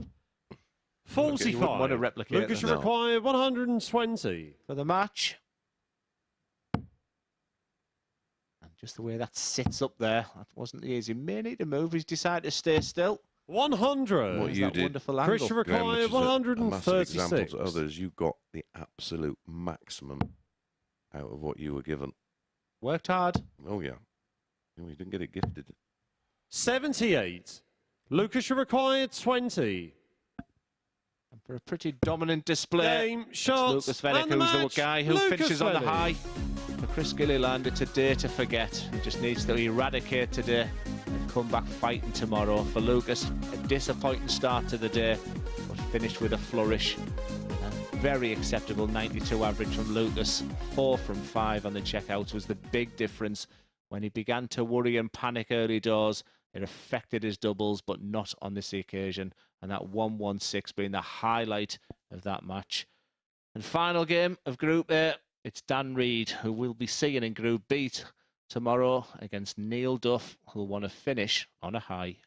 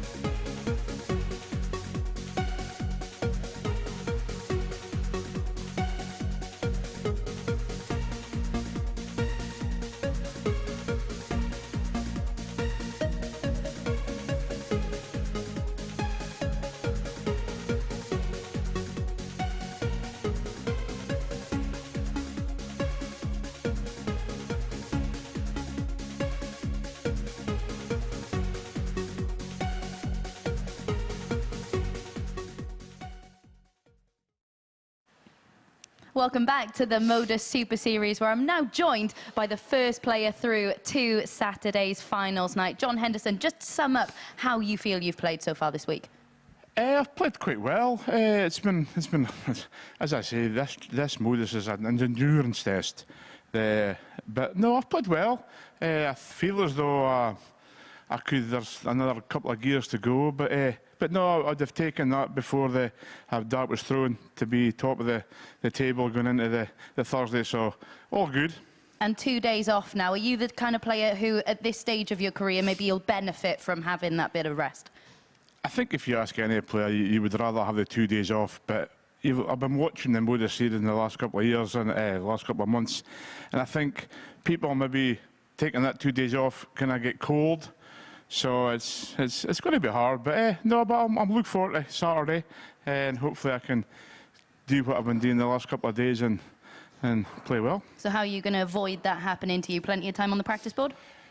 Well, I don't know. I've not got the dart meter on hang with me, so but I'll find a way. I'll find a way. But no, but I will get some kind of practice, and I'll maybe speak to my good friend Jenks, but so I'll maybe get some kind of practice in somewhere. And since dropping off the PDC circuit, would you say this is the strongest your mindset has been? Because you seem so much happier now than you have in previous months. Definitely. Losing my tour card was horrible, and I never thought I'd play as much darts as I've done. I've played so much darts, obviously with the Challenge Tour, and then we've got this opportunity with MODUS.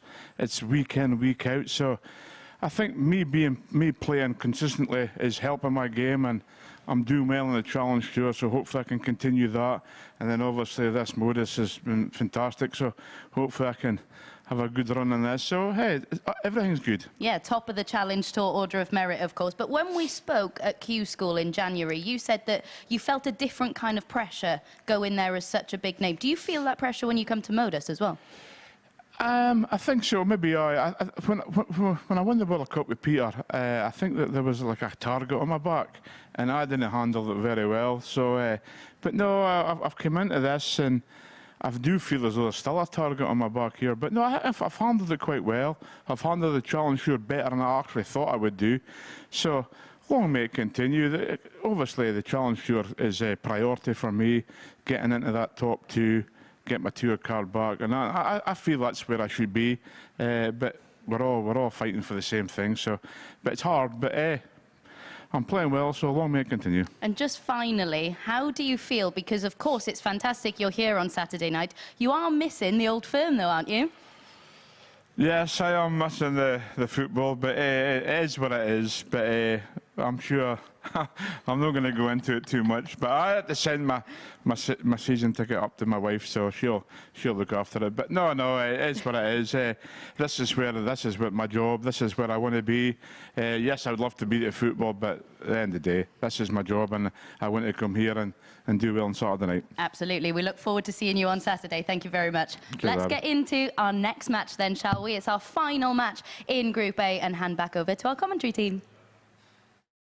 Well, anything football related, I'll have to hand over to my colleague. That's one of your passions, football, isn't it, Glenn?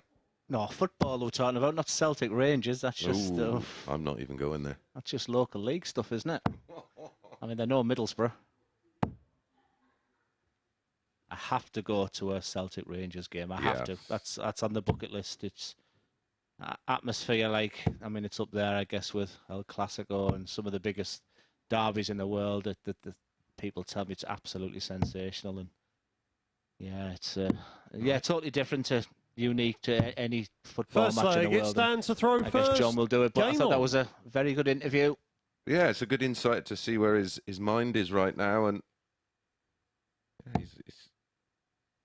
it's the be-all and end-all for the vast majority of players, is having that tour card and that 83 elite status. But as he said, he's not played as much darts as he's doing now, ever. Yeah, to be fair, we've been talking about this off air, and you know, it isn't the be-all and end-all now, and I think, you know, players have proven that, the Robert Owens, the Graham Ushers, Jim McEwens. I mean, I'm sure there's many Kevin Burness, Kevin Burness, all Jim players Williams. at the different ends of their careers. And I tell you, then they can go into the Pro Tour then full of confidence. 100. full of confidence. You're Well, learning how to nothing win breeds again. winning like winning. You can be the best player in the practice room or in your living room, but getting under those lights and 140. in that pressure cooker environment is a completely different task. Yeah, we were talking off air. Ross Smith's advice was just go to your local club 46. and whoever's in there, whether they're dart player or not, 138. learn to win again. Yeah. And he said just throw the dart a little bit harder. They were the two things he said to me. There's another player with a wonderful throw. That back leg, 118. it's just everything's wrong about it every time I see it. But it works so beautifully well. I think he's right up there and very unlucky not to be in the Premier League this year. Yeah, he was one of my picks. 60. Daniel required Just 20. on the basis of the winning that European, and it's a big tournament to win. Game Double shot on the five's been first kind leg. to Dan Reid. Nice little 14 darter to open up. Yeah, it's a great... Second leg, it's Neil to throw first. Game Ross on. Smith sits for Chris Dobie and Steve Bean. It's a great table. They just look happy. Chizzy sits on there. And it just looks like a happy table, if that makes sense. They 45. like each other's company. There's, more experienced, inexperienced age-wise there, but it just clicks. Yeah, and that's another aspect that doesn't really get discussed, how important that table is. 140. Because they can support you when you're up and keep you up when you're down. Yeah, joking aside, I put the video on of the Lakeside 100. Trophy on Sunday, but I would have cut that Lakeside Trophy in half and give half to Dennis Coleman, who travelled with me everywhere. He was unbelievable for arranging tickets to keep me right when I was on a high. 100. When I was down, he was there, and just having that right person around you is The so support important. system is... Well, 180. cannot underrate how important it is.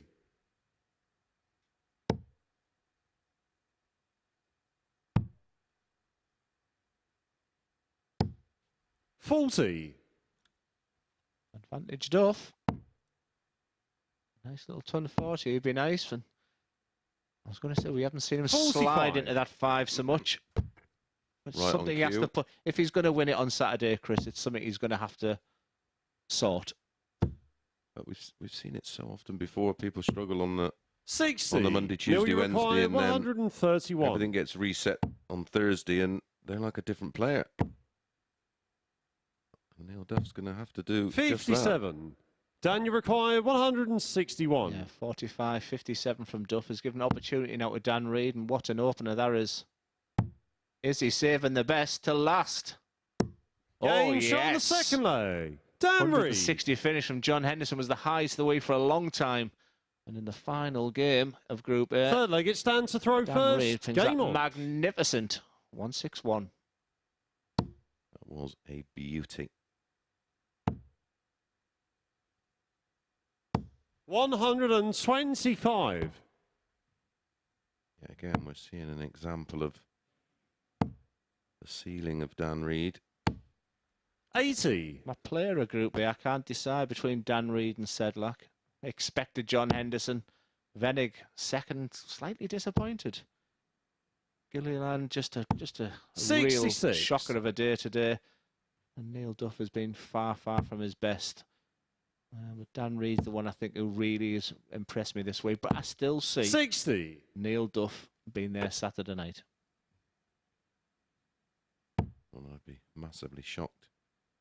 This man isn't there. We'll be back tomorrow night 140. at 10 p.m. as we will be. Don't forget, Group C gets underway on our MODUS Super Series YouTube channel. 59. from 1 Daniel o'clock required tomorrow afternoon. 170. Double session days, Thursday and Friday. And our final 11:30. on Saturday night. 105. Come and join us here at the MODUS Live Lounge. Tickets are absolutely free if you can get down to Portsmouth. Head over to 44. Daniel requires www.dartshop.tv. 65. Reserve your ticket. Great dart. For a 3-0 lead. 45.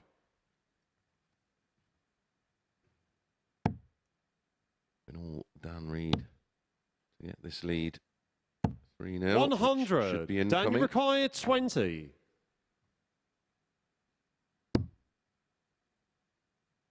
We both fancied that.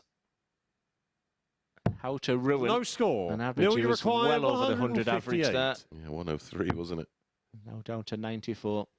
Just 5 missed dart at a double. So you'll want to put that to bed right now. 82. Dan, you right require behind. 20. Game Gets shot on it the this third time. lay. Dan Reed. Neil Duff from 3-0 down with it all to do. Fourth leg, it's Neil to throw first. Game on.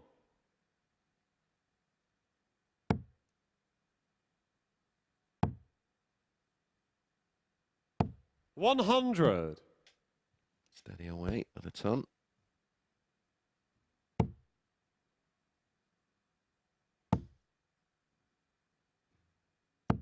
$100.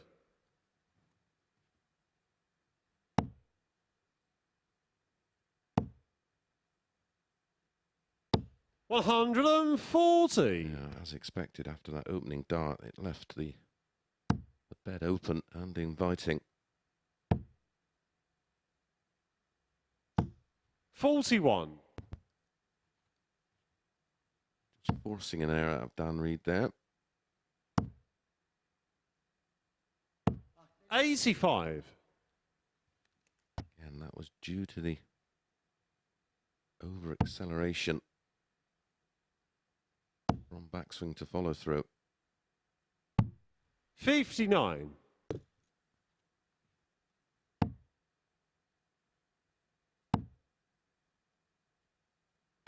140.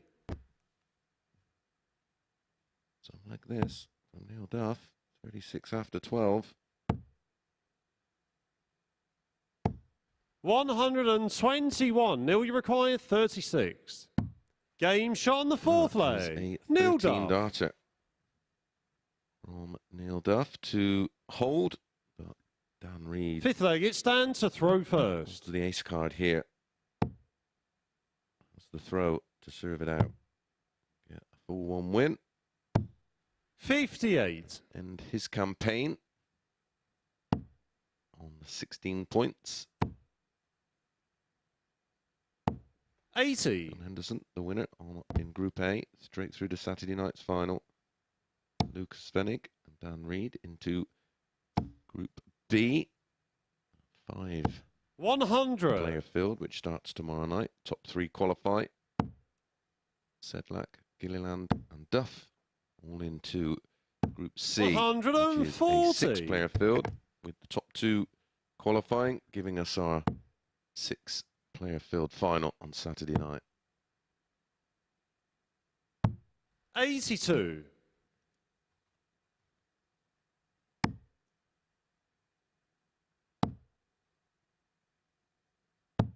42.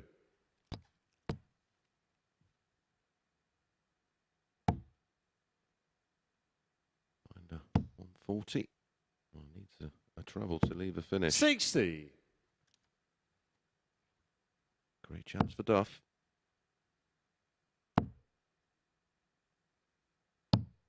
89.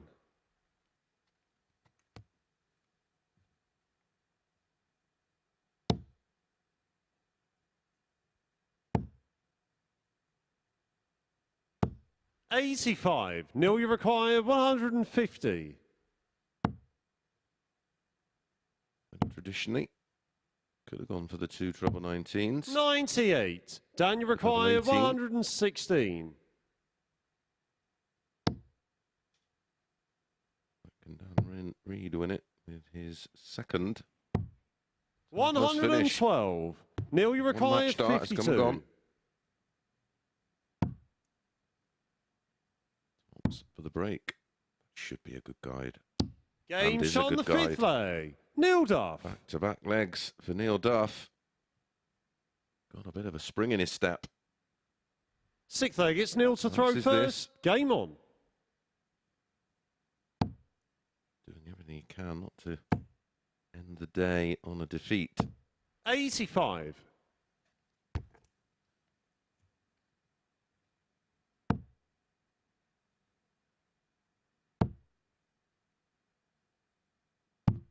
44.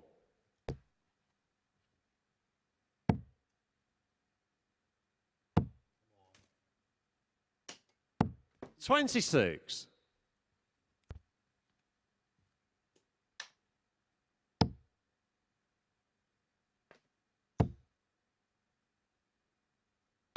$140. Only 180 in the match so far to this man, Neil Duff. 100. Came in leg 2.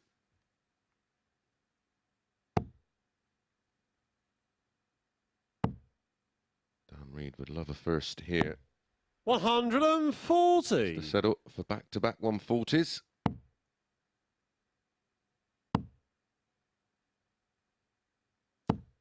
$135.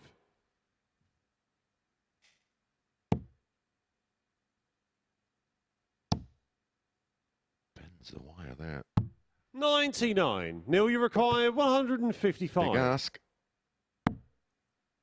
95 remaining. That leaves double 19. 117. Dan, you require 78. 161 from Dan Reed.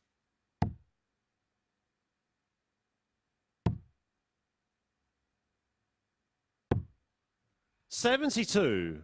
Rematch. Neil, you darts. require 38. Will it be 3-3? Double 8. Game shot on the 6th leg. Finds Neil the double Duff. 8 to level things up at 3 apiece. 7th and final leg. It's Dan to throw first. Game on. Battled hard here. Neil Duff to get back into the match. 3 match 54. starts. Can he prevail and complete the comeback? 60.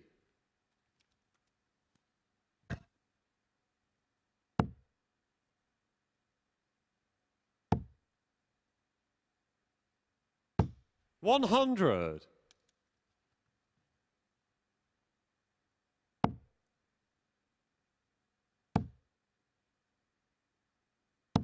100.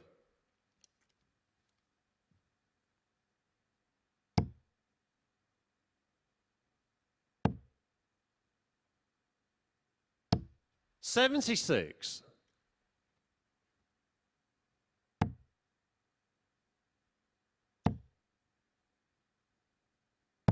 137. Super switch by Neil Duff. 77 points the lead, minus these. Well, 9 of them leave a ton. 171. What a response.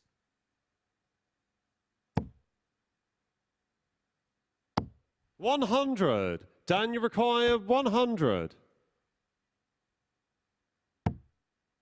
Tops.